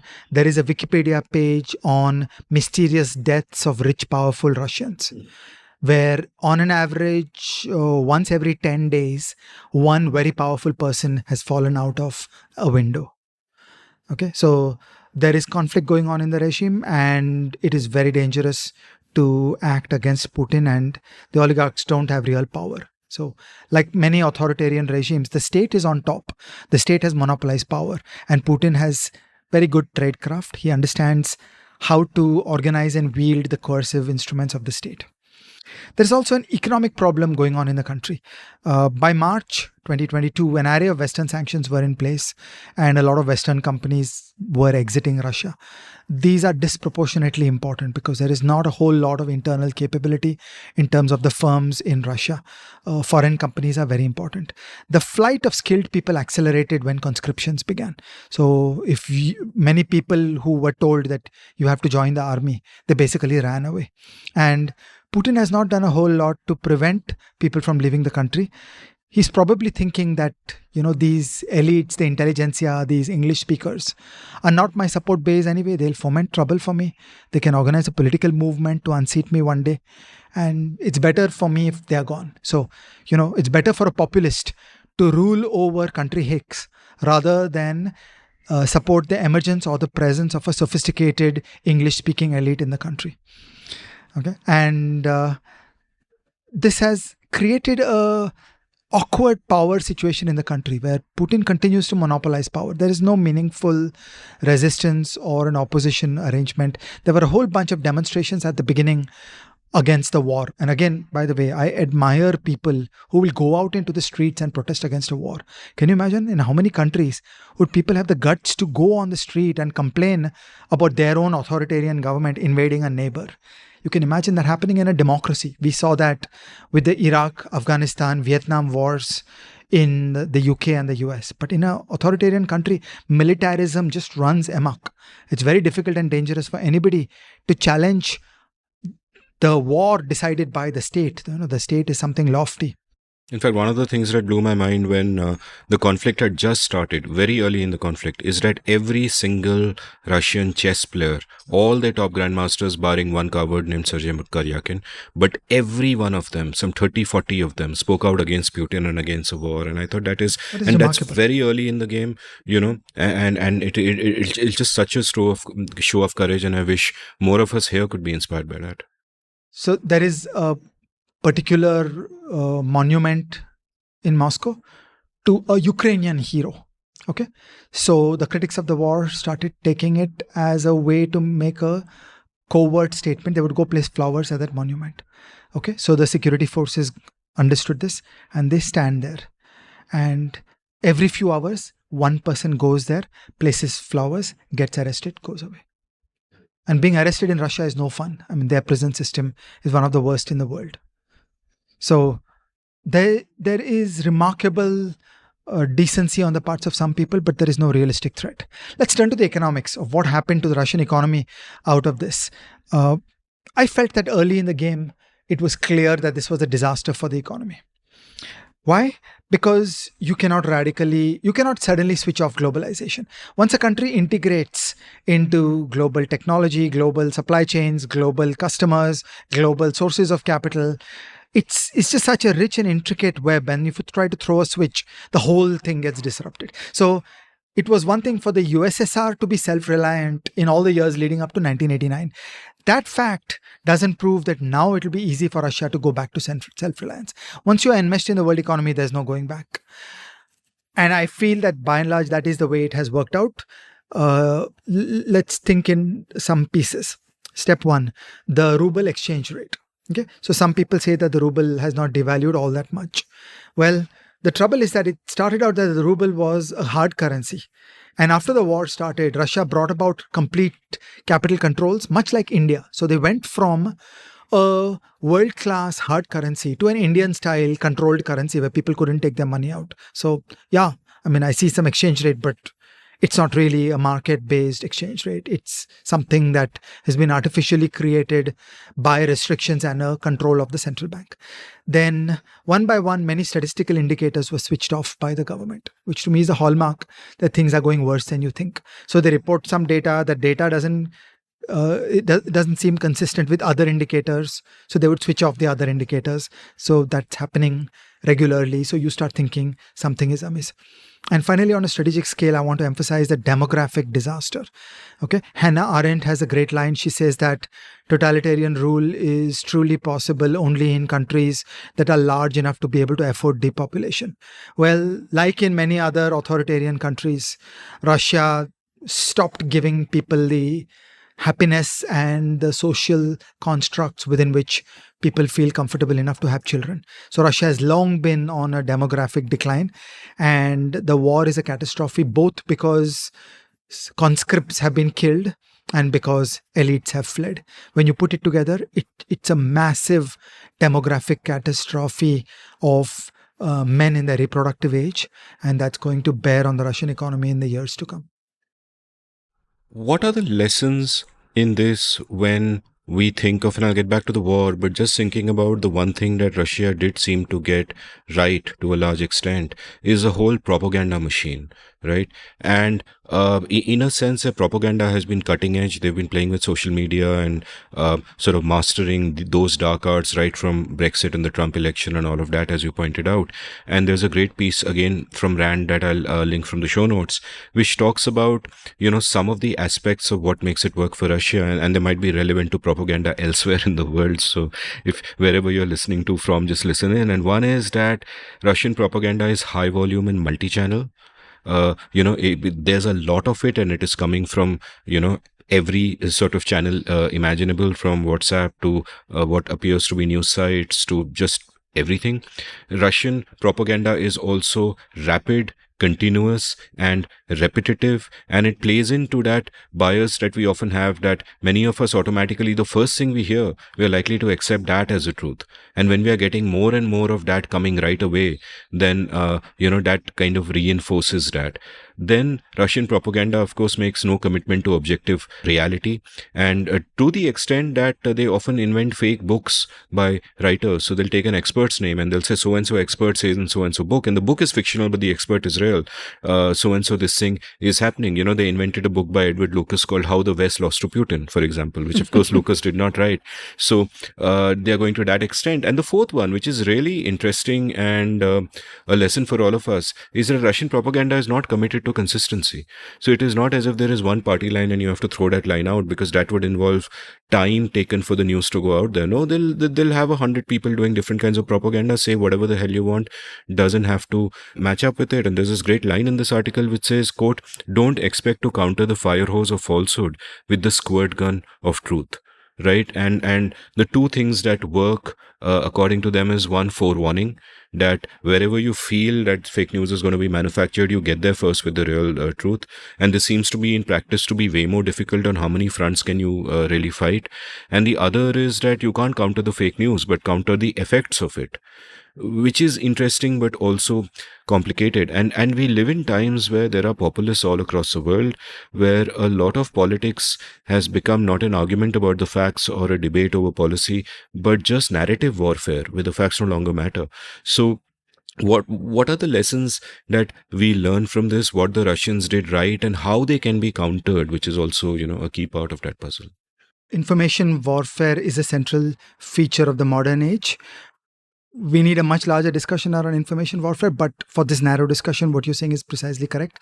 Russian skills in information warfare are quite strong, and they actually go back to propaganda operations under the USSR. So right from communism had the zeal to propound its ideology all over the world, run propaganda outlets all over the world, where in a way, liberal democracies have never felt the need to convert others. You just live your happy life. Russian information warfare, or FIMI, was particularly active in things like Brexit and the Trump elections. By the way, they are very active all over the so-called global south in poor countries. They are active in India. And here's a small funny story. Our friend Renuka Sane wrote one column in The Print about the Ukraine war on Indian interests. And shortly after that, an article appeared on the web on some obscure outlet claiming to rebut her, claiming to be by an American journalist who lives in Moscow. We don't know whether real or fake. And then the entire social media machine of sending out this URL as the response to Renuka Sane's article. So this shows that there is a machine that is looking out for articles that write on this war in India. Similarly, there are early studies about Russian Twitter warfare on this war, and a lot of the Twitter bots were run out of India. So India is an important site of Russian information warfare.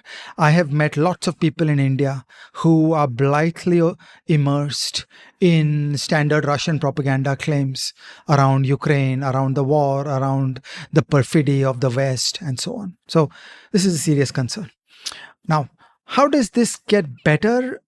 Again, it's a long discussion. We should be deeply understanding FIMI and thinking about how to immunize all of ourselves as individuals and as societies to this modern curse. I have only one important opinion for right now, and I'm actually stealing this idea from Rajesh Jain. Long ago in India, when mobile phones first appeared and your WhatsApp comms were with a few trusted friends and family, WhatsApp as a medium was elevated to the level of trust that went with friends and family. So if you only heard genuine conversations from your friends and family on WhatsApp, then some of that rubbed off to WhatsApp as a platform and you started respecting WhatsApp. So in the 2010, 2012, 2014 period, when information warfare started around WhatsApp, people were gullible. They accepted, oh, it's coming on WhatsApp, it must be true. Okay, over the years that has changed, that people have all understood that don't believe everything that you read on the internet, and you started to become more skeptical. I have done endless surveys of a very boring kind, that I'm on lots of mail chains, and every now and then some good sensible Indian person would be sending out one of the Russian propaganda URLs. And it takes 2 Google searches to understand this is Russian propaganda. I have tried to take the trouble of doing a reply all saying this is Russian propaganda, and here's my demonstration of how I know that this outlet is not to be trusted. It is Russian propaganda. So I think that slowly people are learning about information warfare. I don't want to portray information warfare as the exclusive preserve of foreign agents. Information warfare takes place domestically. I mean, there are campaigns by all kinds of people trying to mess with our minds. You and I have a difference of opinion on this, in that I am not part of social media because I just worry about this stuff polluting my head. I read RSS feeds, so I have curated RSS feeds. That's all. So I know a list of people and outlets that I'm reading.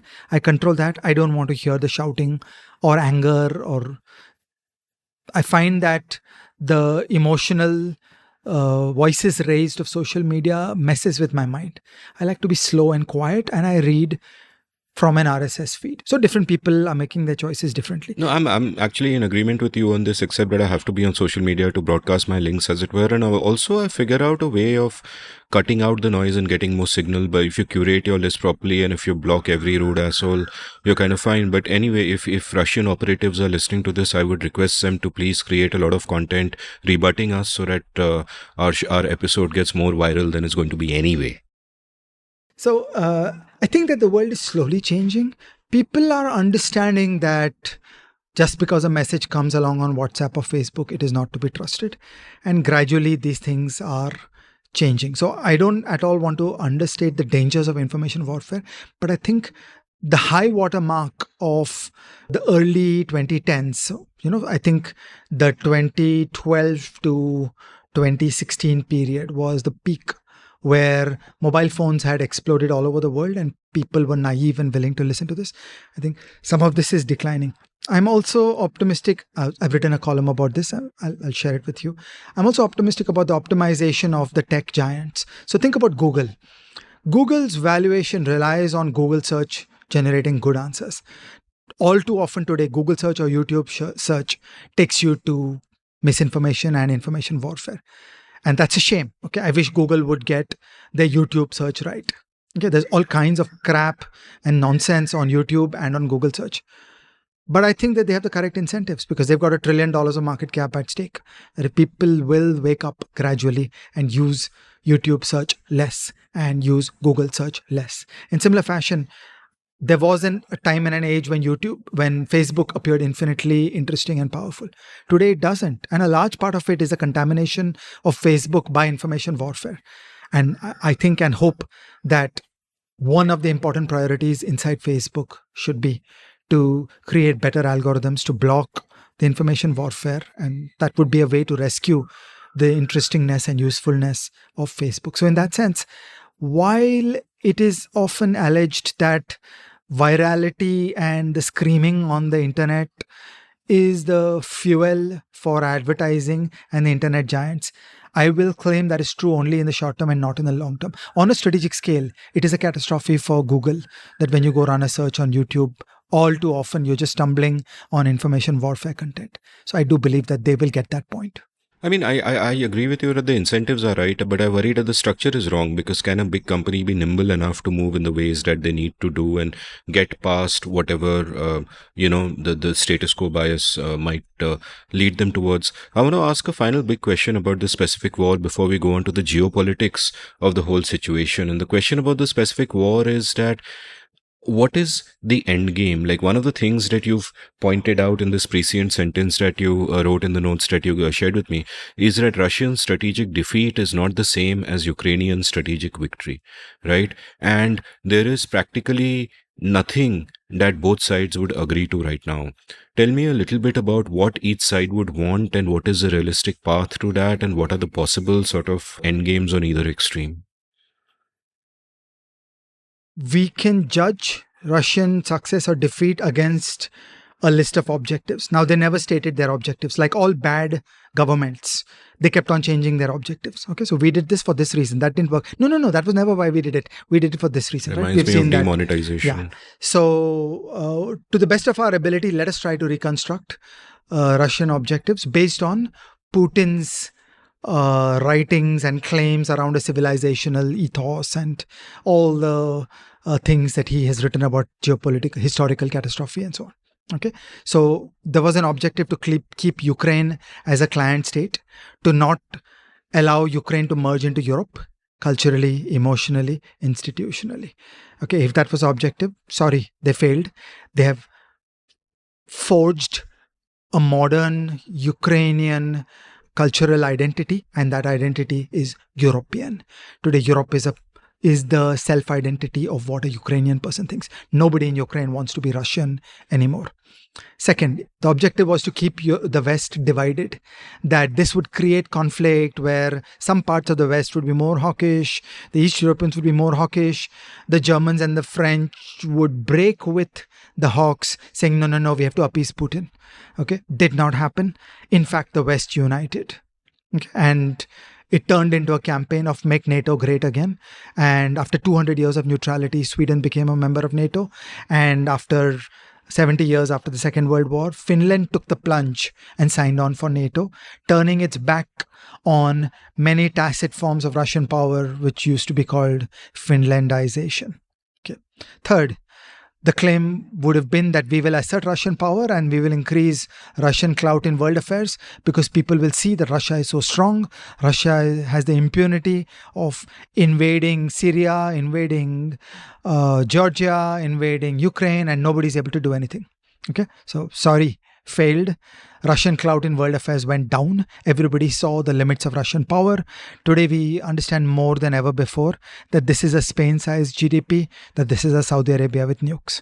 Finally, they would have tried they would have had an objective of reducing Ukraine into a Belarus-style level of indirect control, or ideally into full occupation a la Crimea.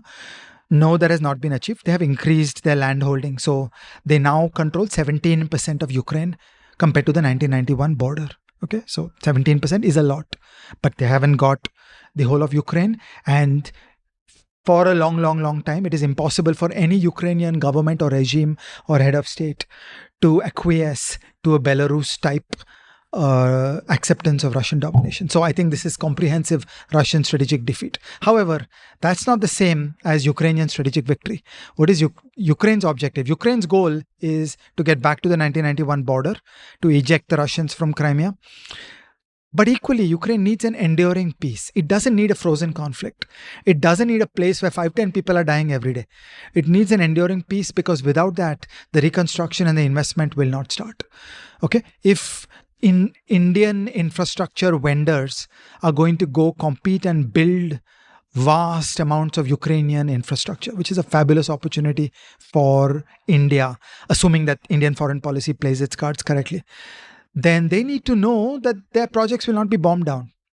Okay, so Ukraine needs an enduring peace. Otherwise, the reconstruction and the investment into the economy cannot restart. So far, there's no sign of both these. Okay, so it is perfectly consistent today to understand that Russia has lost and Ukraine has not won. That Ukraine has a definition of victory which is elusive and not within reach. Russia has a definition of victory where they've definitely lost. There's no Russian victory in sight. Okay, so then how does a war end? What are the terms on which this war can end, and who can do what to make this work? So let's understand, if you gave Russia a blank check, what would they want? They would want what they've already done, that they've got an amended constitution that has grabbed a lot of Ukrainian land. They would want to convert that de jure into de facto. They don't control all that land today. They would want Ukraine to quietly retreat from their positions and hand over all those provinces to Ukraine, as have been defined in the Russian constitution. So imagine if India modifies the Indian constitution and says that Bangladesh is a part of India, and then starts demanding to Bangladesh that you should quietly retreat and give me Bangladesh because it's in my constitution. Yeah, that is what Russia is asking for. Second, Russia will want all their overseas assets back. Vast amounts of Russian assets abroad have been blocked by Western countries. And finally, they will want the West to resume economic normalcy, because the sanctions regime is very costly for Russia. These would be the three things that Russia is asking for. Okay. Currently, there's no sight of getting any of these. What would Ukraine want? Ukraine would want 1991 borders. They would want investigation and punishment of war crimes. They would want reparations to pay for all the destroyed infrastructure using Russian money, potentially using assets that are frozen abroad. And they would want security guarantees. They basically want a NATO membership with Article 5, and they would want an EU membership. Okay. Not on the table. So we have an irreconcilably distant set of positions between the two. How is this going to work out?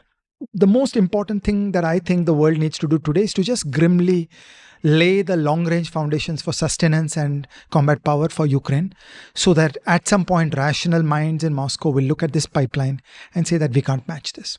Okay? And so it's game theory that you don't have to actually fight to win. You just have to credibly show so much investment and commitment to a long pipeline of ever escalating Ukrainian capability that beyond a point Russia just says like, give up is all there is. And then they will come to the negotiating table and there is a possibility of something. It's hard to get peace while Putin is in power, because one of the deep insights around authoritarian regimes is that authoritarians find it easy to get into bad wars because there's no check and balance. They don't have debate, discussion, criticism. So they make mistakes on starting wars. Authoritarians find it difficult to get out of wars because nobody's criticizing them. So the United States ended the Vietnam War because the intellectuals of the United States rose up and criticized the war, because it turned into demonstrations on the streets, because young people in the US said, I don't want to be conscripted to fight this useless war in a faraway land. Okay, and that is how the United States ended the war. The democratic forces, the checks and balances, the reasoning, the analysis, the criticism, the intellectuals, these are the ways in which a country rationally steps back from a war. If you don't have all these forces, then you're stuck with male braggadocio, okay, short male braggadocio. And I don't see how you get to peace while Putin is in power. I don't see how there will be a mistake in the security arrangements around Putin and there will be a coup. So I really don't know. Finally, there is a wild card, which is Donald Trump. If Donald Trump becomes president, who knows? Maybe you're back to a cozy relationship between Trump and Putin. Maybe today Putin is laying the groundwork for Trump to fare well in the 2024 elections. And the MAGA Republicans are already saying that the United States should not support Ukraine as they do. When you look at the betting markets, there's a full 22% chance that Trump will win in November 2024 and then take charge in January 2025. 22% is a very high number. This is really the best chance that Putin has. On the other hand, January 2025 is some ways off. Yeah. So I think we get a clean stretch of Biden and the Western alliance playing from now till January 2025. As of today, our estimate of Trump becoming president in January 2025 is as high as 22%. This is a great shot for Putin. So if I was advising him, I would say do everything you can to get Trump elected. Yeah, and somehow wait it out. Yeah. And somehow not die, because he is not just a short man, he's an old man, he's 70, right? So in a post-Putin scenario, like forget who comes to power and how, and I don't imagine we know the internal politics well enough, but for whoever comes to power, the incentives are to end the war immediately, but also to save face. Yes and no. There is a crazy militarist hardline right wing in Russia. So it could be that he's deposed by somebody who thinks we've not been crazy enough, by somebody who thinks we should have nuked Kiev. Okay, so don't know. There are some researchers who've been saying this, that don't be too sure that a coup replaces Putin by a more rational person. Remember, it is the military who is at the firing line. It is the military that is furious that 12 of their generals have died. It is the military that is having its assets being chewed up in this war. And their answer may be nukes. Yeah, why throw people into it? Let's just throw bombs into it. So it could be that somebody comes in who's even more radical. So there is no ready pathway to ending this on the Russian side. And the danger of hated strongmen being replaced by someone even more radical and making them seem statesman-like in comparison can be a fear that can apply to anywhere in the world. And in a way, that's the story of the USSR. Okay, we went from a mild old man, Leonid Brezhnev, to a nice man, Gorbachev, to Yeltsin, and then Putin.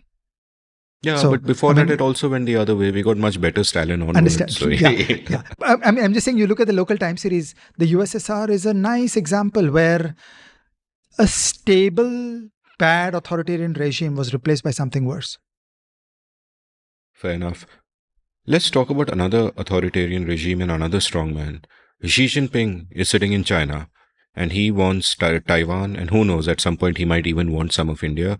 What are the lessons he is learning from this? Like, is it really good for both Taiwan and for us that, he would have seen the rest of the world unite so forcefully against the invasion? And are there any strategic lessons that he can learn from this on how to proceed? Like, if at some point, assuming in a thought experiment, at some point he's decided ki definitely Taiwan chahiye, right? So how does he now calibrate his plan of achieving that? So he would now be under no doubt that the West will stand with Taiwan. Okay, whereas earlier there was doubt. So look at Mr. Putin. He stole land in Georgia. He stole Crimea. He invaded Ukraine on the east. He keeps getting away with all this. So why can't I do that too? Okay. And he worked with Trump in certain ways. Maybe I could do the same. Okay. So Trump has openly praised Xi Jinping, such a nice, strong man. Maybe there is a deal. Maybe there's a real estate investment. And Xi Jinping could play American politics in the way that Putin played American politics. So this was all very attractive for Xi Jinping before February 2022. Today, there is no doubt that the West will rally around Taiwan. Taiwan is an advanced economy. They are a OECD country in everything but signature of the treaty. They are a critical component of the world economy. And there is no way the world economy will allow Taiwan to go down. So today, I think it appears a little dumb for China to try to invade Taiwan. There is a so-called porcupine strategy being applied in Taiwan where they are building up layers of defenses so as to make it horrendously difficult for China to invade. So China is fully able to bomb the hell out of Taiwan, but occupying Taiwan is difficult. There is a sea that helps. So there's no land border, unlike Ukraine. So I think that the environment on Taiwan is a pretty good one. Then you are back to Xi Jinping and his age and that civilizational ethos. Okay, so civilizational ethos is the pathway to doing terrible things that make no sense. So to what extent is he imbued with Chinese civilizational ethos, where he thinks of the Taiwanese people who would vote 90% in a referendum to not be part of China? To what extent that he thinks that they are errant Chinese and who just need to be firmly shown the way that they need to actually be a part of China? And what lessons are there in this for Taiwan when they look at how Ukraine responded to the Russian invasion? Like, it is something that they have to be wary of at all times, that at some point China could invade. And I would imagine that the story of Ukraine is very heartening, and it acts as a great deterrent to China, of course, because it shows any country that it's not so easy to just invade a smaller neighbor and get away with it. But in terms of how to handle the diplomacy and geopolitics, in terms of how to, approach their own military deterrence and their defense and all of that, what are the lessons that you think they take from this? So Taiwan is more deeply integrating into the great democracies of the world. There is no NATO in that region. So there's no NATO Article 5 that can protect them, as there wasn't for Ukraine because Ukraine was not a member of NATO. Okay. So remember, Poland is protected by Article 5 of NATO, which requires that if Russia attacks Poland, all NATO members declare war on Russia. Okay. Whereas Ukraine had no such protection. Similarly, Japan, Australia, Taiwan have no such protection because there's no NATO there. Short of that, complete diplomatic collaboration, military integration is right now taking place. There are some recent remarkable announcements around United States and Japanese integration of drone data so that the drones of any country will share information with drones of other countries. Okay, things like that. And Taiwan was a little bit of a laggard on genuine, serious military defense. They thought the Chinese will never invade. And this has been a rude wake-up call saying, no, this thing can go wrong. And so you actually need hard power. You actually need to gear up and make yourself very unpleasant. I am optimistic that, Taiwan is a great country. It's a democracy. It's a liberal democracy. It's an advanced economy. They have intellectuals. They have dissidents. They have critics. They have all the good stuff. They have the machinery of check and balance. They're a free society. So once they put their minds to it, they'll do it well. So I'm not worried about Taiwan. It's a question of timing. So I thought that the scariest period was calendar 2022. If there was a sweet spot for Xi Jinping to invade Taiwan, it was 2022, while the world was a bit distracted dealing with Ukraine and while Taiwan was not yet ready. Because every day after that wake-up call, Taiwan is building, Taiwan is readying, and the cost becomes higher. That said, some of these claims around the vulnerability of 2022 are a bit overstated because the US assets that come into play in a Taiwan war are US Navy, which is not at all in the fray in Ukraine. It is US Army that is in the fray in Ukraine. So the United States is fully able to fight those two wars without skipping a breath. Let's talk about India's interests.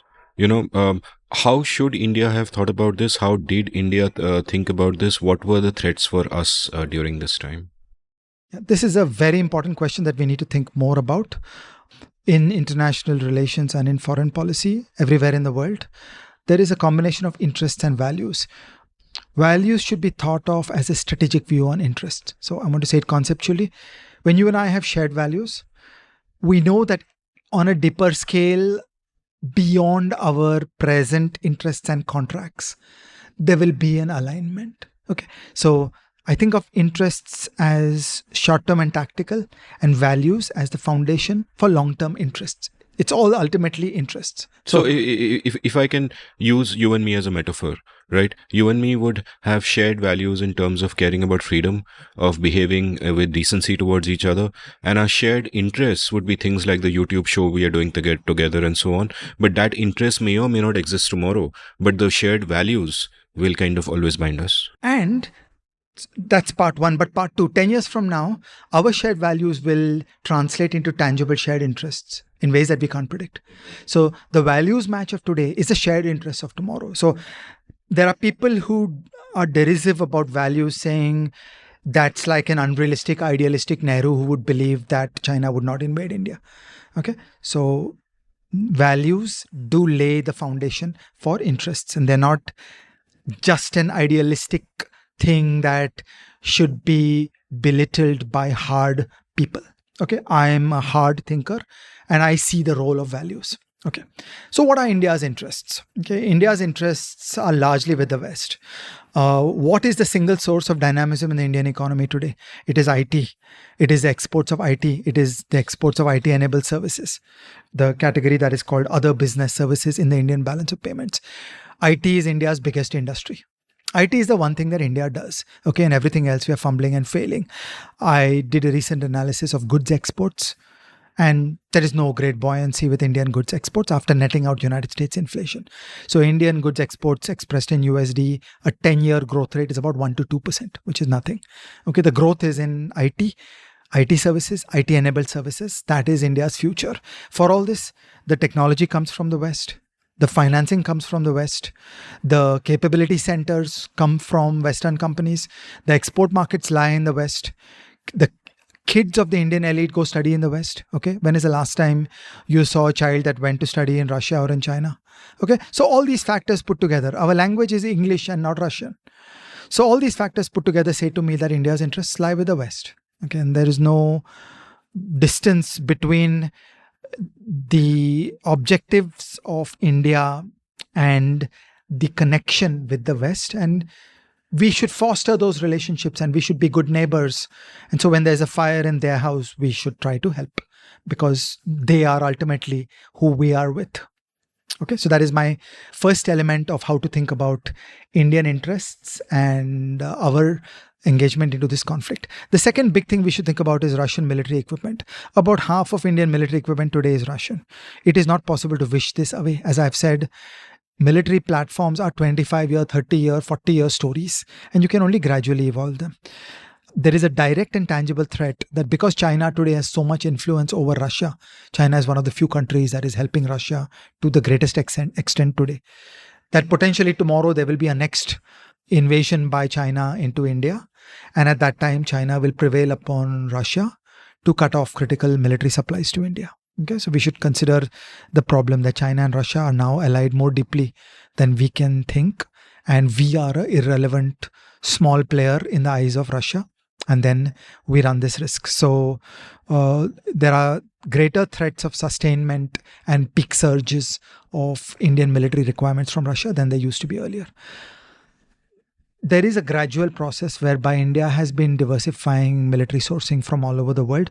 Also, right from the Vajpayee period, amazing things have been done by way of building Israeli electronics and weapons on top of Russian platforms. So that kind of process can go further, and there will be an incremental process. India will have to juggle these considerations. There is no saying no, and yet in the long term, there is room for flexibility. There is a very big global market that has opened up for India thanks to the prospect of declining Russian arms exports. And this is an idea I got from an article by Banerjee and Kach.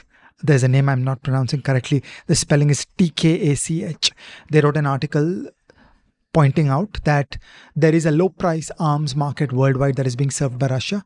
And there's a natural opportunity for India to go towards this market.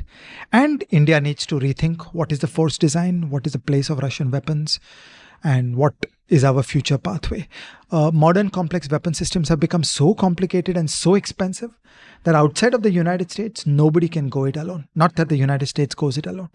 Effectively, to build a high quality artillery gun, to build a high quality aircraft carrier, to build a high quality fighter plane, all these things have to be multi-country projects.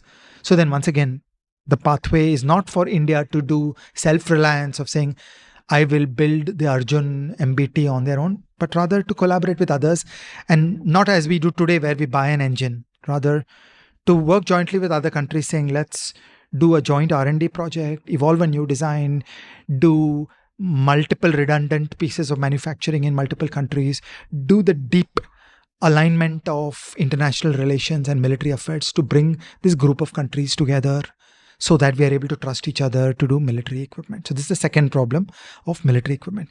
The third thing is the big play which happened in crude oil imports. It would take some time to explain the genius of how Europe forced a price limit of $60 a barrel upon Mr. Putin. So not that Mr. Putin wanted it, but Europe controls the world's insurance and the world's shipping. And they used that power to say to Russia that you will be able to export crude, but we will not allow you to export above $60. Russia desperately needs money to fight the war, so they actually want to sell more crude, not less. And China and India emerged as the buyers. So this is a huge rescue of Putin's resource situation that was brought about by India, and India needs to think carefully about the extent to which this is wise. Finally, you already began on lessons for a future Chinese attack. Okay, so how did Ukraine withstand an invasion by a very powerful neighbor, and what can we learn from that? So Ukraine dealt with a country with 5x the GDP, sounds to me like India and China, with overwhelming paper military superiority, sounds to me like China. Okay, it was done through military cleverness. It was done through partnership with the West. We need to study these things. My co-authors and I, R.A. Mashelkar, Vijay Kelkar, Ganesh Natarajan, Ajit Ranade and I wrote a book after the shooting started at Galwan, where basically we explored this idea that we're a small country, we should recognize the resource limitations, and we have to form deep coalitions. I forgot to mention Gautam Bambawale as the authors of the book. And this is our main argument, that India is a small country. We cannot stand up to China alone. What we need is a system of alliances. We need to form alliances in our region. We need to form alliances with the countries that have friction with China. And we need to form alliances with the West. This is our pathway to confronting a powerful China. So, both of us love markets, and therefore I will playfully say that both of us love speculating as well. I know you have a series of speculations about the current time and about the world as it is going to unfold, arising from what you have learnt about the Ukraine-Russia conflict. So why don't we start by talking about Eastern Europe? I speculate about a world where this conflict comes to an end and somehow Russia stops menacing Eastern Europe. There are two ways in which this can happen.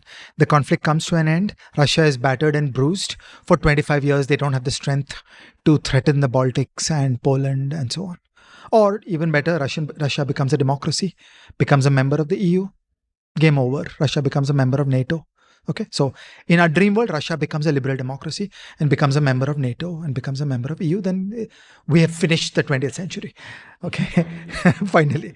But failing that, even if Russia does not rise to being a democracy, maybe there will be some messy military dictatorship, something authoritarian.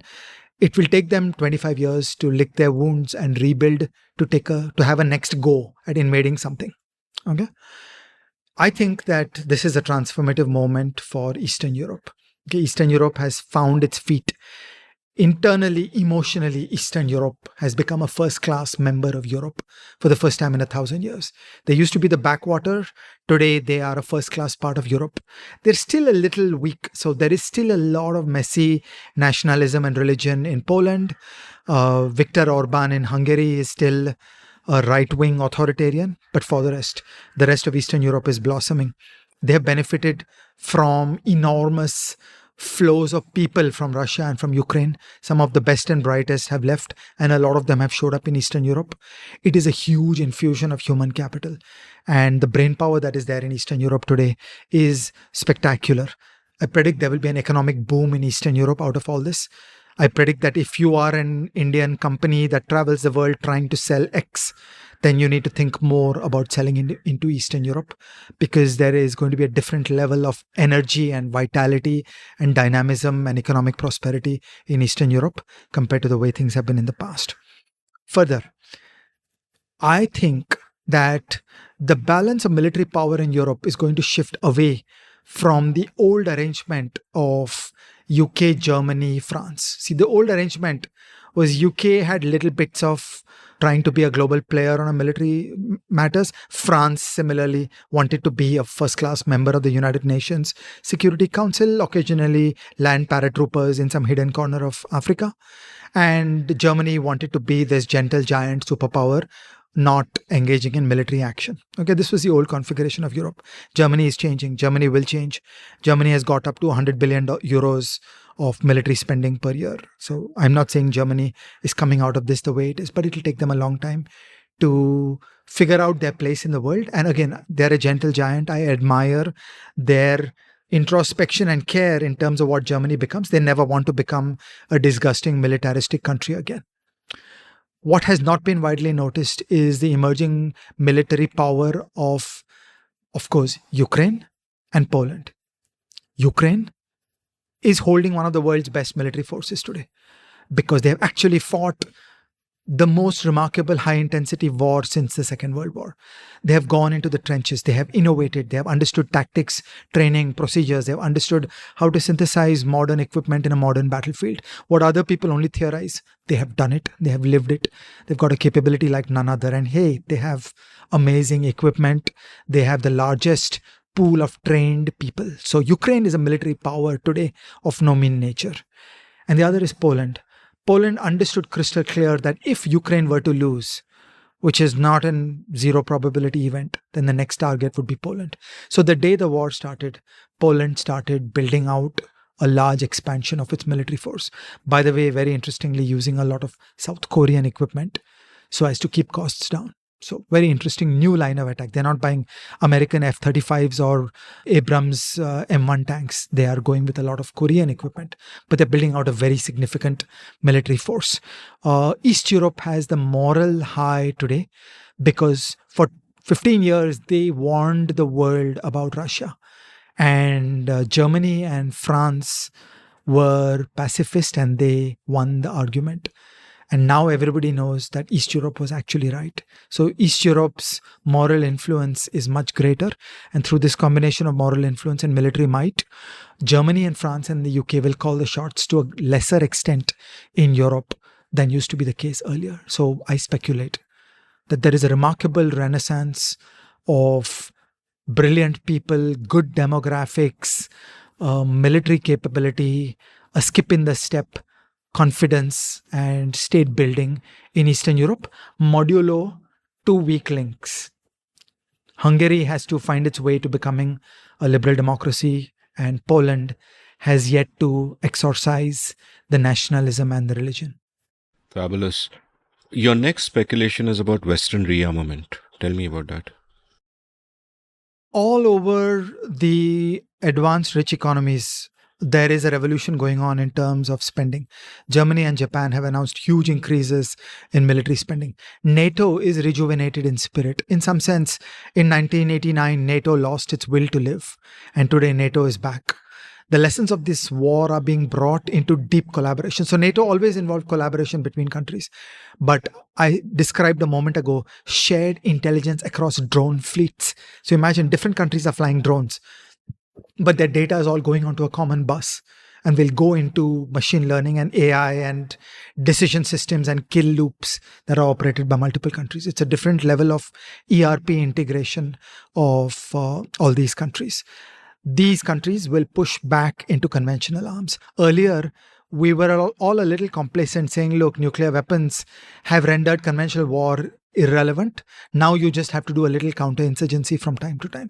So you'll have to do a small operation like Iraq or Afghanistan sometimes. For the rest, there's nothing to be done. Okay, now everybody knows loud and clear, no, that you need to be ready to play for a large conventional war. And there will be two dimensions. One is that money will have to go back to military affairs, which is a cost. Okay, so spending money for explosives is no fun. You tax the people and some bomb blows up. That's not good for any country. So there will have to be this fiscal capacity for all this spending, which presently seems like quite a stretch, because after COVID, everybody's fiscal systems are under attack. But also that military spending will generate manufacturing demand, that military spending will create a new push towards R&D. And we know from the Cold War period that military R&D had a way of spurring the high levels of science and technology that ultimately fed its way into civilian innovation. So I find all this an interesting and exciting pathway around what is going to happen by way of Western rearmament, the fiscal planning, the money that will go in from all these countries, and the emergence of NATO once again as a network. And Article 5 of NATO. NATO is a fundamentally defensive organization. If you are invaded, I will declare war on your invader. NATO is not a coordination capability to invade somebody. It's a coordination capability on the defense. And this obviously changes everything for what you described as a post-1991 peace dividend as well. Yes. So it's fascinating episode. I learned a lot both from talking to you and from reading your notes and going through the links you sent me, many of which will be in the show notes. So the show notes for this episode are particularly fascinating. What are the lessons we kind of take away from this? Like, what's really happened in the last 2 or 3 years is that I think in certain ways we got used to the world going in a certain groove and we were just chilling and everything was happening, and the old normal was the old normal, as it were, to use those hackneyed terms. And then COVID happened, firstly, and 2 years of COVID really changed a lot, including, I would argue, our understanding about human beings and the kind of lives that we can live. There's been massive technological progress in terms of AI and so on, which we discuss in our video show on YouTube. And there's been this war, which almost seems sort of like a throwback to an earlier century, because, wars like this, who would have thunk, but like you said, the 20th century isn't over yet. So, sitting here, perhaps from this, or perhaps just even going beyond the Ukraine-Russia war, but what do you know about the world today, which you didn't know 3 years ago? This is a reminder about the great arc of the 20th century. We organize ourselves around the good things that happened in 1945 and 1989. And that story is not over. That grand story remains alive and vital in our lives. Putin stands for restoring the old USSR, and this matters. So we're not finished. And we have yet to lay the foundations of a better world. There is a real human catastrophe in this, which it is impossible to overstate. Civilians having their lives destroyed, the victims of war crimes, the poor blokes, the soldiers on both sides, people sitting in trenches in muddy winters with rats walking around their feet. We thought these scenes had been purged from our memory, but here we are all over again. I also think a lot about Europe. Europe is really a great model of what human societies can be. Okay, just think about it. In 1870, Germany invaded France. In 1914, Germany invaded France. In 1940, Germany invaded France. Okay, these are countries that had every reason to hate each other. And it ended with an Allied occupation of Germany. It was that bad. Okay, but lo and behold, Europe built the level of civilization where Germany and France no longer have border guards and cars just whiz through, and people live in France and work in Germany, and people live in Germany and work in France.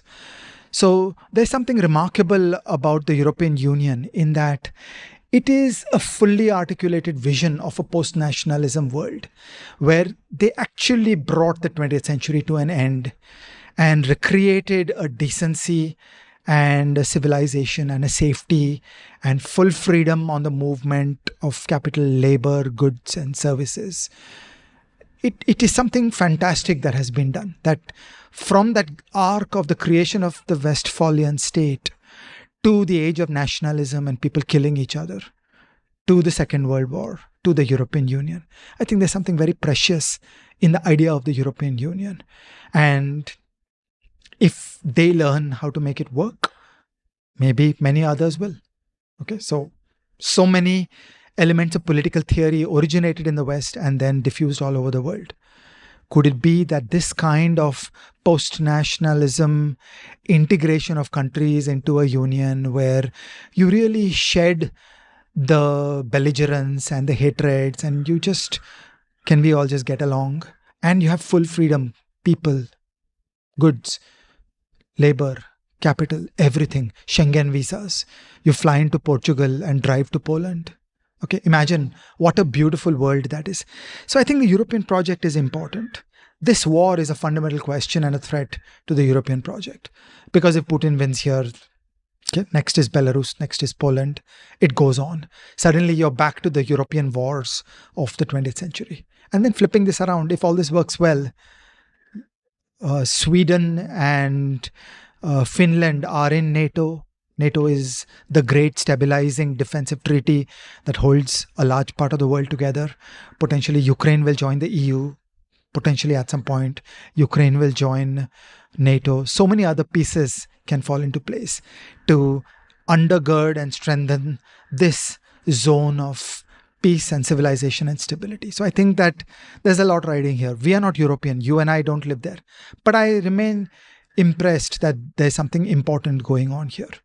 And precisely as this European Union dream of a post-nationalism world of living as a nice civilization without warfare, without borders, this war should be seen in the context of that democratic backsliding of the last decade and the rise of right-wing authoritarians. So there are collaborations and connections between Trump and Xi Jinping and Putin and Erdogan and Bolsonaro and all that.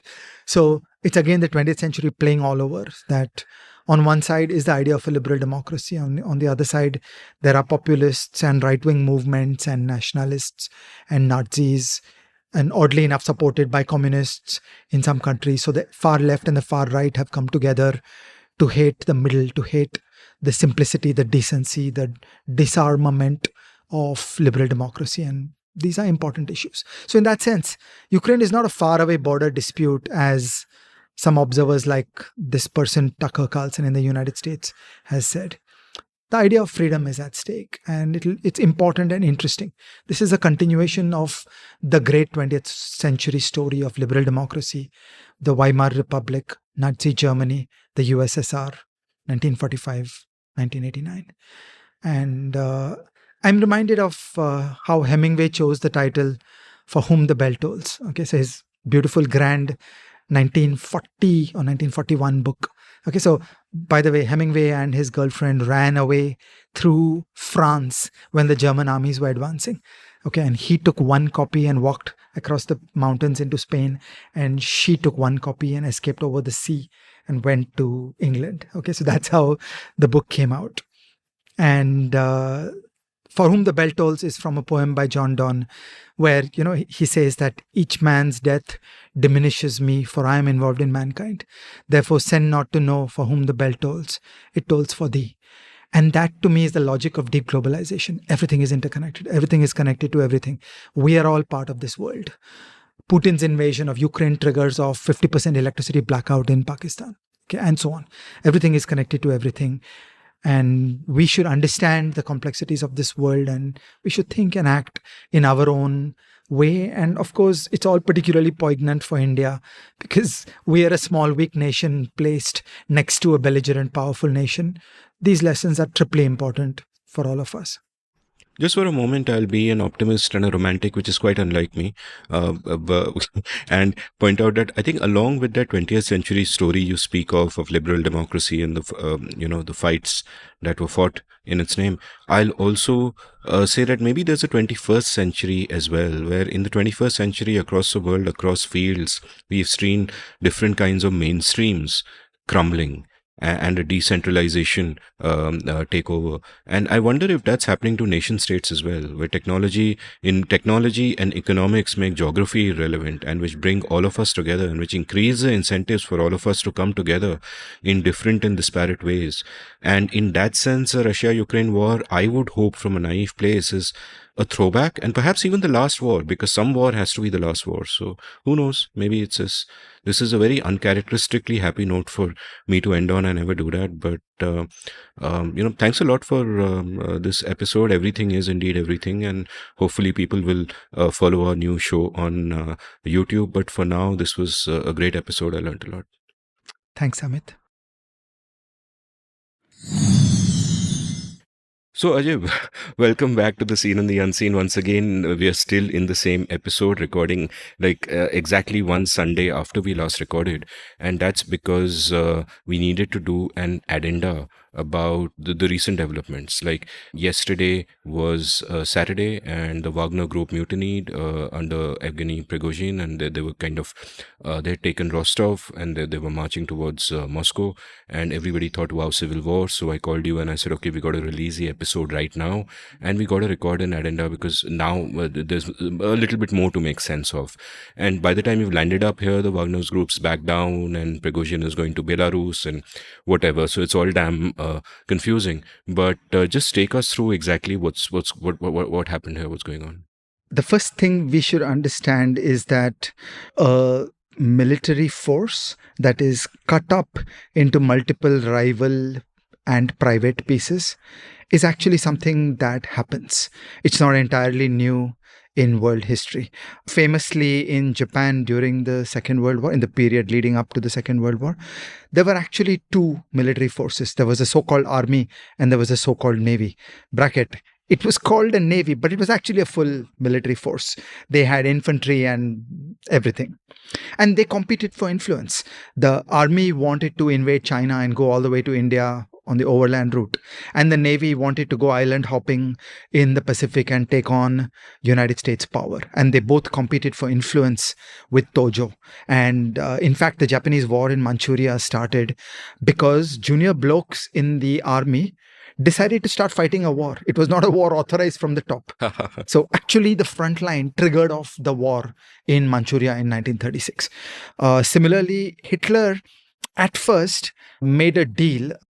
So when Hitler came to power in 1933, he commanded an important militia. He commanded his own goon squad, which did violence on the streets and killed the Democrats and the communists on the streets.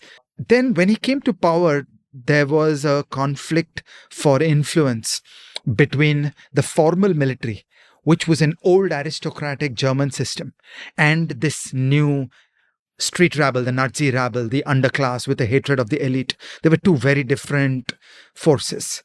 And Hitler made a deal with the army that he would give the army what they wanted, and the army in return said, step one, we want to kill the brown shirts. So there is the famous Night of the Long Knives on the 30th of June 1934, where the army took to the streets and killed the entire force of the brown shirts. And then the army assumed the monopoly of violence in Germany. Alas, that did not last, because the professional, aristocratic, old German military traditions started running afoul of Hitler's ways. They started understanding that Hitler was leading this country down into ruin, and they became increasingly uncomfortable, and there was some attempts at killing Hitler also.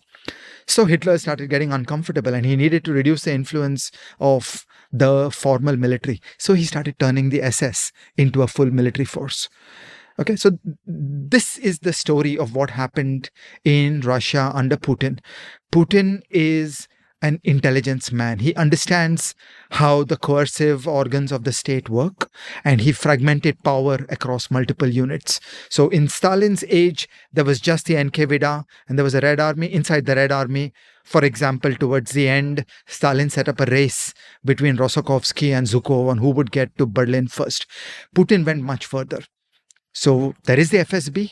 There are a couple of other shadowy intelligence agencies. Then there is the formal Russian military, where there is a defense minister who has no military background, Sergei Shoigu. There is a general who is Gerasimov. There is the man running the operations, Surovikin.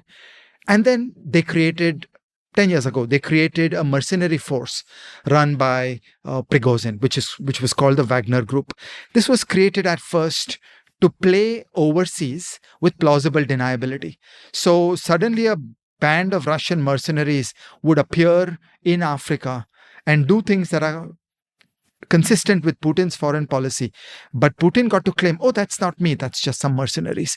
And effectively, they were Russian military backed formations, but officially Russia could say these are not ours. Okay. Interestingly enough, in Syria, where America and Russia were both operating, there was an internal agreement that the Russian army would coordinate the locations of Wagner and the locations of the United States Special Forces. And there was a point at which the two fell into a battle, and it is said that about 300 Wagner troops died in open conflict with American forces. This is not a widely known story. And there has been a lot of retribution. Wagner claims that the Russian army deliberately walked them into an American position. And ultimately, a mercenary group cannot compete with American firepower. So Wagner came out looking very bad in that. Today in Russia, there are multiple forces. So there is the formal Russian military, there is the Wagner group headed by Prigozhin, then there is the Kadyraites, the Chechens, who are one more independent military force of their own. The oil company Gazprom has created a private army. Sergei Shoigu is creating a private army. Okay, these are all jostling for influence. In the period of the Ukraine war, in some ways, Wagner did a lot of the fighting, and at some point, Prigozhin turned into open conflict against the Russian military, saying, you're not giving me the resources. So he complained about having enough shells, having enough ammunition. And it could be, who knows, it could be that the Russian military is formally starving him of resources.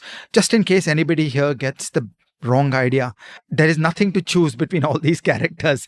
Prigozhin is ultra-nationalist, ultra-militaristic, imperialistic guy. There are videos of Wagner people using a hammer and cracking the skull of somebody that was disloyal to them.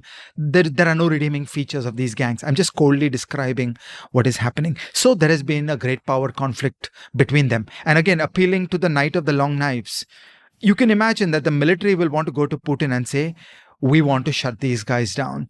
So a couple of days ago, about 15 days ago, Sergei Shoigu issued a diktat saying that every member of every militia, you could be working for Gazprom, you could be working for the Chechens, you have to sign a contract with the Ministry of Defense. And I'm sure that contract involved clauses that when push comes to shove, you're mine. And Prigozhin said, no way, none of my people are going to sign that contract. And Prigozhin became steadily more bellicose. His pitch to Putin was always, get rid of Sergei Shoigu and Gerasimov and make me your Minister of Defense. And finally, in the last few days, matters came to a head, and there was a fairly big military operation where the Wagner forces took Rostov-on-Don. For a sense of scale, it's a city, it's the 11th largest city of Russia. So it's not a small place. And then they started marching towards Moscow. It's a motley crew. They don't really have heavy equipment. I don't think it is designed to fight a serious battle. It is designed to be a rebellion and trigger off a civil war. And who knows, maybe some divisions of the formal Russian army will choose to join. Maybe the Chechens would choose to join. Who knows? Okay, so this is the backstory of how we got here. Now, we should go into the skull of Putin and Prigozhin and think of each other. They know each other very well. And what is the bargaining that is going on?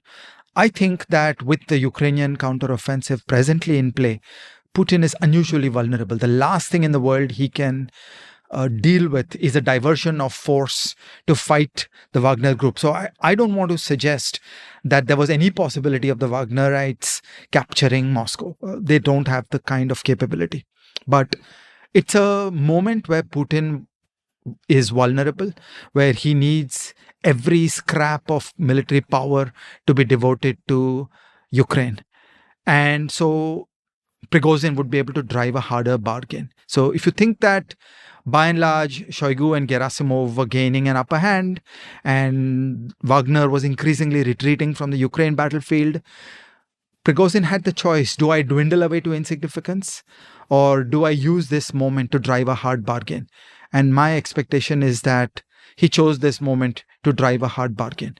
And we don't know the terms of what bargain was negotiated behind the scenes. All we know is in public domain that Prigozhin will live in a building without a window in Belarus, because living in a building with windows is not good for your health when you are one of Putin's opponents. Beyond that, we don't know the terms of the deal. I expect he would have driven a hard bargain. We don't know how this is going. Putin did something remarkable when this conflict erupted. He said things that were so subversive and so dangerous that most people have not dared to even think them. I have been thinking about this all along from February 2022 onwards. There's a long history in Russia where you lose wars and then things fall apart. There are revolutions, there are civil wars, and so on. Putin alluded to that explicitly. He said this is becoming like 1917, where Russia was losing the First World War and it turned into rebellion, and then it turned into a civil war.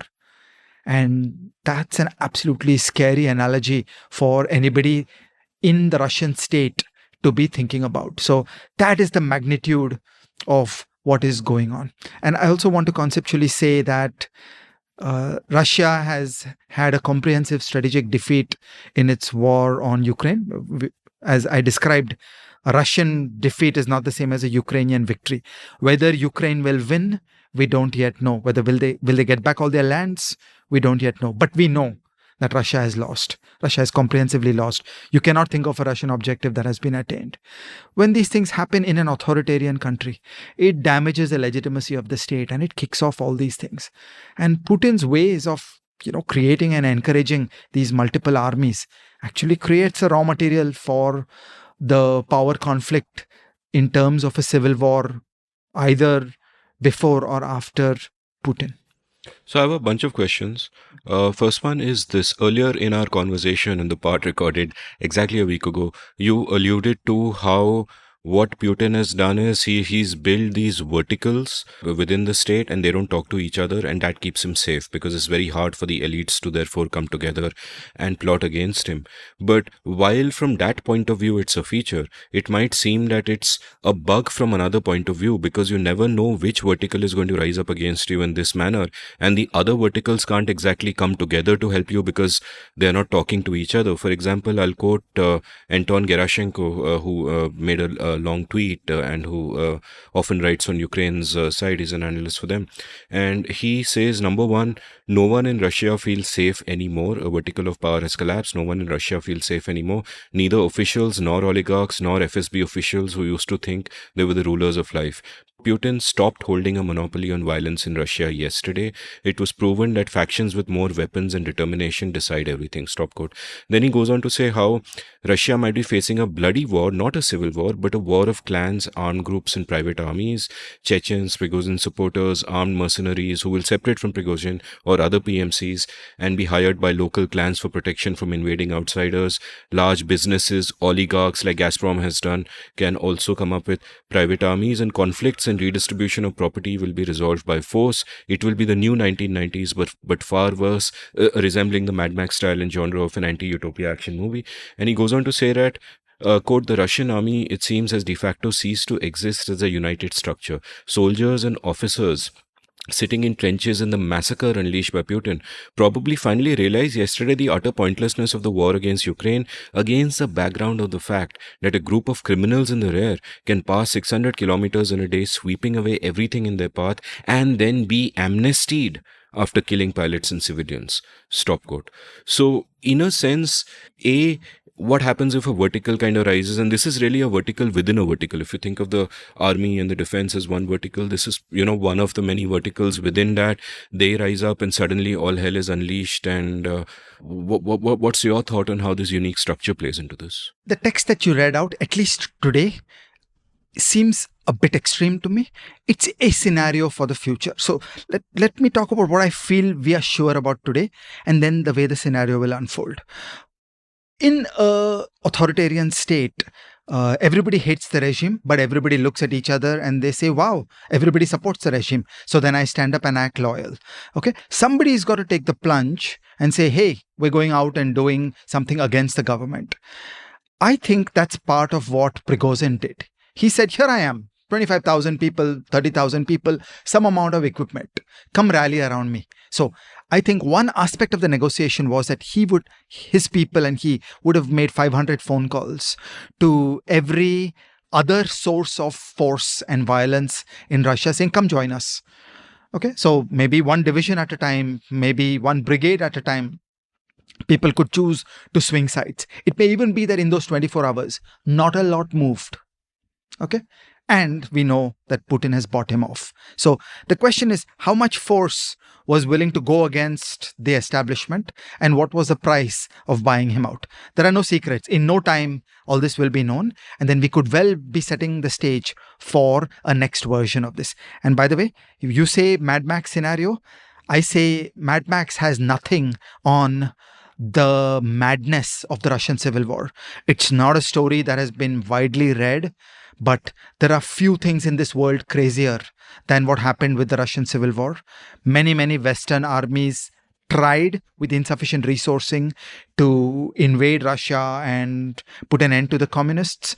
There were the Tsarist loyalists, which are called the White Russians, who ran armies there. And there was the genius of Leon Trotsky, an armchair intellectual who was told by Lenin, go run an army, who taught himself how to do military affairs. And it was depravity and cruelty of an unbelievable nature. So the Russian Civil War is the story to appeal to.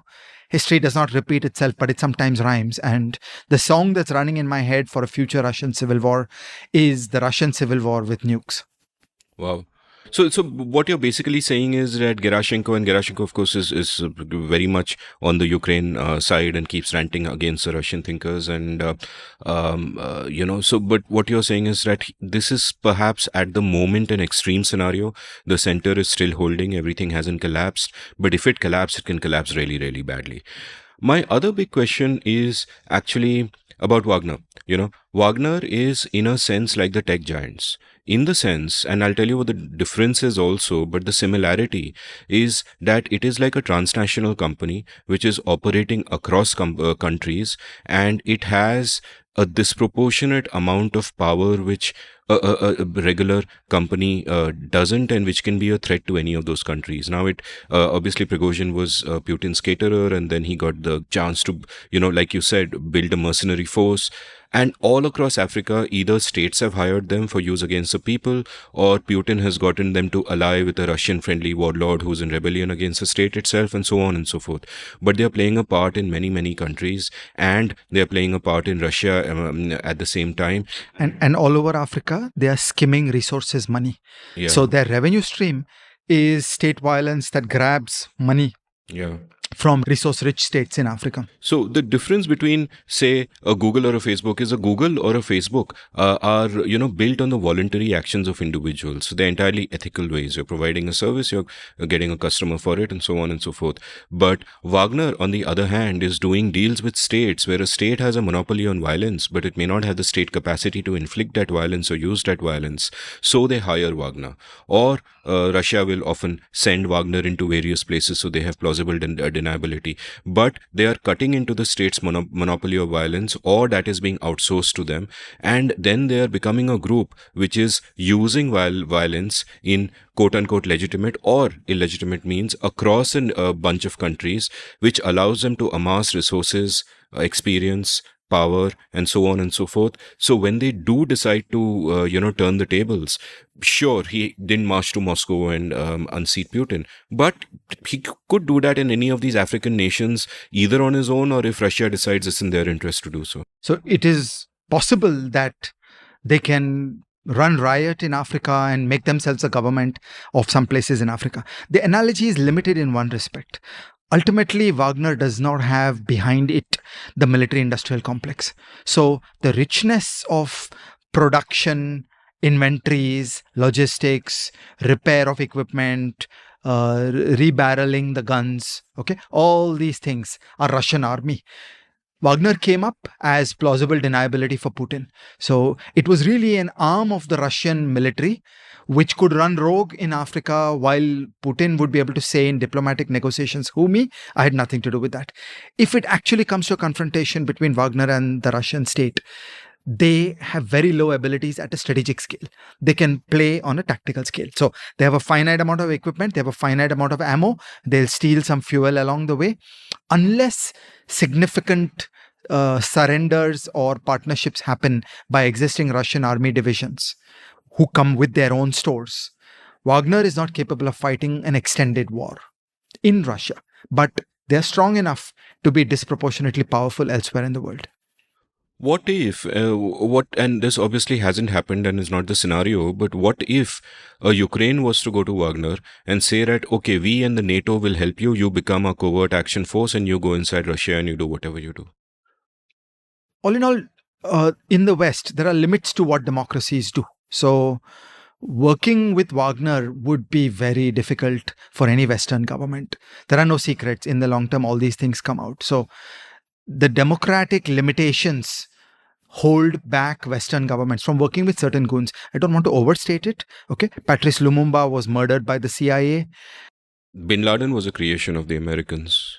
The jihadis in Afghanistan were funded and armed by the West, but this is difficult in steady state. Wagner is a Mad Max force. So it is, it's straight out of a Mad Max movie in terms of the madness of what they do and their ultranationalism, their toxic hypermasculinity, their theater of making a video where somebody swings a hammer at the head of a person, things like that. So this is a really strange group, and I would be surprised if any Western democracy would do business with them. Occasionally, there can be some covert action, but it's just too hard to do this in a democracy. I mean, you think of the level of oversight by the United States Congress over the working of the military, and it's hard to do these things. Here's another question, and this really, came about when I read Prigozhin's personal history of being Putin's caterer, and then Putin says, hey, he gets me good food, he's a reliable guy, he's a friend, I can trust him, let me put him in charge of this mercenary army and blah, blah, blah, and it comes to this stage, and maybe they've done a grand deal and they remain friends, but it almost... While you're on this, it is a Hindi movie. This is a guy who starts out as a chef and ends up mounting a rebellion. Like, wow. Okay. What an amazing story. From Bawarchi to what would be a bar word? From Bawarchi to Bawla? No, whatever. So, from Bawarchi to Barbarian. We've got a movie there. And I was just wondering that, in a sense, like I thought of Zulfikar Ali Bhutto deciding that he wants a general in the army he can trust, and he gets Ziaul Haq and he supersedes certain other people and he makes Zia, and then Zia eventually has him killed. And, other examples come to mind, including possible local ones which may yet play out. And that's interesting. But the other thing that is also very interesting is a tweet today by Max Seddon, who is a Financial Times bureau chief in Moscow. And he posted a video of Prigozhin driving away in an SUV. And the caption of his tweet basically reads, Prigozhin driving away from his coup in an SUV chased by a smattering of adoring fans, like he just won the NBA Eastern Conference Finals or something, stop quote. And what it speaks to is that same popular desire for strongmen that people like Putin and other leaders we can think of across the world actually play into this primal desire. You really love the strong mofo until the next strong mofo comes across, and then he's the underdog and you're backing that strong mofo. But and for us in India, we have not seen that. We have seen the appeal of strongmen. We have not seen this appeal of militarism play out in India. So Prigozhin was largely behind the scenes. By the way, their plausible deniability was, what is Wagner? I know nothing about it. Similarly, Internet Research Agency, one of the world's masters of information warfare, the organization that helped to tip the Brexit election and the 2016 United States presidential election, was controlled by Prigozhin. And he is a wanted man, according to the FBI, for those crimes. Okay. And it was all, who, me? I had nothing to do with it. I'm just a chef. What is interesting and remarkable, linking up to the story that you just said, is that first he came into the Ukraine war Then his first conflicts with the MOD surfaced, and then he took to Telegram. And he started talking directly to millions of people on Telegram. And he struck this toxic male pose that I am more violent than anything else that you have seen. I bring military power into the Ukraine war. Wagnerites have won this land. Wagnerites have won that land. There were conflicts for credit between Wagner and MOD. And Prigozhin would be less than shy in terms of releasing videos and rants into his Telegram channel. And he built up a very big following by claiming that MOD doesn't know how to wage war, or they are too nice to win. We are the bad guys. We have no compunctions. We will go bloody win. And that's how he built up a base. And then I'm reminded of some of the things you've said to me about worrying about India, that there is something deep in Russia in terms of people who have delusions of empire, who are fundamentally, fascist in terms of nationalism and religion and the use of physical violence, the majoritarianism and imperialism. This entire package is actually deeply there in Russia. Russia never went through the Truth and Reconciliation of Germany.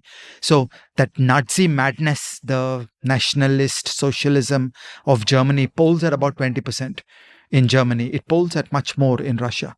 So if Putin ends his rule of Russia by any manner, we should not have illusions about the views in the Russian population and the kind of person that will replace him.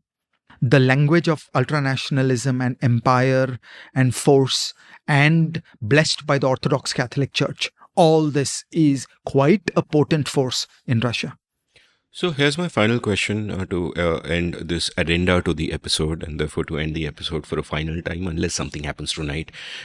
How does this impact the Ukraine-Russia war right now? Because at two levels. And one level is, of course, that the Wagner group was given credit, or perhaps was taking credit, and we don't know how much of, to what extent this is true, but was taking credit for a lot of the Russian successes within Ukraine, at the front lines.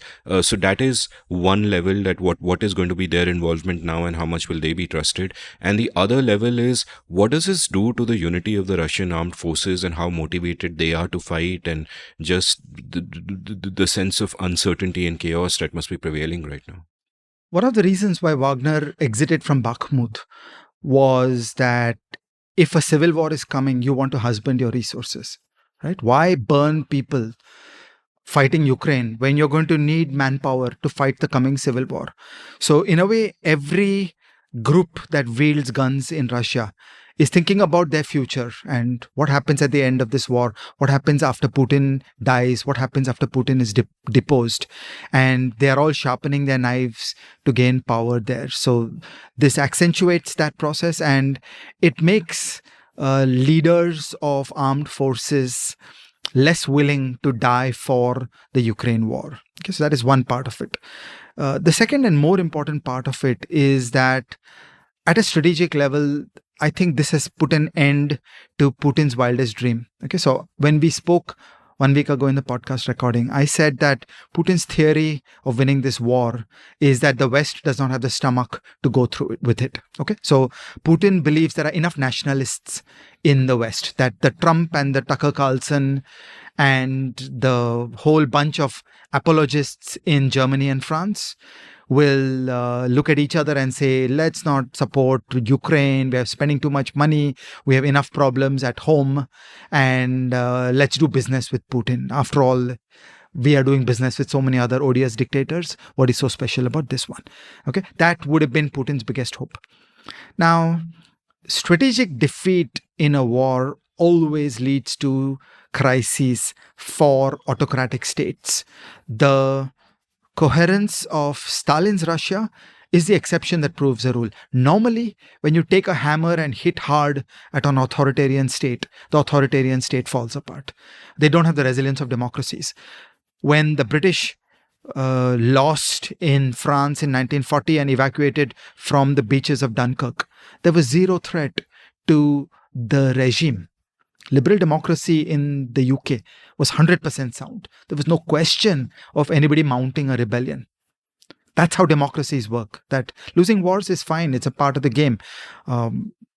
When Rome first lost to Hannibal, they just went back and they regrouped because they were a republic. They were able to talk to each other, diagnose their sources of failure, and come back.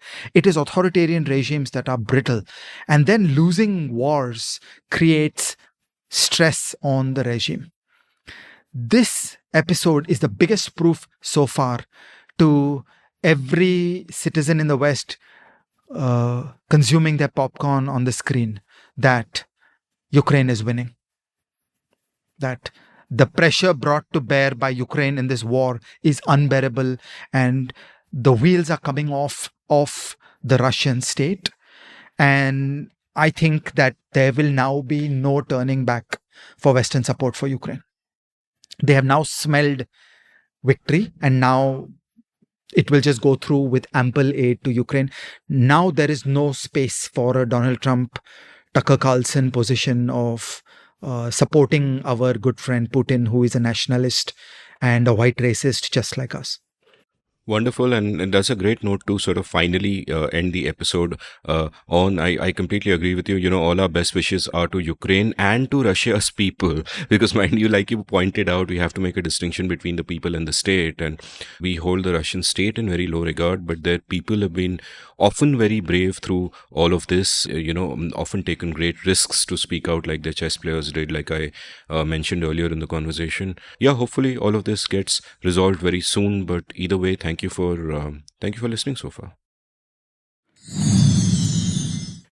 If you enjoyed listening to this episode and you want to hear more of Ajay Shah and Amit Verma, I have good news. This Friday, June 30th at noon, we release the first episode of Everything is Everything, a talk show on YouTube hosted by Ajay and me. It will be great. You will love it. Watch out for that. You can follow Ajay on Twitter at Ajay_Shah. You can follow me on Twitter at Amit Verma, AMITVARMA, and you can browse past episodes of The Seen and the Unseen at seenunseen.in.